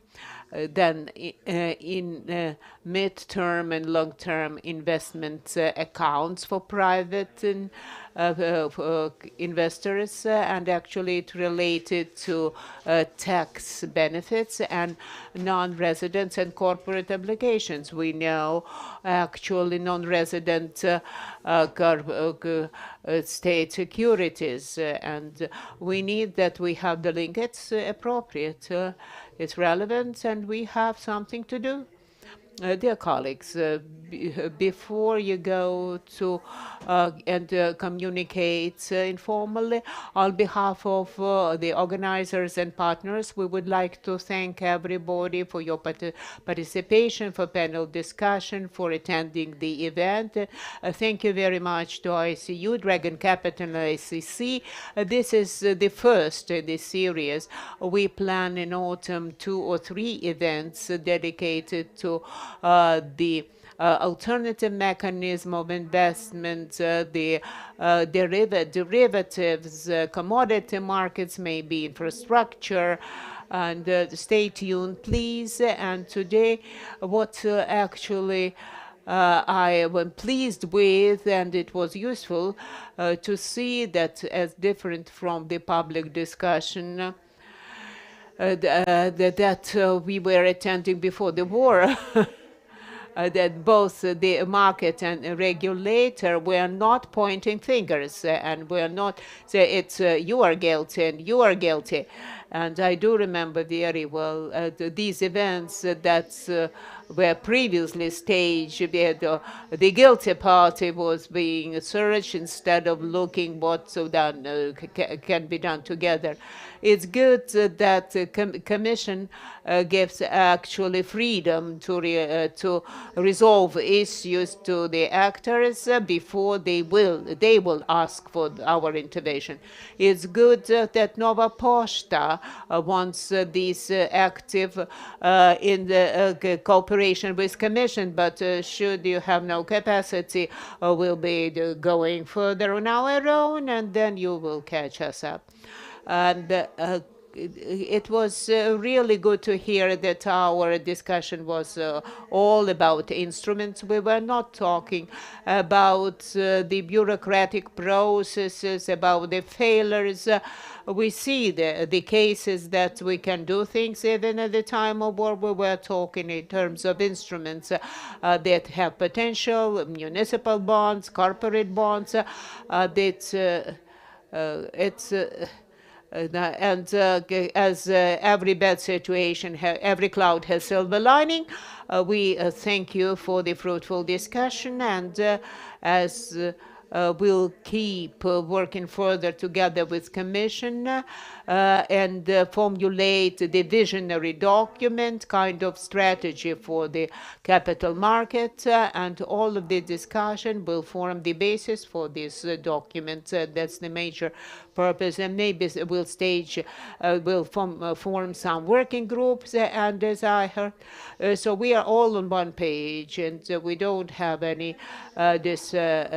divergences, and regulator need to follow, and Commission is to be hiring highly qualified and well-paid officers, and these processes should be posted. And I thank everybody and see you on our event.